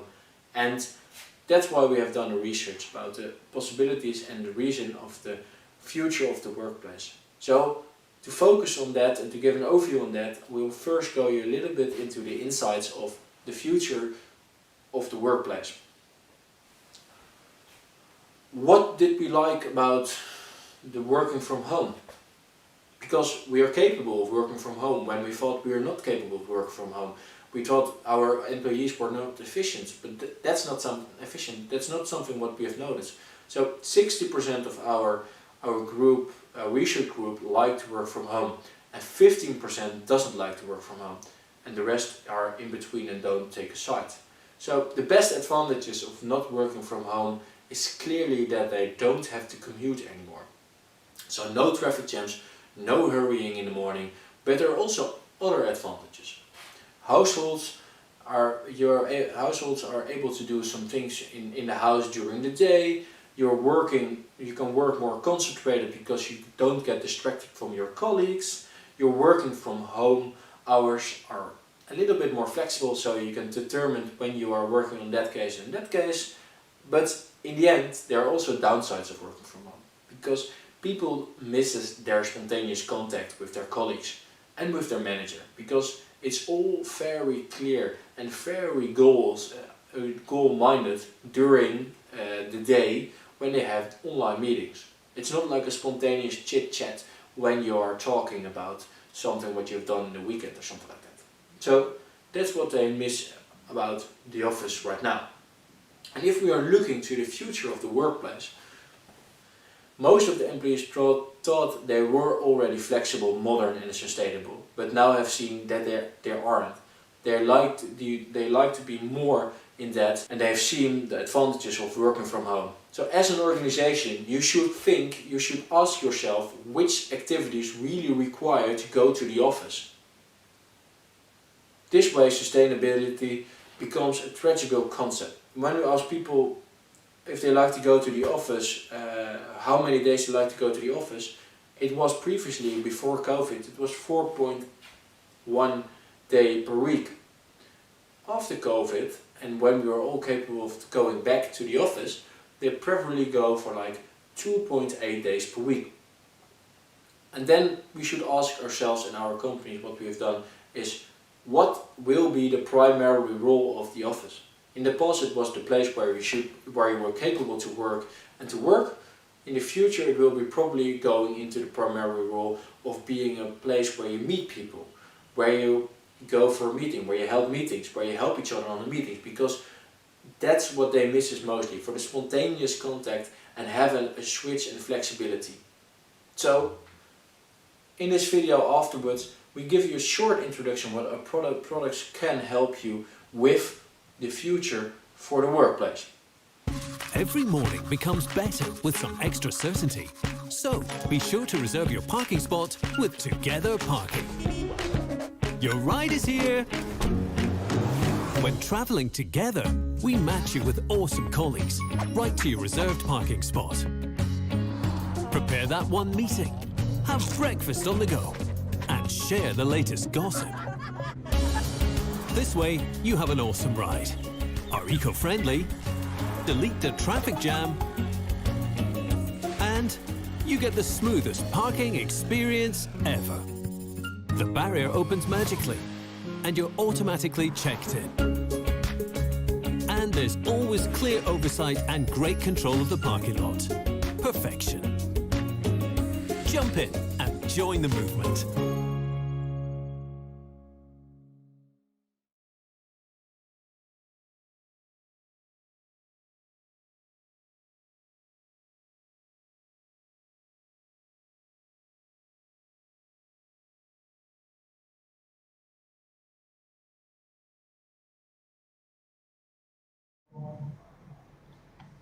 Well, thanks, Timo. That's fascinating. I guess lots of questions about the future and how COVID has impacted you and what you're going to do next. But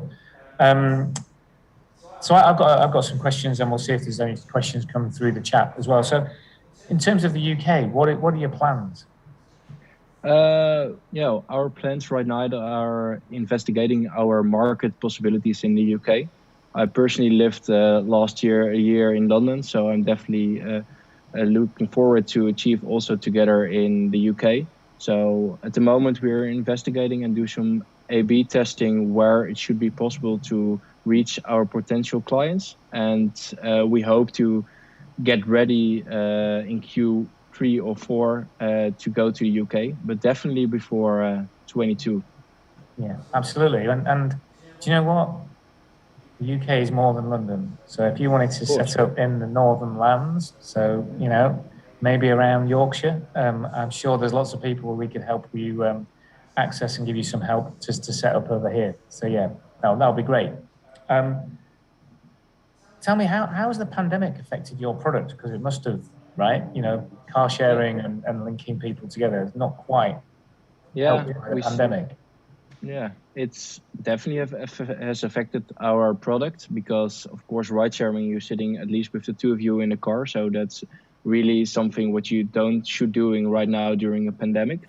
But as you have seen, we also have like a cycle product, and we motivate people to cycle to go instead of by car. So that's get us more in that direction of the vitality of people, because you also need to move during the pandemic and not only sitting by a chair at home. So we have done some challenges with our cycle product lately to motivate people to cycle during lunch instead of only sitting by them at the office, at their home office. So, and what we really see is that people and offices and companies are getting ready for the future. So you should be getting insights. So it's a lot of not business right now, but it goes in the right direction for the future. So it's the future about what's going to happen next. And I guess people looking after their employees and their families and making sure people have manage well-being as well as all the other things that employers want to look after. Okay. And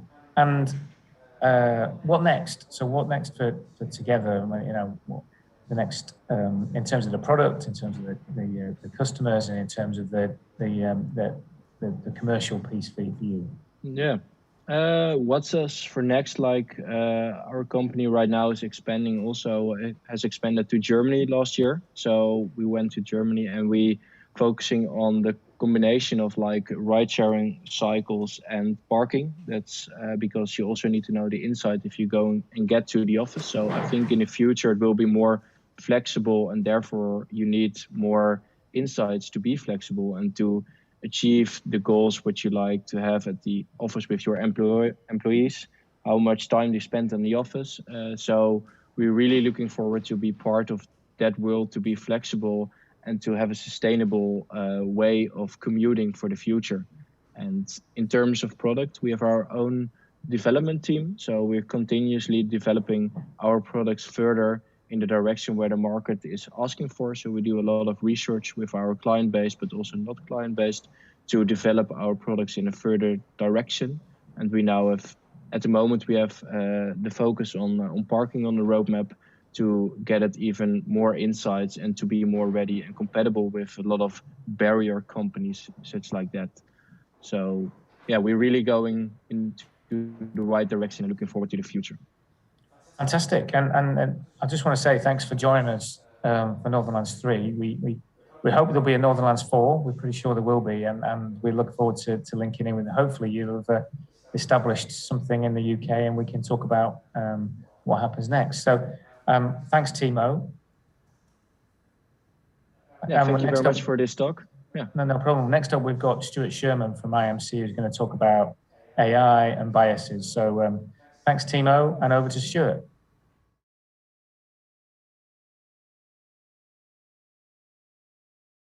Hi, thank you for attending our event.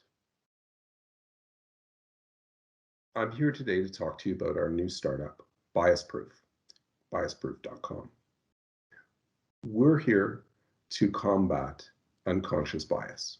We believe that the first step in overcoming bias is to understand your own biases. BiasProof believes that everybody wants to be a good person. I think fundamentally we all want to be better people at heart. But a challenge is that we're not very good at judging ourselves. And sometimes a little objectivity can really go a long way. We certainly don't want to be the people saying we're the least racist person in the room. Generally, that person may not actually be the least. So we've created a tool to help you measure your own biases. Now, what are these biases? Sometimes people call it implicit bias or unconscious bias, but it starts when you're young. And we're really kind of trained into it. it's really not our fault. But if you think about it in the context of movie villains, for example, villains in the 70s, mostly black bad guys. If we go back further, it was cowboys and Indians, where the Indians were bad guys. In the 80s, we switched over to Colombian drug lords, if we think about movies like Scarface and shows like Miami Vice. In the 90s, it swapped over to Russian gangsters and failed Russian states. When we switched over into the 2000s, it started to be jihadi terrorists. Fundamentally, if you grew up in this environment where the bad guys on TV were one group, and regularly that same group again and again, you start building biases towards that. You can't help it. It's not your fault. We only think that it's your fault if you're unwilling to change. If you actually acknowledge that this has happened to you and you don't want to change, maybe then you're part of the problem. We think that the first step in positive change is being aware that you have a problem.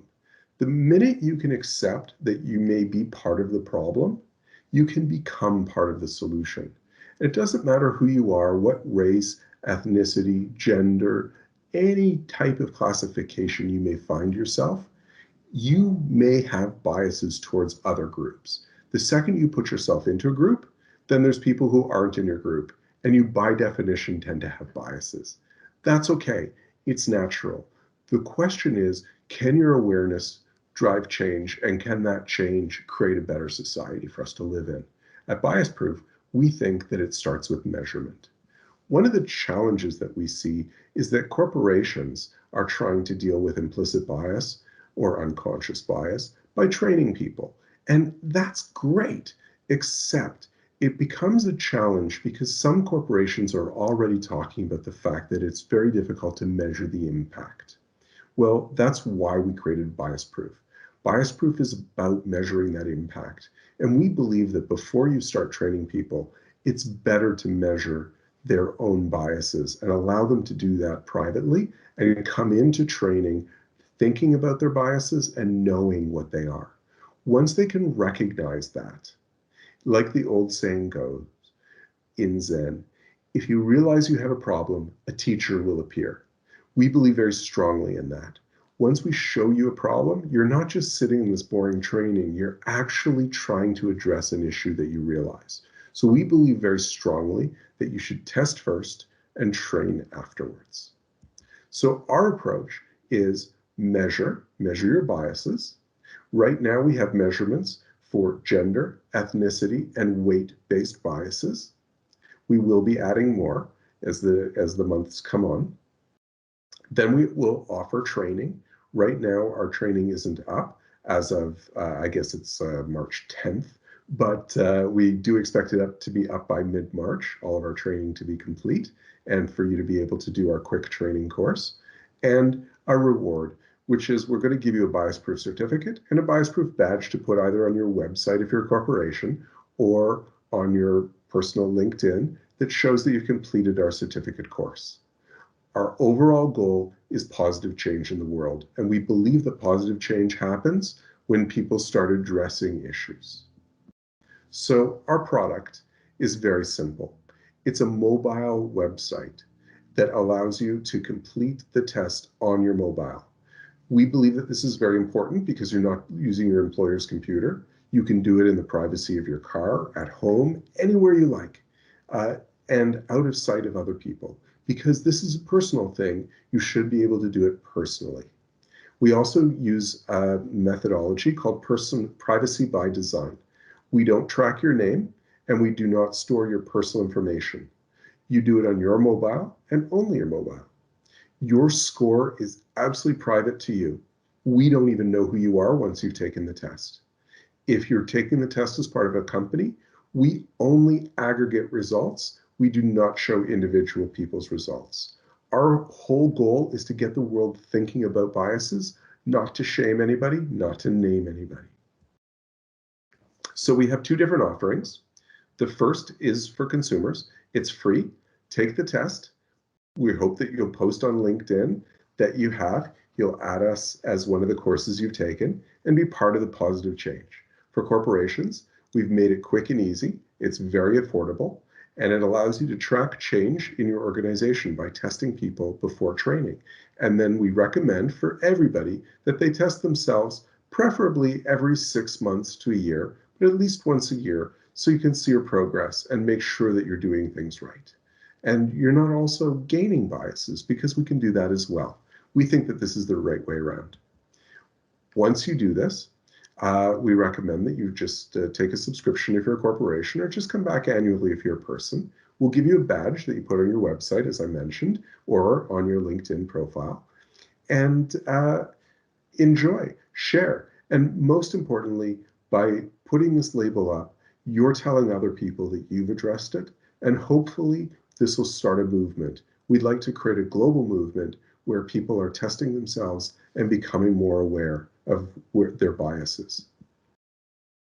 We don't believe that unconscious bias can be solved in a day. We think it's about knowing your thoughts and catching yourself making these assumptions. If you make an assumption and you're aware and you say, wait a second, I just thought that, it's really important, and it shows that you're on the right road. We don't think that equity means that everybody's equal. We think that equity is that everybody is treated fairly. And our goal is to create a situation of fairness in the world. So if you believe like we believe that it's time for change, then what we're hoping is that we all change a little bit. And if we all do a little bit of change, then that causes the whole world to change. We'd like you to start by measuring the change by going to biasproof.com and trying our free test. Thank you very much.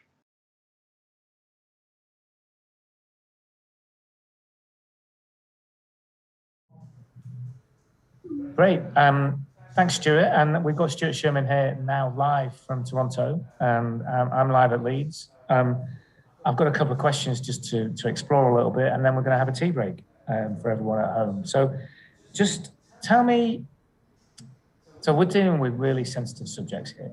We're dealing with how people feel, how they respond, but also giving people data so that they can act on those difficult conversations and questions that we have. So tell me a bit about how you manage privacy by design or privacy by design.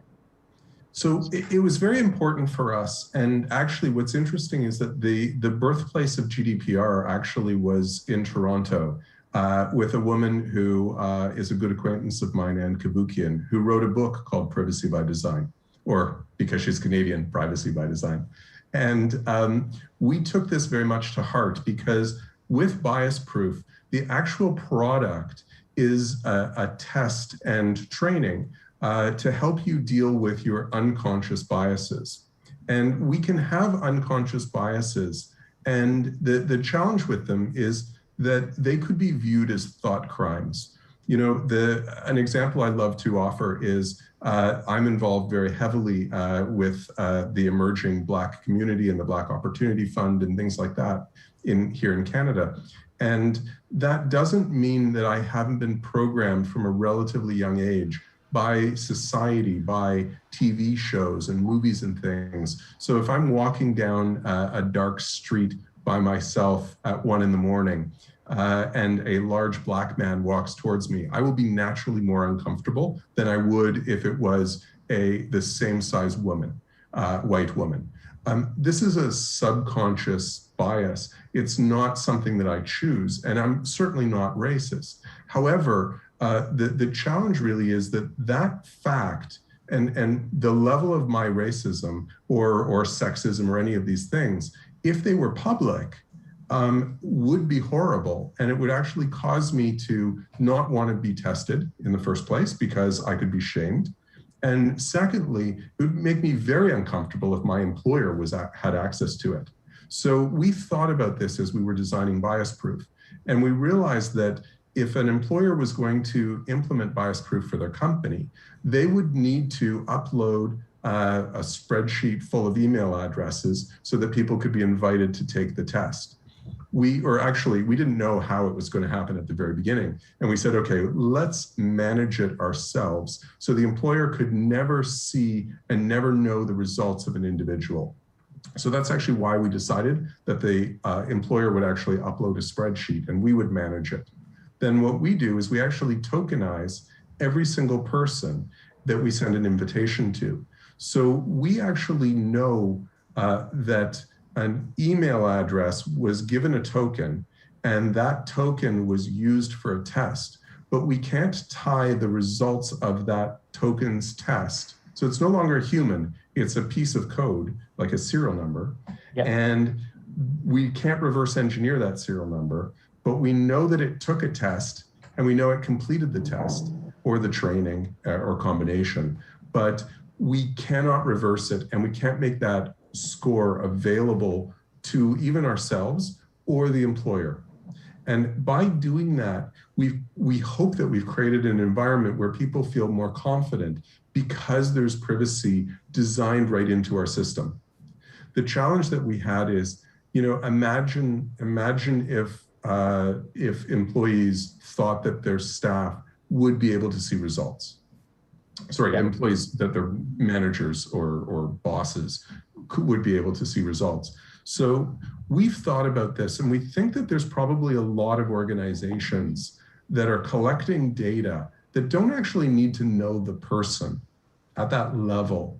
And we've run into this at BiasProof's parent company, Scaled Insights, where data's been collected by university researchers and such like. And because the data isn't fully anonymous, they have trouble doing future work with that data and trouble understanding and crunching that data in other contexts because it's not anonymous data. So the same researcher could go and harvest data from Twitter and know everybody's address and name and handle and everything else and do a very large study. But if they knew the people and they'd actually collected it themselves from individuals, university ethics would not allow them to do certain things with it.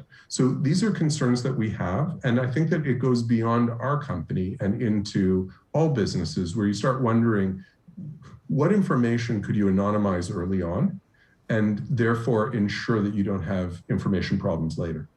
Yeah, and that's really important. That's really important. And I think it's data rights as well as privacy. Have I got rights over my data and how you use it and how we protect that? But it's an emerging science and practice, isn't it? And I think the more we share between each other, the more we can get people to trust what we do.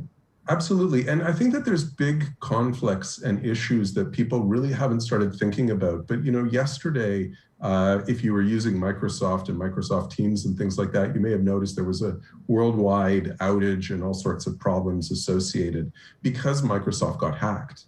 Well, you start talking about this and start saying, okay, so what are you doing with the data at rest? And companies will do things like encrypt the data at rest. Like when I say that, I mean the data in their databases and things like that. But if that data gets out, like think about the organizations like Equifax that got hacked and the damage it caused to the value of that organization. Now imagine that Equifax was a startup or some relatively young company. They were badly damaged financially after that hack. Had they anonymized, and of course they couldn't in their business model, but had they kept the data anonymous and the data was hacked, it would be just interesting information. So you start wondering when you're setting up a startup, what data can you anonymize early on and therefore protect yourself? Because you can never be like, if Microsoft gets hacked, it means that you can never be unhackable. Yeah, absolutely. Absolutely, I agree with that. And the more your data becomes more valuable, the more it's connected and making it more connectable, I guess, or easily remixed is part of the process. And if you put barriers on it early on by making sure that by connecting individuals' data to it, that you're locking up lots of value rather than trying to release it. Yeah. Okay, Stuart, it's been fascinating to have you. Unfortunately, we're going to have to wrap up a little bit quickly because we've got to go for a 10-minute tea break. So, Stuart, thanks live from Toronto. It's been amazing to have you, and we'll have you next time on Northernlands 4. And now over to, we've got a 10-minute break. We'll be back at 3:20 with the ambassador. So Carol von Oostrum is going to talk about the importance of, I've got my agenda here. We've got Tuesday. We've got mobility and urban living. And then to finish off, we've got Ben Goldacre, who's going to be joining us live to talk about open safely. Thanks very much, Stuart. See you soon. My pleasure.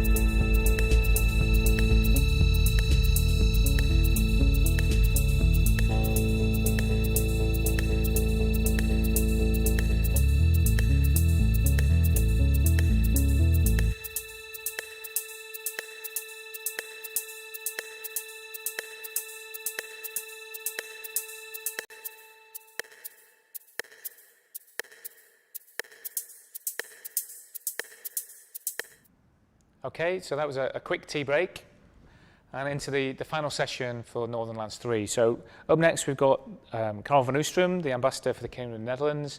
He's going to be talking about mobility and the urban living strand, and also introducing us to Jet Bernsen from the City of Amsterdam, who's going to talk about a number of projects that have been happening there.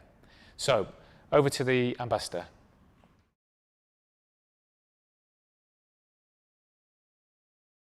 Okay, Carol. So the next session we're going to look at is mobility and urban living, which is obviously important to all of us, and how our cities are changing and how we're all moving around more or less, especially in times of COVID.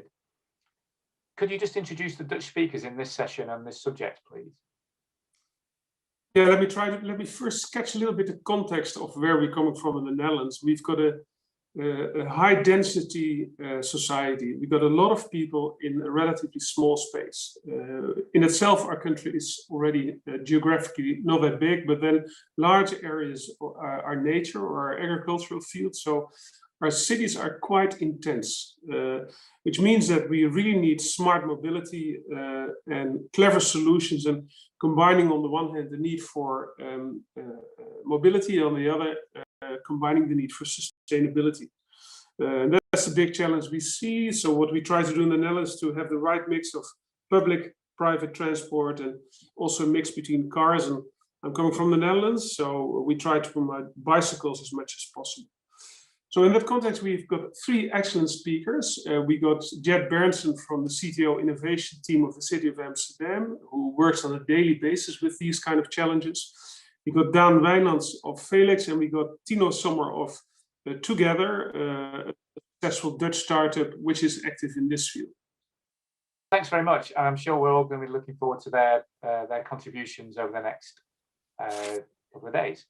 So in terms of your famous last words, or giving us some insight, what do you hope are the points we'll take away from this session? I think the key thing is that, as I said in the beginning, we have to profit from each other's experiences. So when you listen to the speakers from the Netherlands, I hope there will be some reactions from the people who participate on these challenges I mentioned. How do you combine mobility with sustainability? How can we make sure that we will be climate neutral in 2030? How can we make sure that mobility, both on an urban basis, but also between urban and rural areas, becomes sustainable in the long future? How can we make sure that the people who live in cities have clean air to breathe every day of the time? And certainly, how can we promote the use of bicycles in the north of England? Fantastic. And at ODI Leeds, we love bikes. So we're really looking forward to doing that. And the way we learn from each other is to be open and share. So I think that's really, really on the money for us, especially in the north of England. So thank you.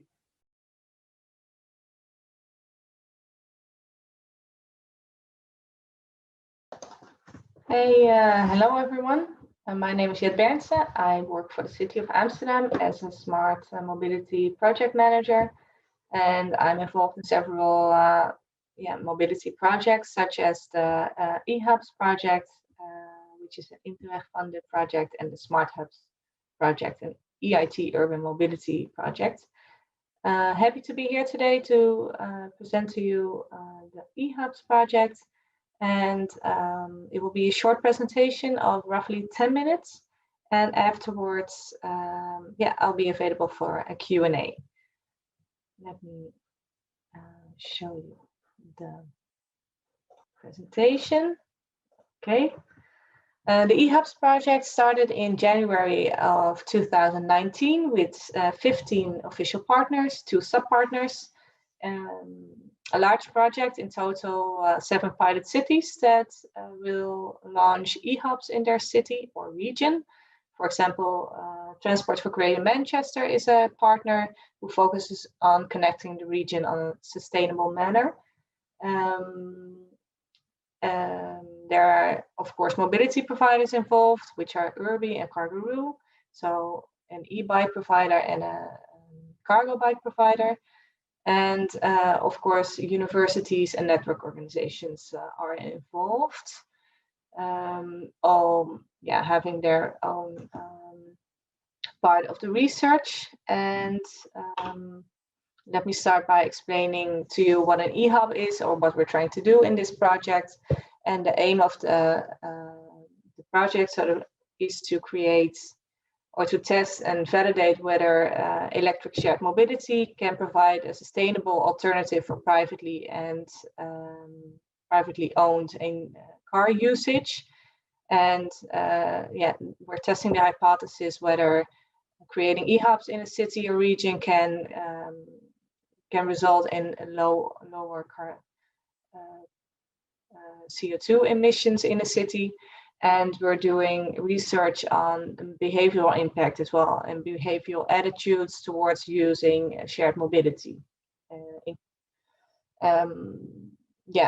Besides those objectives, we're also testing what a viable business case is for launching e-hubs in a city.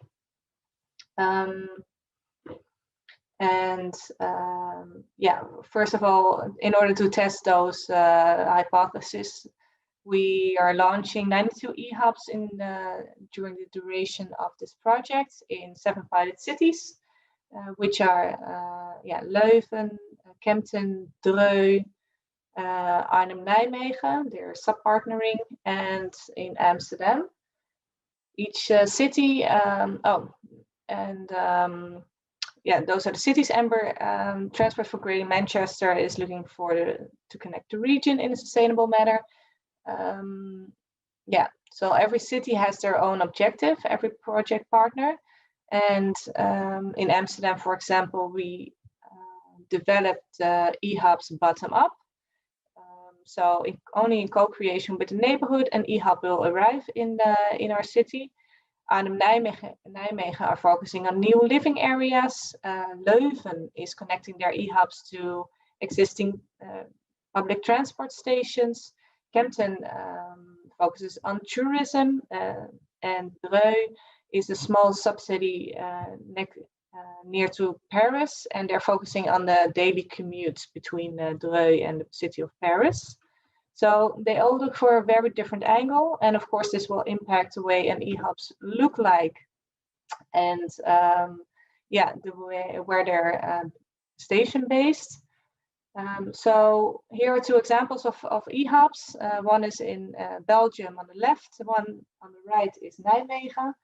And it's a physical place in the streets where different shared mobility, all electric, will be brought together.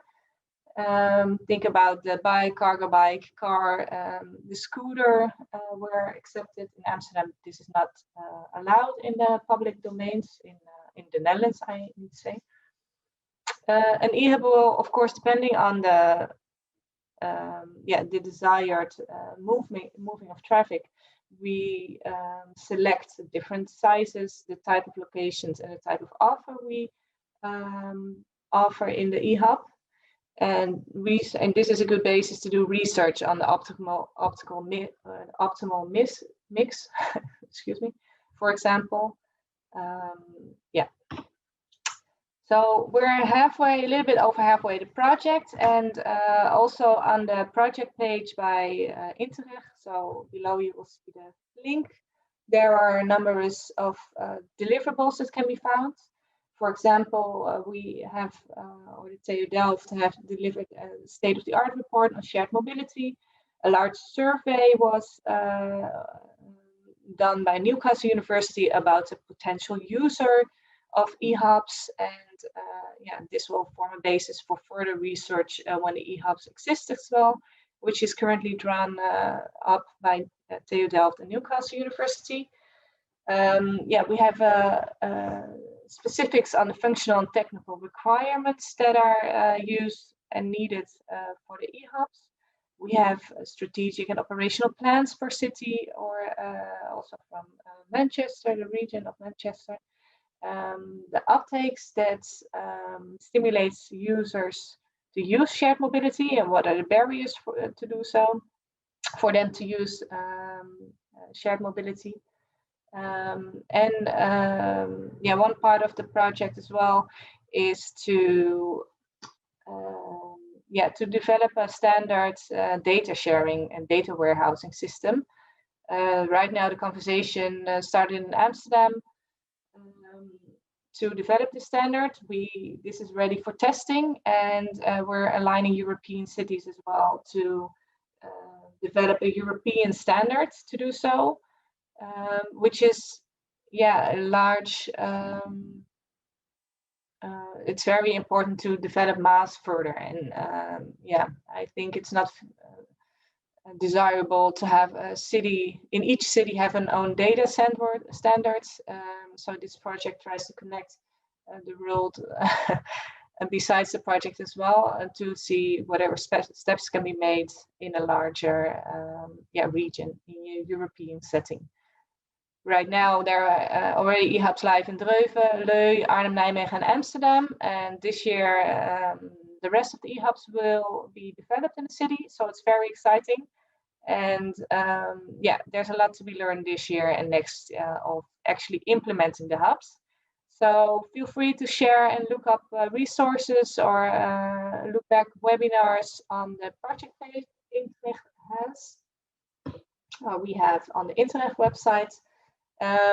What we're still doing in the remaining time we have left in the project is, of course, like I just said, opening more eHubs, and we're working to combining all information we've created so far and will do in the near future in a blueprint handbook, which is ready to go products for other cities, for our cities to learn and develop the eHubs in a next stage. And in this aspect, we're also looking for replication cities. So we're trying to build a community of other cities, regions who are looking to adopt the eHubs approach. And if you're interested in learning more about the eHubs project and whether this could be something that your city wants to adopt, I would look forward to talk to you or see what opportunities are there. This is the eHubs team, a photo taken in the Amsterdam eHub last year. It's a very energetic group, a nice collaboration between all partners. So it gives a lot of energy to make these steps. As I said before, there's a lot of information to be found on the website. We have a LinkedIn page, Twitter newsletter with relevant deliverables being promoted to tell you where we're at. And please feel free to send me an email if there's any additional questions. And I'm here for the Q&A right now. So thank you very much. And hope to talk to you soon. Bye.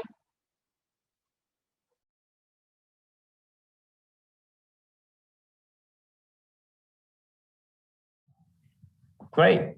Thanks, Jet. And I'm now joined by Jet live from Amsterdam. We've got some questions. We're going to have a quick chat about the project and the eHubs and some other projects they've got happening. Really close to our heart here in Leeds, because most people know that we've managed to spend more money on not having mass transit than most cities have spent on having mass transit. Yeah. So hundreds of millions of pounds. It's something we need to get over, But so I've got a couple of questions. So how can we find out more, and how can we learn from you? What's happened in respect to the pandemic and COVID, and how do you think things are going to happen next? Well, thanks, Paul, for having me here today in the Northernlands event. I think there's a lot of going on during the project. It will run for 3 years, and now we're halfway, a little bit over halfway. And you see that the pandemic is taking over the project as well. And it gives us the opportunity at the same time to insert this in our research, because you see we're in the changing world, and there will be a different world after we all get out of it. So I think there's lots to learn, and you will see with the mobility suppliers in Amsterdam as well. There's two different stories. You see people are traveling less, but there's a changed use of mobility in there. So there's the opportunity as well. And I believe that hubs are perhaps part of the future, that you can come to a city, you will travel less, but the experience needs to be really enjoyable once arriving in the city.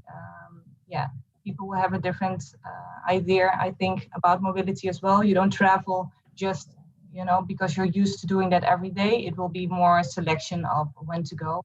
And I believe that, shared mobility really aligns in that aspect. And what is happening in eHubs project and where others can learn from it as well at this moment is that we're all combining that information, making a blueprint, and we're looking for replication cities, as I mentioned in the presentation as well, for cities who can learn from that information that was derived by the university, that was supplied to us by mobility suppliers, and really see what a hub can look like for their own city and their own environment, because of course you can understand cities. And because we're the Open Data Institute in Leeds, we'll obviously, all the data, we'd love to find it and use it and see if we can apply it in our own context here. Yeah. So I'm guessing it's all as open as possible, yeah? Yeah, it is, and we're making steps in using the TAMP API as well, and to work into data standardization for cities to be able to share this data among cities as well. There's a big question how to do it, and we try to help this standardization of data flows as well in this project. Really data standards, we love them. That's that's all we need. If people want to get in touch, your email's on the presentation, but we'll share it as well, and people can get in touch with you. So have you got any specific examples about how the pandemic has changed what you expected and what you think might happen next? Yeah, the pandemic really affects, of course, traveling all around the city, and you see that people are more selective of what mobility they will use for traveling from A to B. You see that shared mobility has an increase and car usage has an increase because it's more safe. That's what we hinted towards, that it feels more safe. I think shared mobility in Amsterdam can make use of it to really see, okay, what are the motives behind it to choose shared mobility, and what prohibits people from using it. I think there's a lot of barriers to overcome that, and we need to do it with a new way of thinking. I think we shouldn't leave out that COVID is happening right now, and it will change mobility in general. Yeah. Fantastic. And now you've done these projects, what's going to happen next? I think next, we're gonna absorb what we learned and make a next step to see, okay, what is still needed for a city to really, optimize the type of hubs. I think there's there are steps to be made there, which hubs to put in which place. So there's more projects coming to dive deeper and to actually implementing these in the city, and hopefully in a network of larger cities and regions to really, connect and share this knowledge. Fantastic. Well, thanks, Jet. It's been fantastic having you here, and great that you could join us all the way from Amsterdam. And we're already talking about Northernlands 4 with the Netherlands embassy. So maybe we'll be able to do it in person sometime next year. Perfect. Thank you, Paul. Yeah. Great stuff. Thanks, Jet. And next up, we've got Ruben Nieuwenhuis, who's from, get this right, the MD of Tech Connect. And he's looking at scarcity and talent and skills. So something that's also very important for cities and city development. So thanks, Jet. Over to Ruben. Hi, everyone. Thank you for joining this session, listening to the title, Scarcity in IT Talent is Not Needed, when we look at talent differently.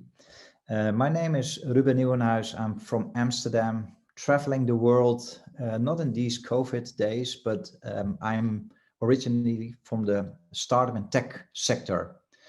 I was former CEO of Startup Amsterdam, a program to empower and strengthen the startup ecosystem. And the last 3 years, I'm active in bringing diversity into the IT landscape and to bring inclusion into our ecosystem. And we came up with this vision, like, everyone is saying we lack talent, we lack IT talent. I think it's not only an Amsterdam metropolitan region question or challenge, but I see that, in cities and regions around the world, that IT talent and scarcity, that it's one of the topics. And we are running now this program for the last 3 years, and proving that when we look at talent differently, there is an abundance of talent, and then we don't need to have all those vacancies being available. And then you see also diversity flowing into the IT teams and inclusion growing. So I will present our vision, but also how are we making this difference? How, with over 100 partners like tech companies like Zoom and LinkedIn, Salesforce, AWS, but also corporate partners like Rabobank, like Heineken, like the Postal Service in the Netherlands, like all kinds of organizations that join our challenge, join our vision and our ambition. And what we said 3 years ago, we said, hey, we see two challenges. We see scarcity in IT on one hand, and we see a lack of diversity. So how can we activate underrepresented groups for these jobs, for these new jobs? How can we skill them? How can we reskill them towards these jobs of opportunity? And this was the starting point. And we saw all kinds of articles on scarcity. We saw the need for growth hackers, for data analysts, for coders, for tech support, and so on and so forth. And we saw we need more women because it's a male-dominated space. We need people from all cultural backgrounds. We need people from all ages. We need also more people in specific sectors like small, medium enterprises. They lack these people with IT skills. So we read it in the news and we said, okay, this is the scope. We focus on the IT jobs. And we focus on these underrepresented groups. And that was the problem. Like, I am 48 years old, white, so I'm not the target audience. I'm not the target group. And we needed to learn, what is the problem? Where is the mismatch coming from? Where is the gap coming from? And we then started to run tens of experiments to really figure out, to understand what are obstacles that these underrepresented groups are not being activated. And one of the obstacles that we saw is the lack of distribution, how we say it. We say, hey, there are no role models in deprived areas, no role models of talent that are working in an IT job. And when you don't have a role model, you don't educate yourself in that direction. So we need to build role models in all kinds of communities, all kinds of areas. That is one of the obstacles that we saw. The second thing that we saw is that many people lack self-confidence from all ages, all backgrounds in, hey, I am a person, I'm a talent with the potential to become a coder, with the potential to become a growth hacker.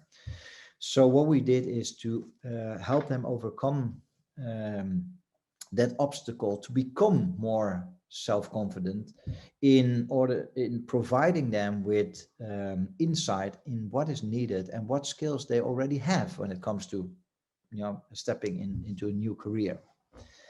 What we also saw is that there's a lack of a lot of preconditions. I'll give you an example. When you are let's say divorced, the woman or a man, and you lack, for instance, financial resources to reskill yourself towards a new job, that is a problem.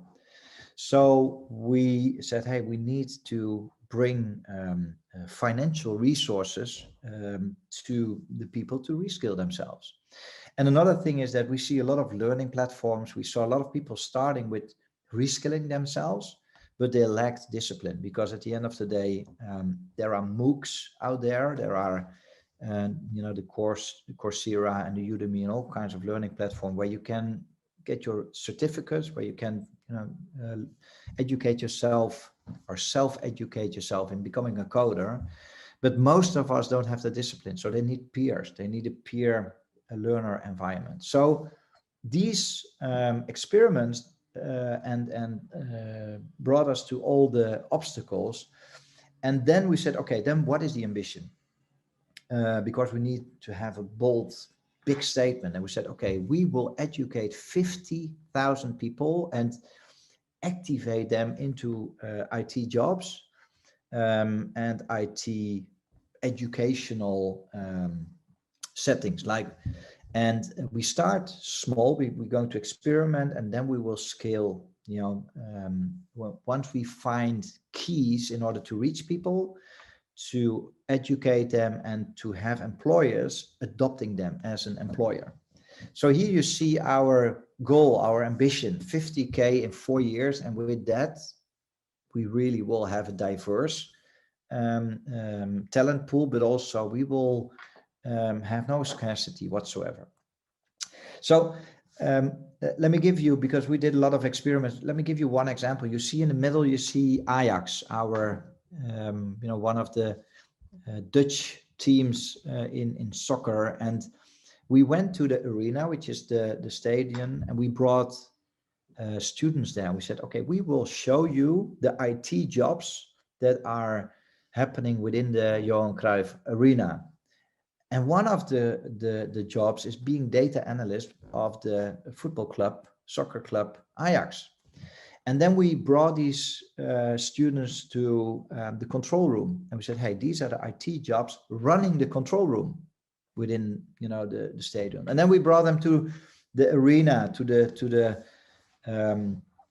arena. We said, hey, here we will explain you what IT jobs make sure that the grass is, worked out well, that, the people see the scoreboard working, and so on and so forth. So what we actually did, we brought IT jobs close by young people in order for them to see what kinds of IT jobs are there and what are the potential. This is one of the experiments. We did many experiments which led to the following concrete initiatives that now are taking off in rapid pace in the Netherlands and in the region of Amsterdam.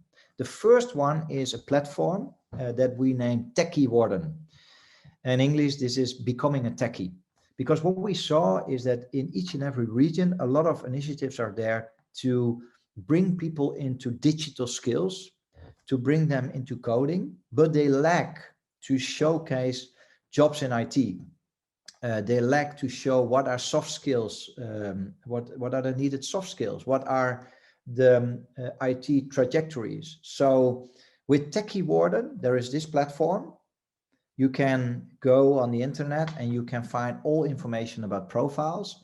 And here you see a massive overview of all the educational schools and educational organizations that educate people in becoming a coder, a growth hacker, and so on. So what we did is a search and filter functionality that when you say, hey, I am of college level, I have an X year of experience, or I'm interested in the creative part, then it will filter the IT studies that you can apply for. This is one of the initiatives, and with Techie Warden, we are bringing IT jobs closer to not only people that want to re-skill themselves, but also parents that are advising their, sons and daughters in what to become, what is a career path, but also job hunters and job coaches in explaining them, educate them in how IT jobs might be an opportunity as well. The second initiative that we implemented with Tech Connect is Tech Rounds. And these are IT academies in the middle of deprived areas, in the middle of communities that are multicultural. And there we work together with Salesforce, we work together with AWS, we work together with all kinds of tech companies, and we educate these people within 4 or 6 months and bringing them into a new job as front-end developer or back-end developer or Salesforce developer or cloud engineer. And for the students, this is free. So it's like there are no preconditions, there are no pre-education needed, there are no costs involved. and the employers pay these our students €4,500 once they are being employed. This is the placement fee. So the business model is quite simple.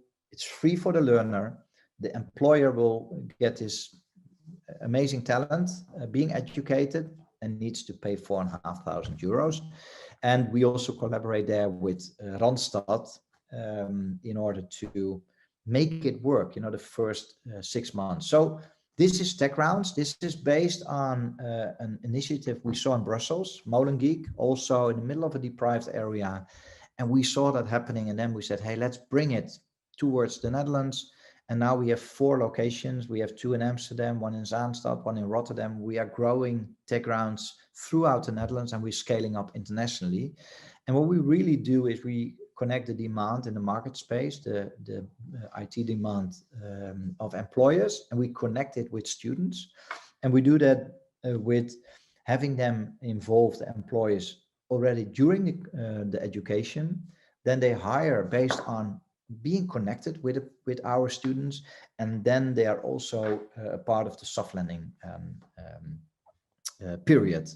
So this is one example. You see all kinds of exposure here, and it is building momentum and it's building a movement. So a third initiative I think is worth mentioning. It's what we call Tech Me Up. It's an educational fund to provide people with no financial resources with the resources to educate themselves. So they can then pay for certificates. They can also pay the educational institute or the private academy, or when an education is free, like Tech Rounds is free, but then sometimes you need budget to live. And with Tech Me Up, it's a debt-free fund. It's already €500,000 is contributed into the fund, and we have a lot of learners now from our private academies that have a small loan like 5K or 10K or 2K in order to provide themselves with reskilling themselves into a new career job. This is a foundation. There is no profit approach here, and Tech Me Up will scale throughout the Netherlands, and we will go from €500,000 as a budget to more than 2 million in the nearby future. A last example, a last initiative that I want to share with you is Teach for Amsterdam, because we lacked IT teachers within our universities, but also within our colleges. And what we said, hey, how can we have hybrid teachers? So how can we have IT talent or IT experts being available to educate our young people? And Teach for Amsterdam is a program where an IT expert part-time, 1 day a week, 2 days a week, can educate, can become a teacher, and the other 3 days or 4 days, he is, the IT expert within an organization. We saw that in the US, a similar program, and we implemented that into the Netherlands. To wrap it up, and there are some details how we work on this model. I will not go in depth. I will wrap up with coming back to the vision. We think with now over 100 partners that scarcity in IT talent is really not needed anymore when we look differently to talent.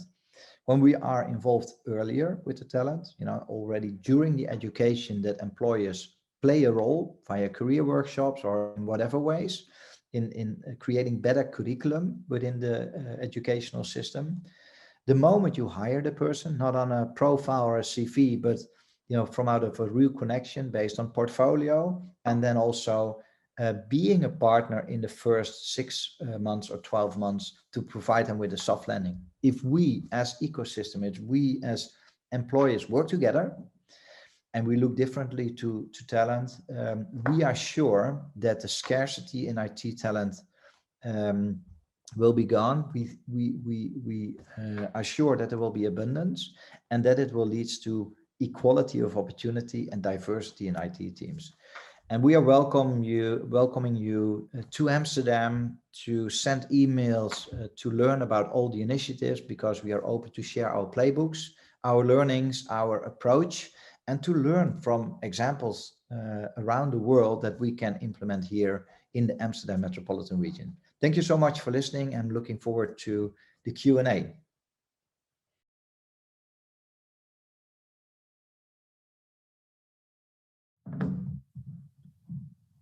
Great, and I'm joined by Ruben from the Netherlands again, and we've been to Toronto, we've been to the Netherlands, we've been all over the Netherlands today, so it's amazing, and we're going to go to Oxford next.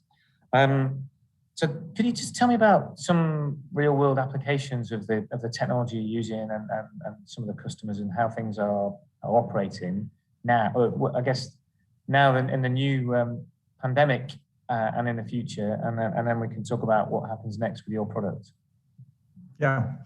So, our product is all about human beings. It's about reskilling people towards a job in IT. In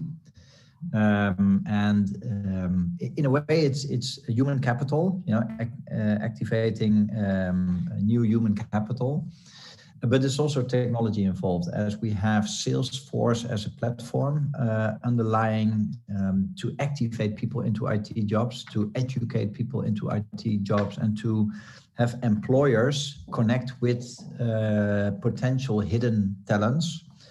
And when it comes to employers that are involved is our postal service, for instance, the big banks like Rabobank, ABN AMRO, but also Media Monks, one of the big employers, but also partners such as LinkedIn and Zoom and Salesforce and AWS. So we have over 100 partners involved to make this work and to educate and activate these people into IT jobs.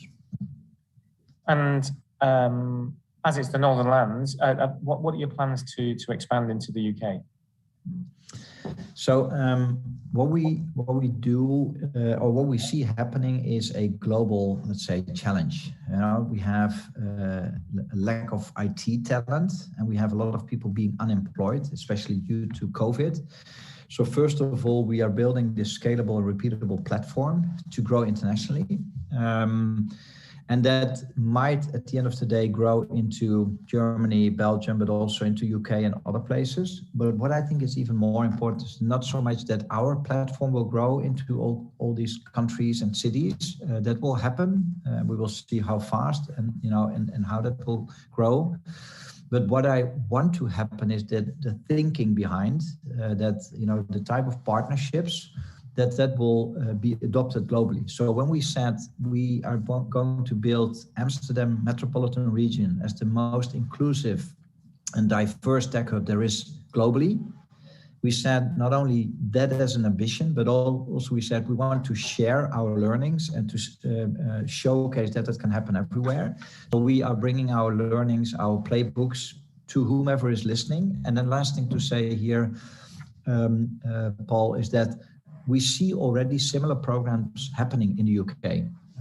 Like the AWS program is happening in the UK when it comes to Restart. We see Salesforce also working together locally with activating underrepresented groups like women, people with all cultural backgrounds, all ages into IT jobs. So in a way, we see it already happening, but also we want to scale our social enterprise internationally.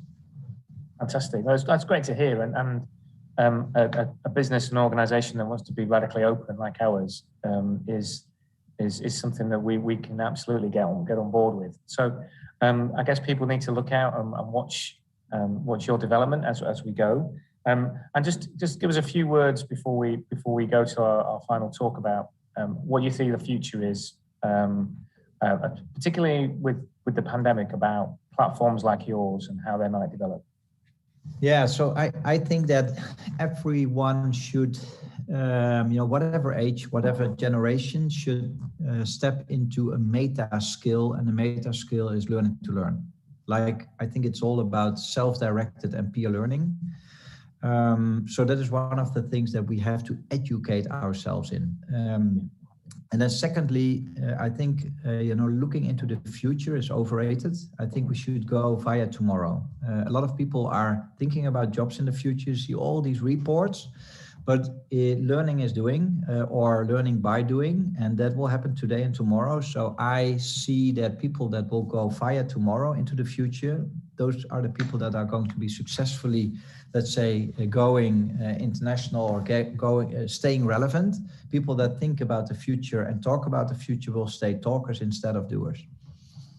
Amen. So we have a saying here at ODI Leeds, which is to kill all reports.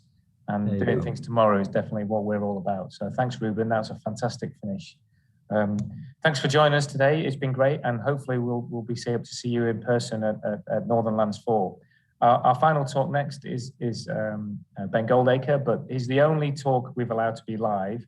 So if people just can give us a minute just to get that set up and join us, I'm just going to say thanks to Ruben, and we'll see you soon. Well, thanks so much. See you. Bye-bye. Fantastic. Cheers, Ruben. Bye-bye. And we'll join you in 1 minute.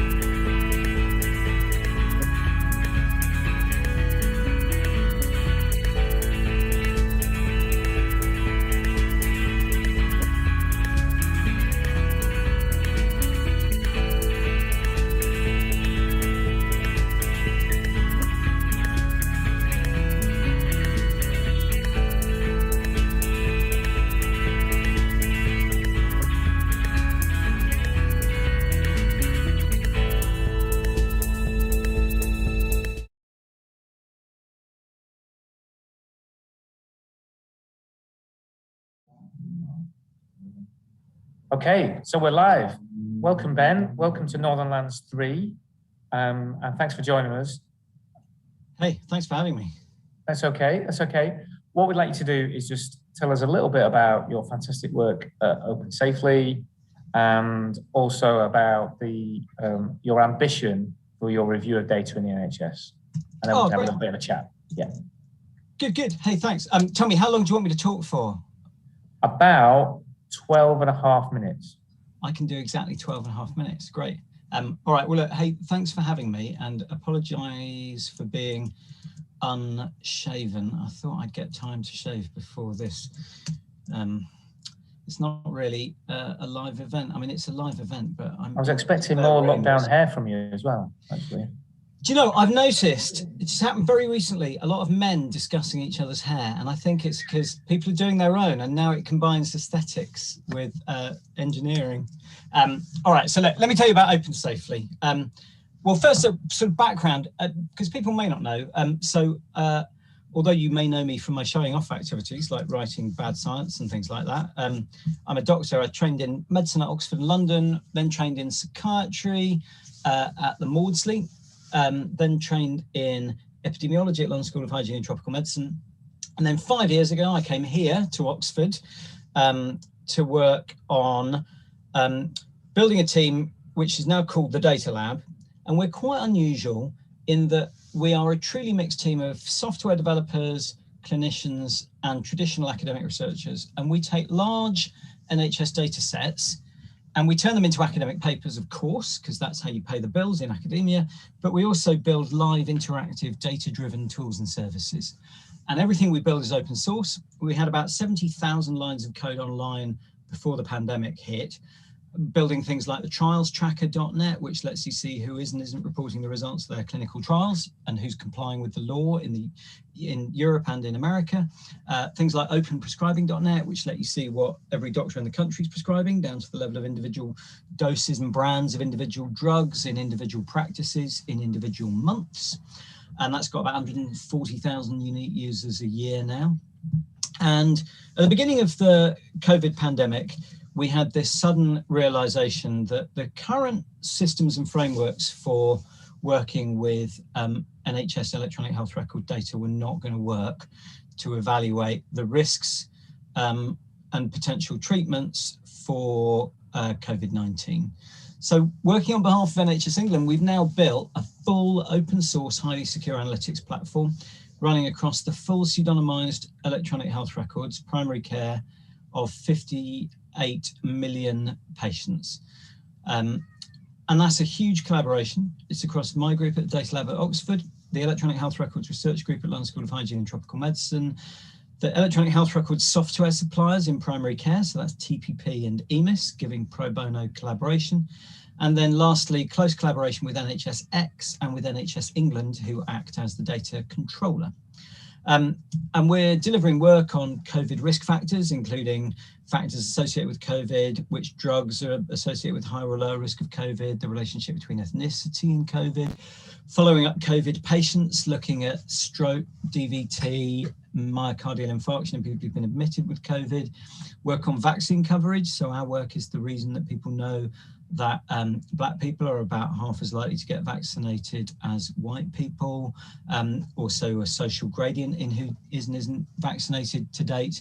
But also because we've got the very detailed records of so many patients, we can also produce descriptive statistics, which you can find very easily online, showing, for example, vaccine coverage in people with and without a severe mental illness, where we are still the only place where you can see that vaccine coverage is lower among people with a severe mental illness, with learning disabilities and with dementia. And we're also now doing work on vaccine effectiveness and work on vaccine safety as well. So you'll be seeing from us shortly work on some of the clotting stories that you've seen in the news over the last day or two. And it really is an unprecedented scale of data, just to be clear. We've got every individual patient's full primary care record. So that's every diagnosis, test, referral, prescription, linked on for 24 million people, and we can scale up to 58 when we need to. SUS, hospital admissions, outpatient visits, coded A&E attendances, death in hospital from COVID, COVID test results, ONS death certificate.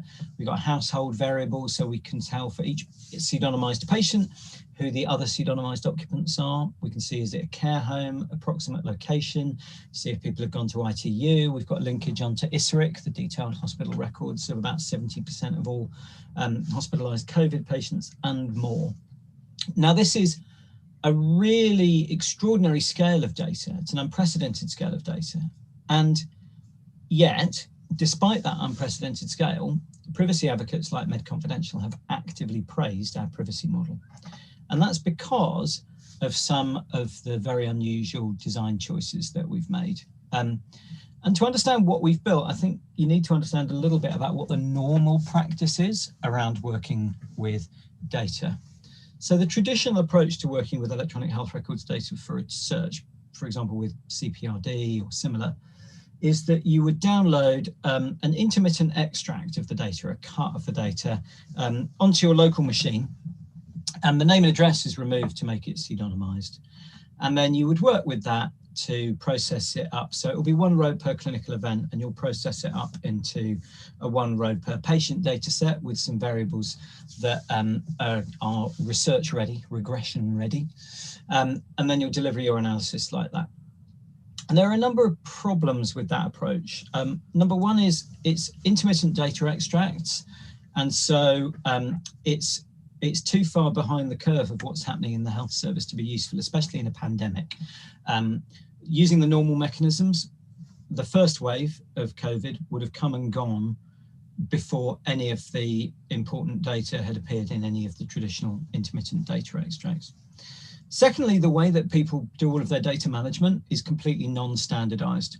And there's a culture of basically build it once for me, And then when my study's done, throw away all the intermediate data management. So the typical story would be, well, you know, Barbara's pretty good at SQL. She'll do you an extract, and then she'll put it on the shared drive. And then, you know, Tom had a PhD student who did something in something called Python. And if you put that program in the same file as that, it'll reshape it. And then if you open that in Stata, you can write a load of commands to make the dates work properly and create some derived variables, and then it'll all work fine. We wanted to bring something a little bit better to the table. So what we've done is, first of all, to preserve patients' privacy, we don't let users download data onto their own machine to work locally on it with R and Stata. And we don't even give direct remote desktop access to an environment where you can see the data. Instead, we've done two things. Number one, we've built the analytics platform inside the electronic health record system vendor's data center, where the data already resides.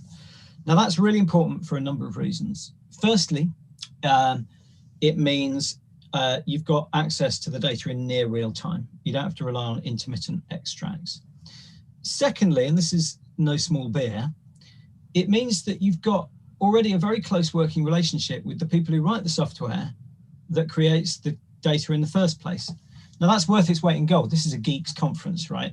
Like, there is nothing like, you know, if you want to know why long COVID codes are or are not being entered into the record, and we're about to publish something on this, you want to talk to the people who build the machine that allow doctors to put long COVID codes into the records, because they'll be able to sit down with you and, you know, you'll be telling them sometimes things they don't know.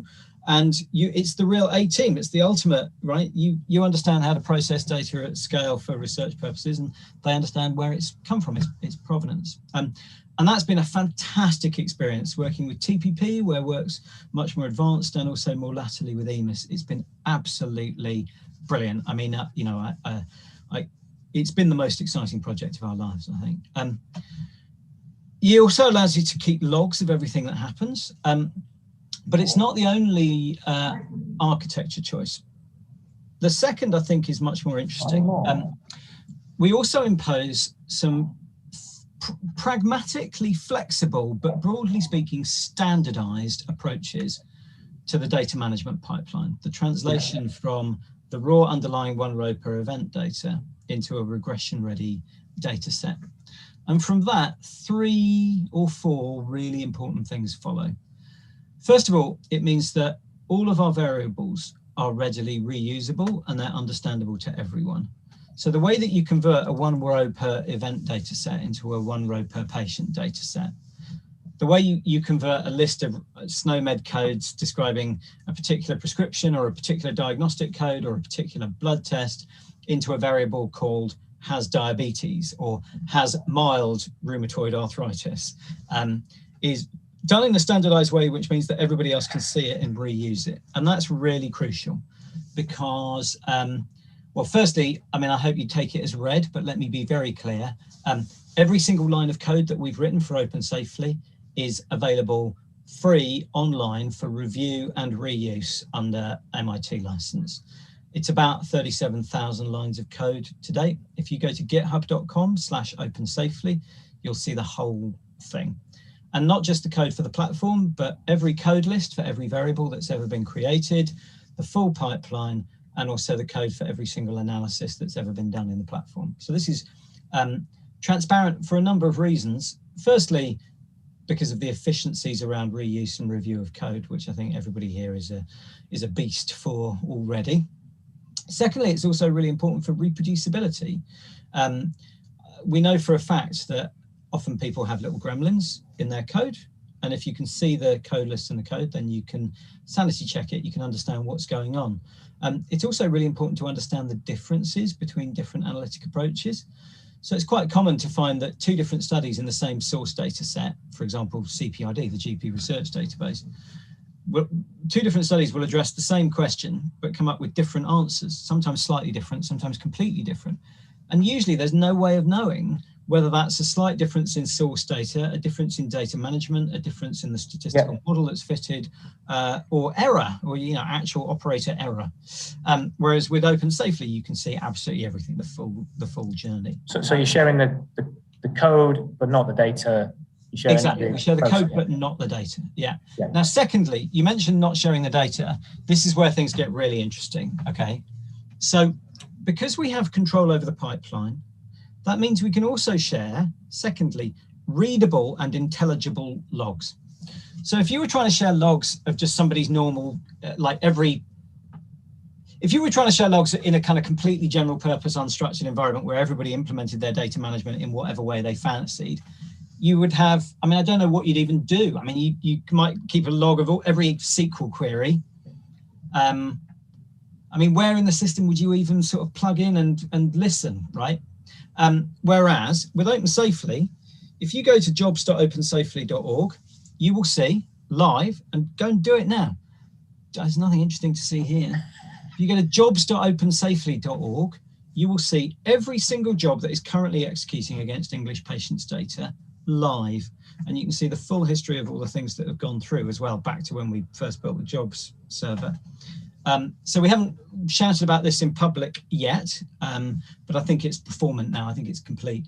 For each individual job, if you click on it, eventually you'll get down to the GitHub repo and the commit ID, which will show you exactly what's running against the data.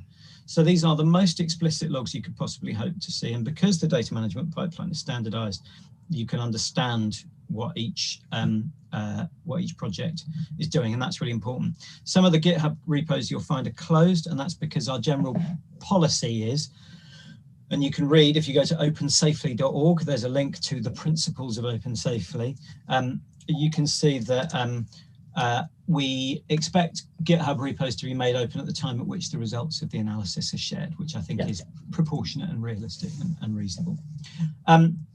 So that's the second thing that flows nicely from imposing these standards on the pipeline. But the third is really, really interesting. Because we're in control of the whole pipeline and we know what it is that you're building and how, because you're using our standard tools to convert the raw 1 row per event data into a 1 row per patient data set. That means we can generate dummy data that reflects the real data just about well enough for code development to be done in the open. And this is really important. People talk a lot about synthetic data. And the ambition for synthetic data that I think is basically unrealistic is we're going to take the real data, we'll take the names and addresses off, we'll add random noise enough, we'll permute it enough that it still preserves the relationships between different exposure and outcome variables for your analysis to get the right answer about whether ethnicity is associated with death from COVID or whatever your clinical question is. But we'll have introduced enough noise that you can no longer identify an individual in the data set from what you know about them, because that's very easy to do. That's the disclosure risk. You take name and address off a data set, but I can still find Tony Blair in HES, the hospital episode statistics, because I know what year he was born in, and I can go back and check in the newspaper archives the 2 weeks in which, while he was Prime Minister, he went and had his abnormal heart rhythm treated in an NHS hospital. That's enough to identify Tony Blair, and having identified the pseudo ID of Tony Blair, I can then look to see if he's got anything that he might prefer to be kept secret. And so the fatuous example of that is, did somebody have chlamydia? But actually, I don't want to shame people for STDs, but people are entitled to want their medical record to be kept private. So the promise of synthetic data is you can permute it enough to prevent re-identification, but not so much that it destroys your analytic output. I think that's optimistic. It's hard to evaluate whether you've protected privacy, and also it's unnecessary. What we do, I think, is much, much cleverer. And this is like the whole team, and Seb Bacon, who's in charge of our software, is a god among humans, as is everyone. I mean, it's the dream team. I love them all so deeply. There should be a special word, I bet there is in German, for the profound romantic affection you have that is, to be clear, non-sexual. But the profound romantic affinity you have for people where you've embarked on such a big project and you've just killed it and you've got such a shared vision. God, it's been so good. Maybe I'm overtired. I just want to ask you that, Ben. If you hadn't set up the data lab first, so we talked about this before about funding teams, not projects. This wouldn't have happened, would it? You were ready to go, So we weren't big enough, and everybody should always have given us more funding. But yeah, the absolute key to this was that we've got software developers who know about how medicine works, how electronic health records work, how the health service works, how epidemiology works. And we've got researchers, including clinicians, who know how to do a pull request, who've got Docker installed on their machine, who do version control and unit testing and code review and everything else. They can work as in using sort of modern, open, collaborative computational data science techniques. Our researchers and clinicians think a lot like open source software developers.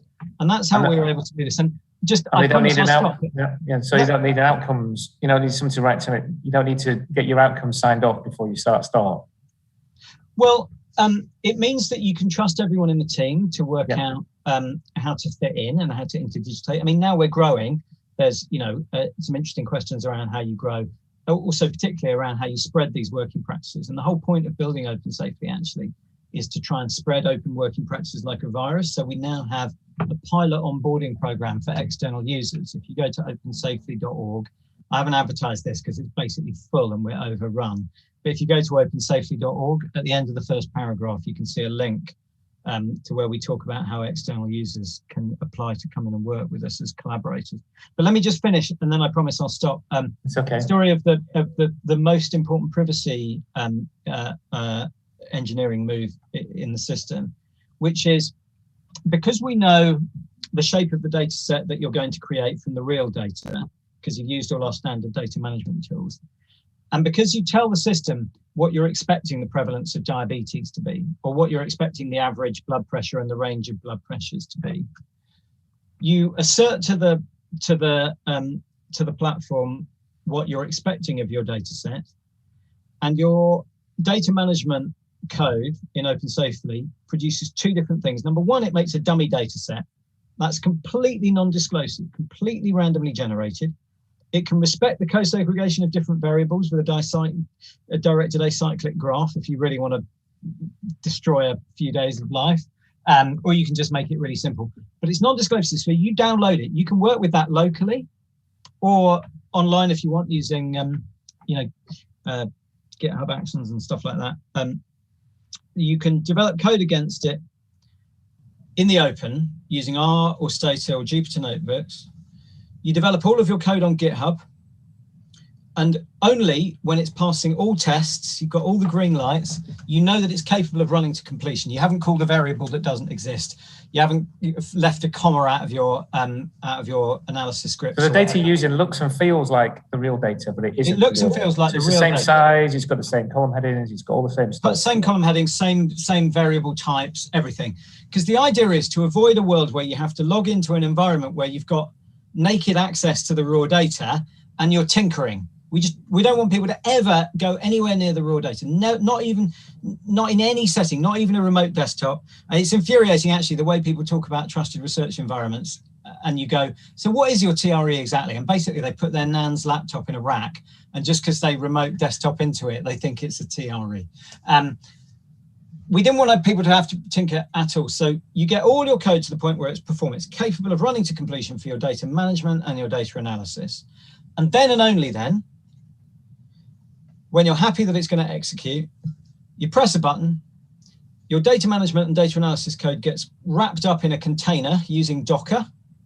That then gets pushed through into the live environment where it executes against the live data, and you are never in there. No researcher ever needs to go into that live environment where the live data resides. It runs to completion because in Docker, the machine that was previously on your machine thinks it's in the same place. It doesn't know that it's now connected to a database that's got the real data in it. It executes to completion. It dumps your output graphs and tables and logs into an outputs folder. You log in and you make sure that there's no small numbers in the tables or whatever. And then when you're satisfied, then that gets released back out to GitHub, to the same GitHub repo from whence it came, and then you can see it.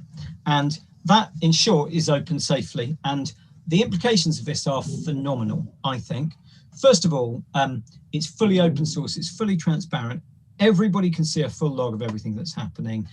Code is shared for data management and analysis by default. There's no way around it. No researcher, either for rent-seeking reasons, cash chasing reasons or just laziness can leave their code undisclosed. It is all by default on, it can only execute against OpenSafely via GitHub, and it has to go public, and we log everything. If you don't make it public, we've got a copy of it. You know, it's going public. That's that for everything that you do.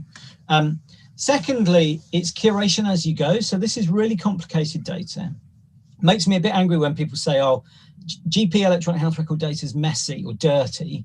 It's not. It's perfect for its intended purpose, which is an aid memoir to help a clinician manage a patient and to help clinicians and patients manage their problems together. When we want to convert it into a research data set, it's challenging. But each variable that you create, like an ethnicity variable from all of the different ethnicity codes, different ways of creating a diabetes variable, they'll all be bespoke for a particular analysis, but a lot of them will be the kind of thing that you might want to reuse. So why not reuse them? So we've got this growing library of variables. We're creating the commons of knowledge that should always have existed. And there's been this catastrophic strategic failure, in my view, for health data research in the UK, where we've had everybody working in the dark behind closed doors. We've had money go off to closed commercial systems that there's nothing wrong with commercial outsourcing, but you've got to be a good customer. And we have not been good customers historically because we haven't been able to see the code. We haven't created a commons of knowledge. And I'm not a fan of open because I'm a hippie or a communist, because I'm frankly neither. I'm in favor of open code because I want a commons of knowledge. I want the NHS and the research community to be able to learn about how to manage that data so that we can do good things. And I believe that the network effects that you get from having an open commons of knowledge around that data and how to manage it will create a whole packet of both public and private value for the UK. And, you know, history's on our side for that. And I think that's the transition that we're going to see. So that's Open Safely. And, you know, out of it, we've got a Nature paper, a Lancet paper, a BMJ paper, all the normal papers. But we've also got an open code repository for the first time ever, finally, that anybody can use and reuse, and it's portable code. You can, it's not as simple as sudo install Open Safely, but if you want to start trying to implement Open Safely locally against your own data sets as well, then we're happy to talk about that too.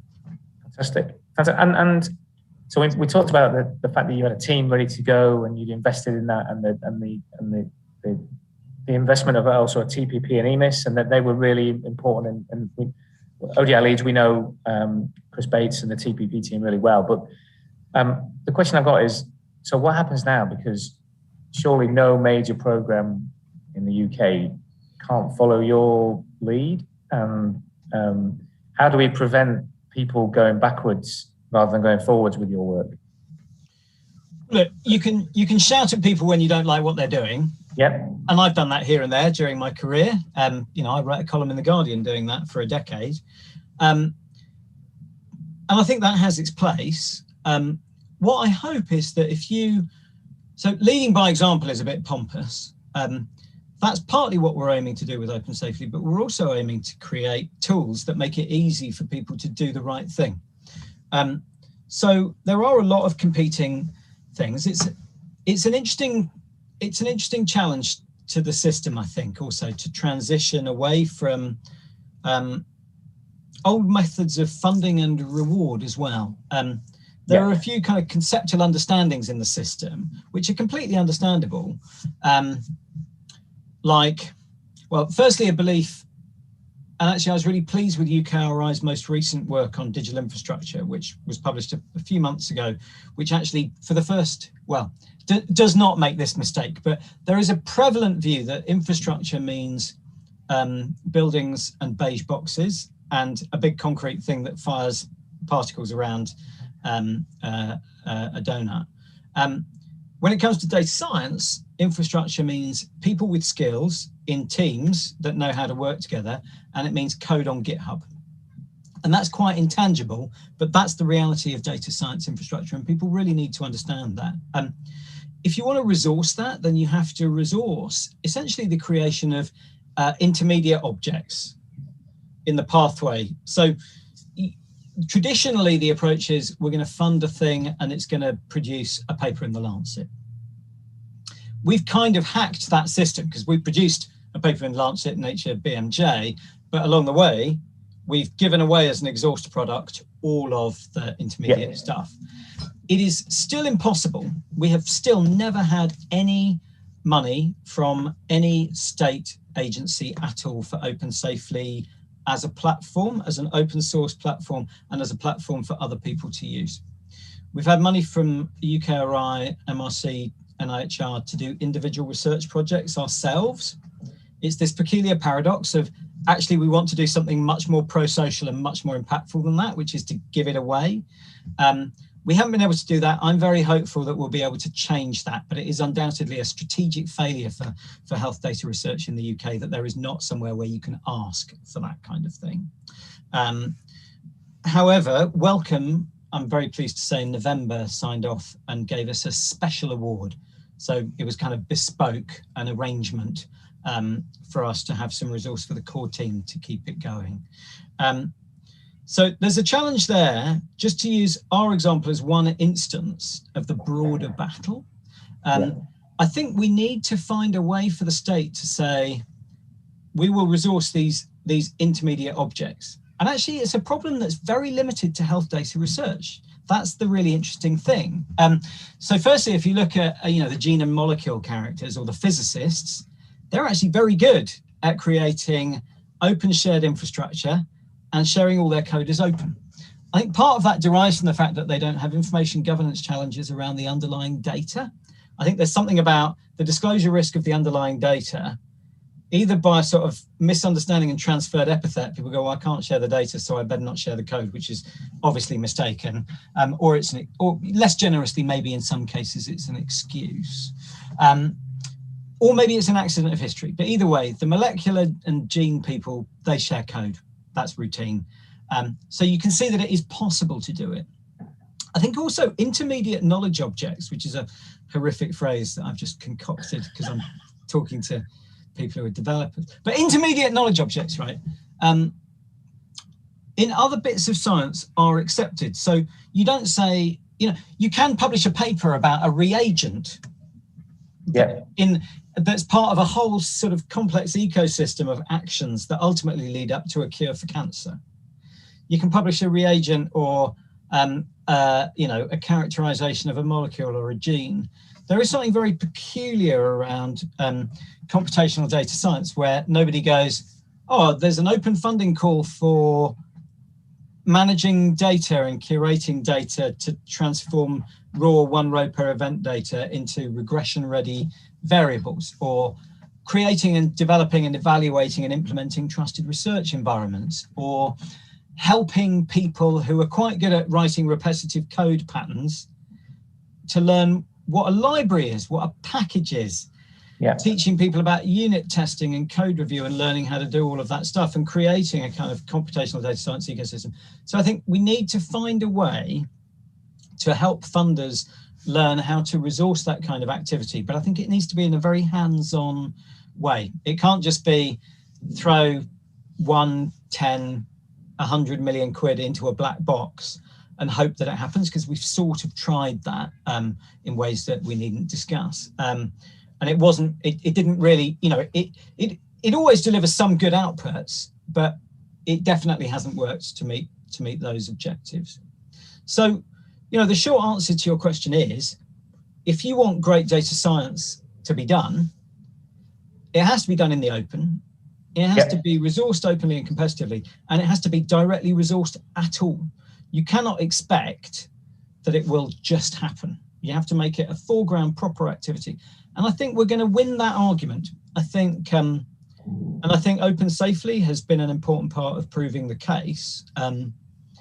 But I think there's also a huge amount of pent-up demand across the system. There are loads and loads of people now who work in electronic health records research, perhaps more skewed towards younger researchers, but who understand this way of working.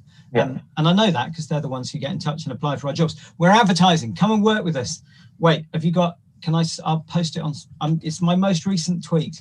Come and work. If you know anything about health and you're at this event, you should apply for a job with us. You're the right. We'll put that in the chat then. But we're going to close up. But it's great for you to join us today, and it's been fantastic. And And I think you're right about winning the argument. Right at the start of the pandemic, we used to get maybe a call every day about people asking us, have you got the data? You know, the data about the thing we're really interested in. And we say, well, have you invested at all in getting that data ready? And say, no, you've got it in, almost expecting us to have it in a plastic bag under our desk that we can just give to answer the question. So, but people have stopped doing that now, and they do understand that good data needs investment and curating and different types of people along the way. So that's, I think, I'm hoping we're winning the argument. And on Thursday, we've got a session at Open Data Saves Lives, which we've been running with beautiful information since the start of the pandemic.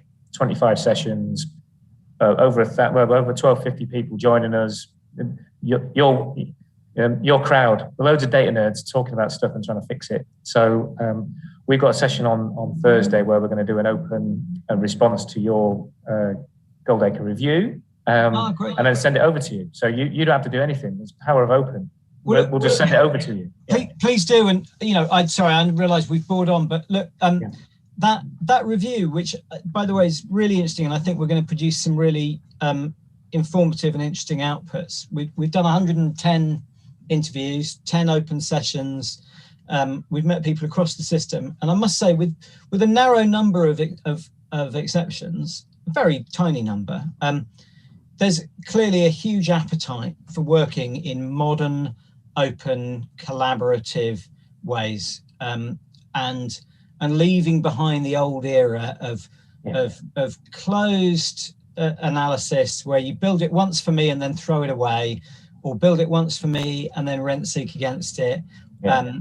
And I think also, again, and I have to say this, I think there are huge commercial opportunities for small and large organizations across this whole space for making a whole packet of cash out of delivering open code for data analysis, for healthcare, for service analytics, and for research. But if we don't get people sharing their code, then you get no ratcheting effect, you get no aggregation, you get no commons of knowledge. You just get everyone working behind closed doors, sometimes even point and click. They build it once for them. It takes months and months to get one table out in a paper, and then it all collapses and it's lost like tears in rain. And there was never any need to work like that. But I think everybody across the system really understands that now, or at least most people do. And we've got, I think, strong support from the top across a range of organizations. So I feel extremely optimistic for the future in this space. I think it's going to be great. Well, let's leave it there with Ben being extremely optimistic and you banning. I think people now might understand when I say being radically open gives you massive surpluses. That's exactly what you're talking about. So yeah. Do you know what? It's the only thing I would disagree on is I don't think we're radical. I think we're boring. I think we're the conservatives. This is the way to work. This is the norm. It's the norm in every other sector except health data research. Something's gone wrong there, but we can fix it, and we've got huge support to fix it. And it's just boring and normal to share your code. Boring and normal. Molecular genetics. Boringly open that's what we're going to call it. Yeah. We want it to be banal to work in this way. Yeah. Okay. Well, thanks very much, Ben. You're our final talk on Northernlands 3. We'll see you soon. Cheers. Nice to see you. Cheerio. Yeah. Bye-bye. Okay, so we need to close off. Thanks, everyone. Ben's just going to stay on the line while I finish off. So that's the end of Northernlands 3. Keep smiling. Just thanks again to our sponsors, the Kingdom of the Netherlands. And we're part of the West Yorkshire Combined Authority Innovation Festival. We've already talked about Northernlands 4. The ambassador said yes, so we're going to have to do it. So it just takes me to say thanks for coming. It has been fun, and we'll all see you soon.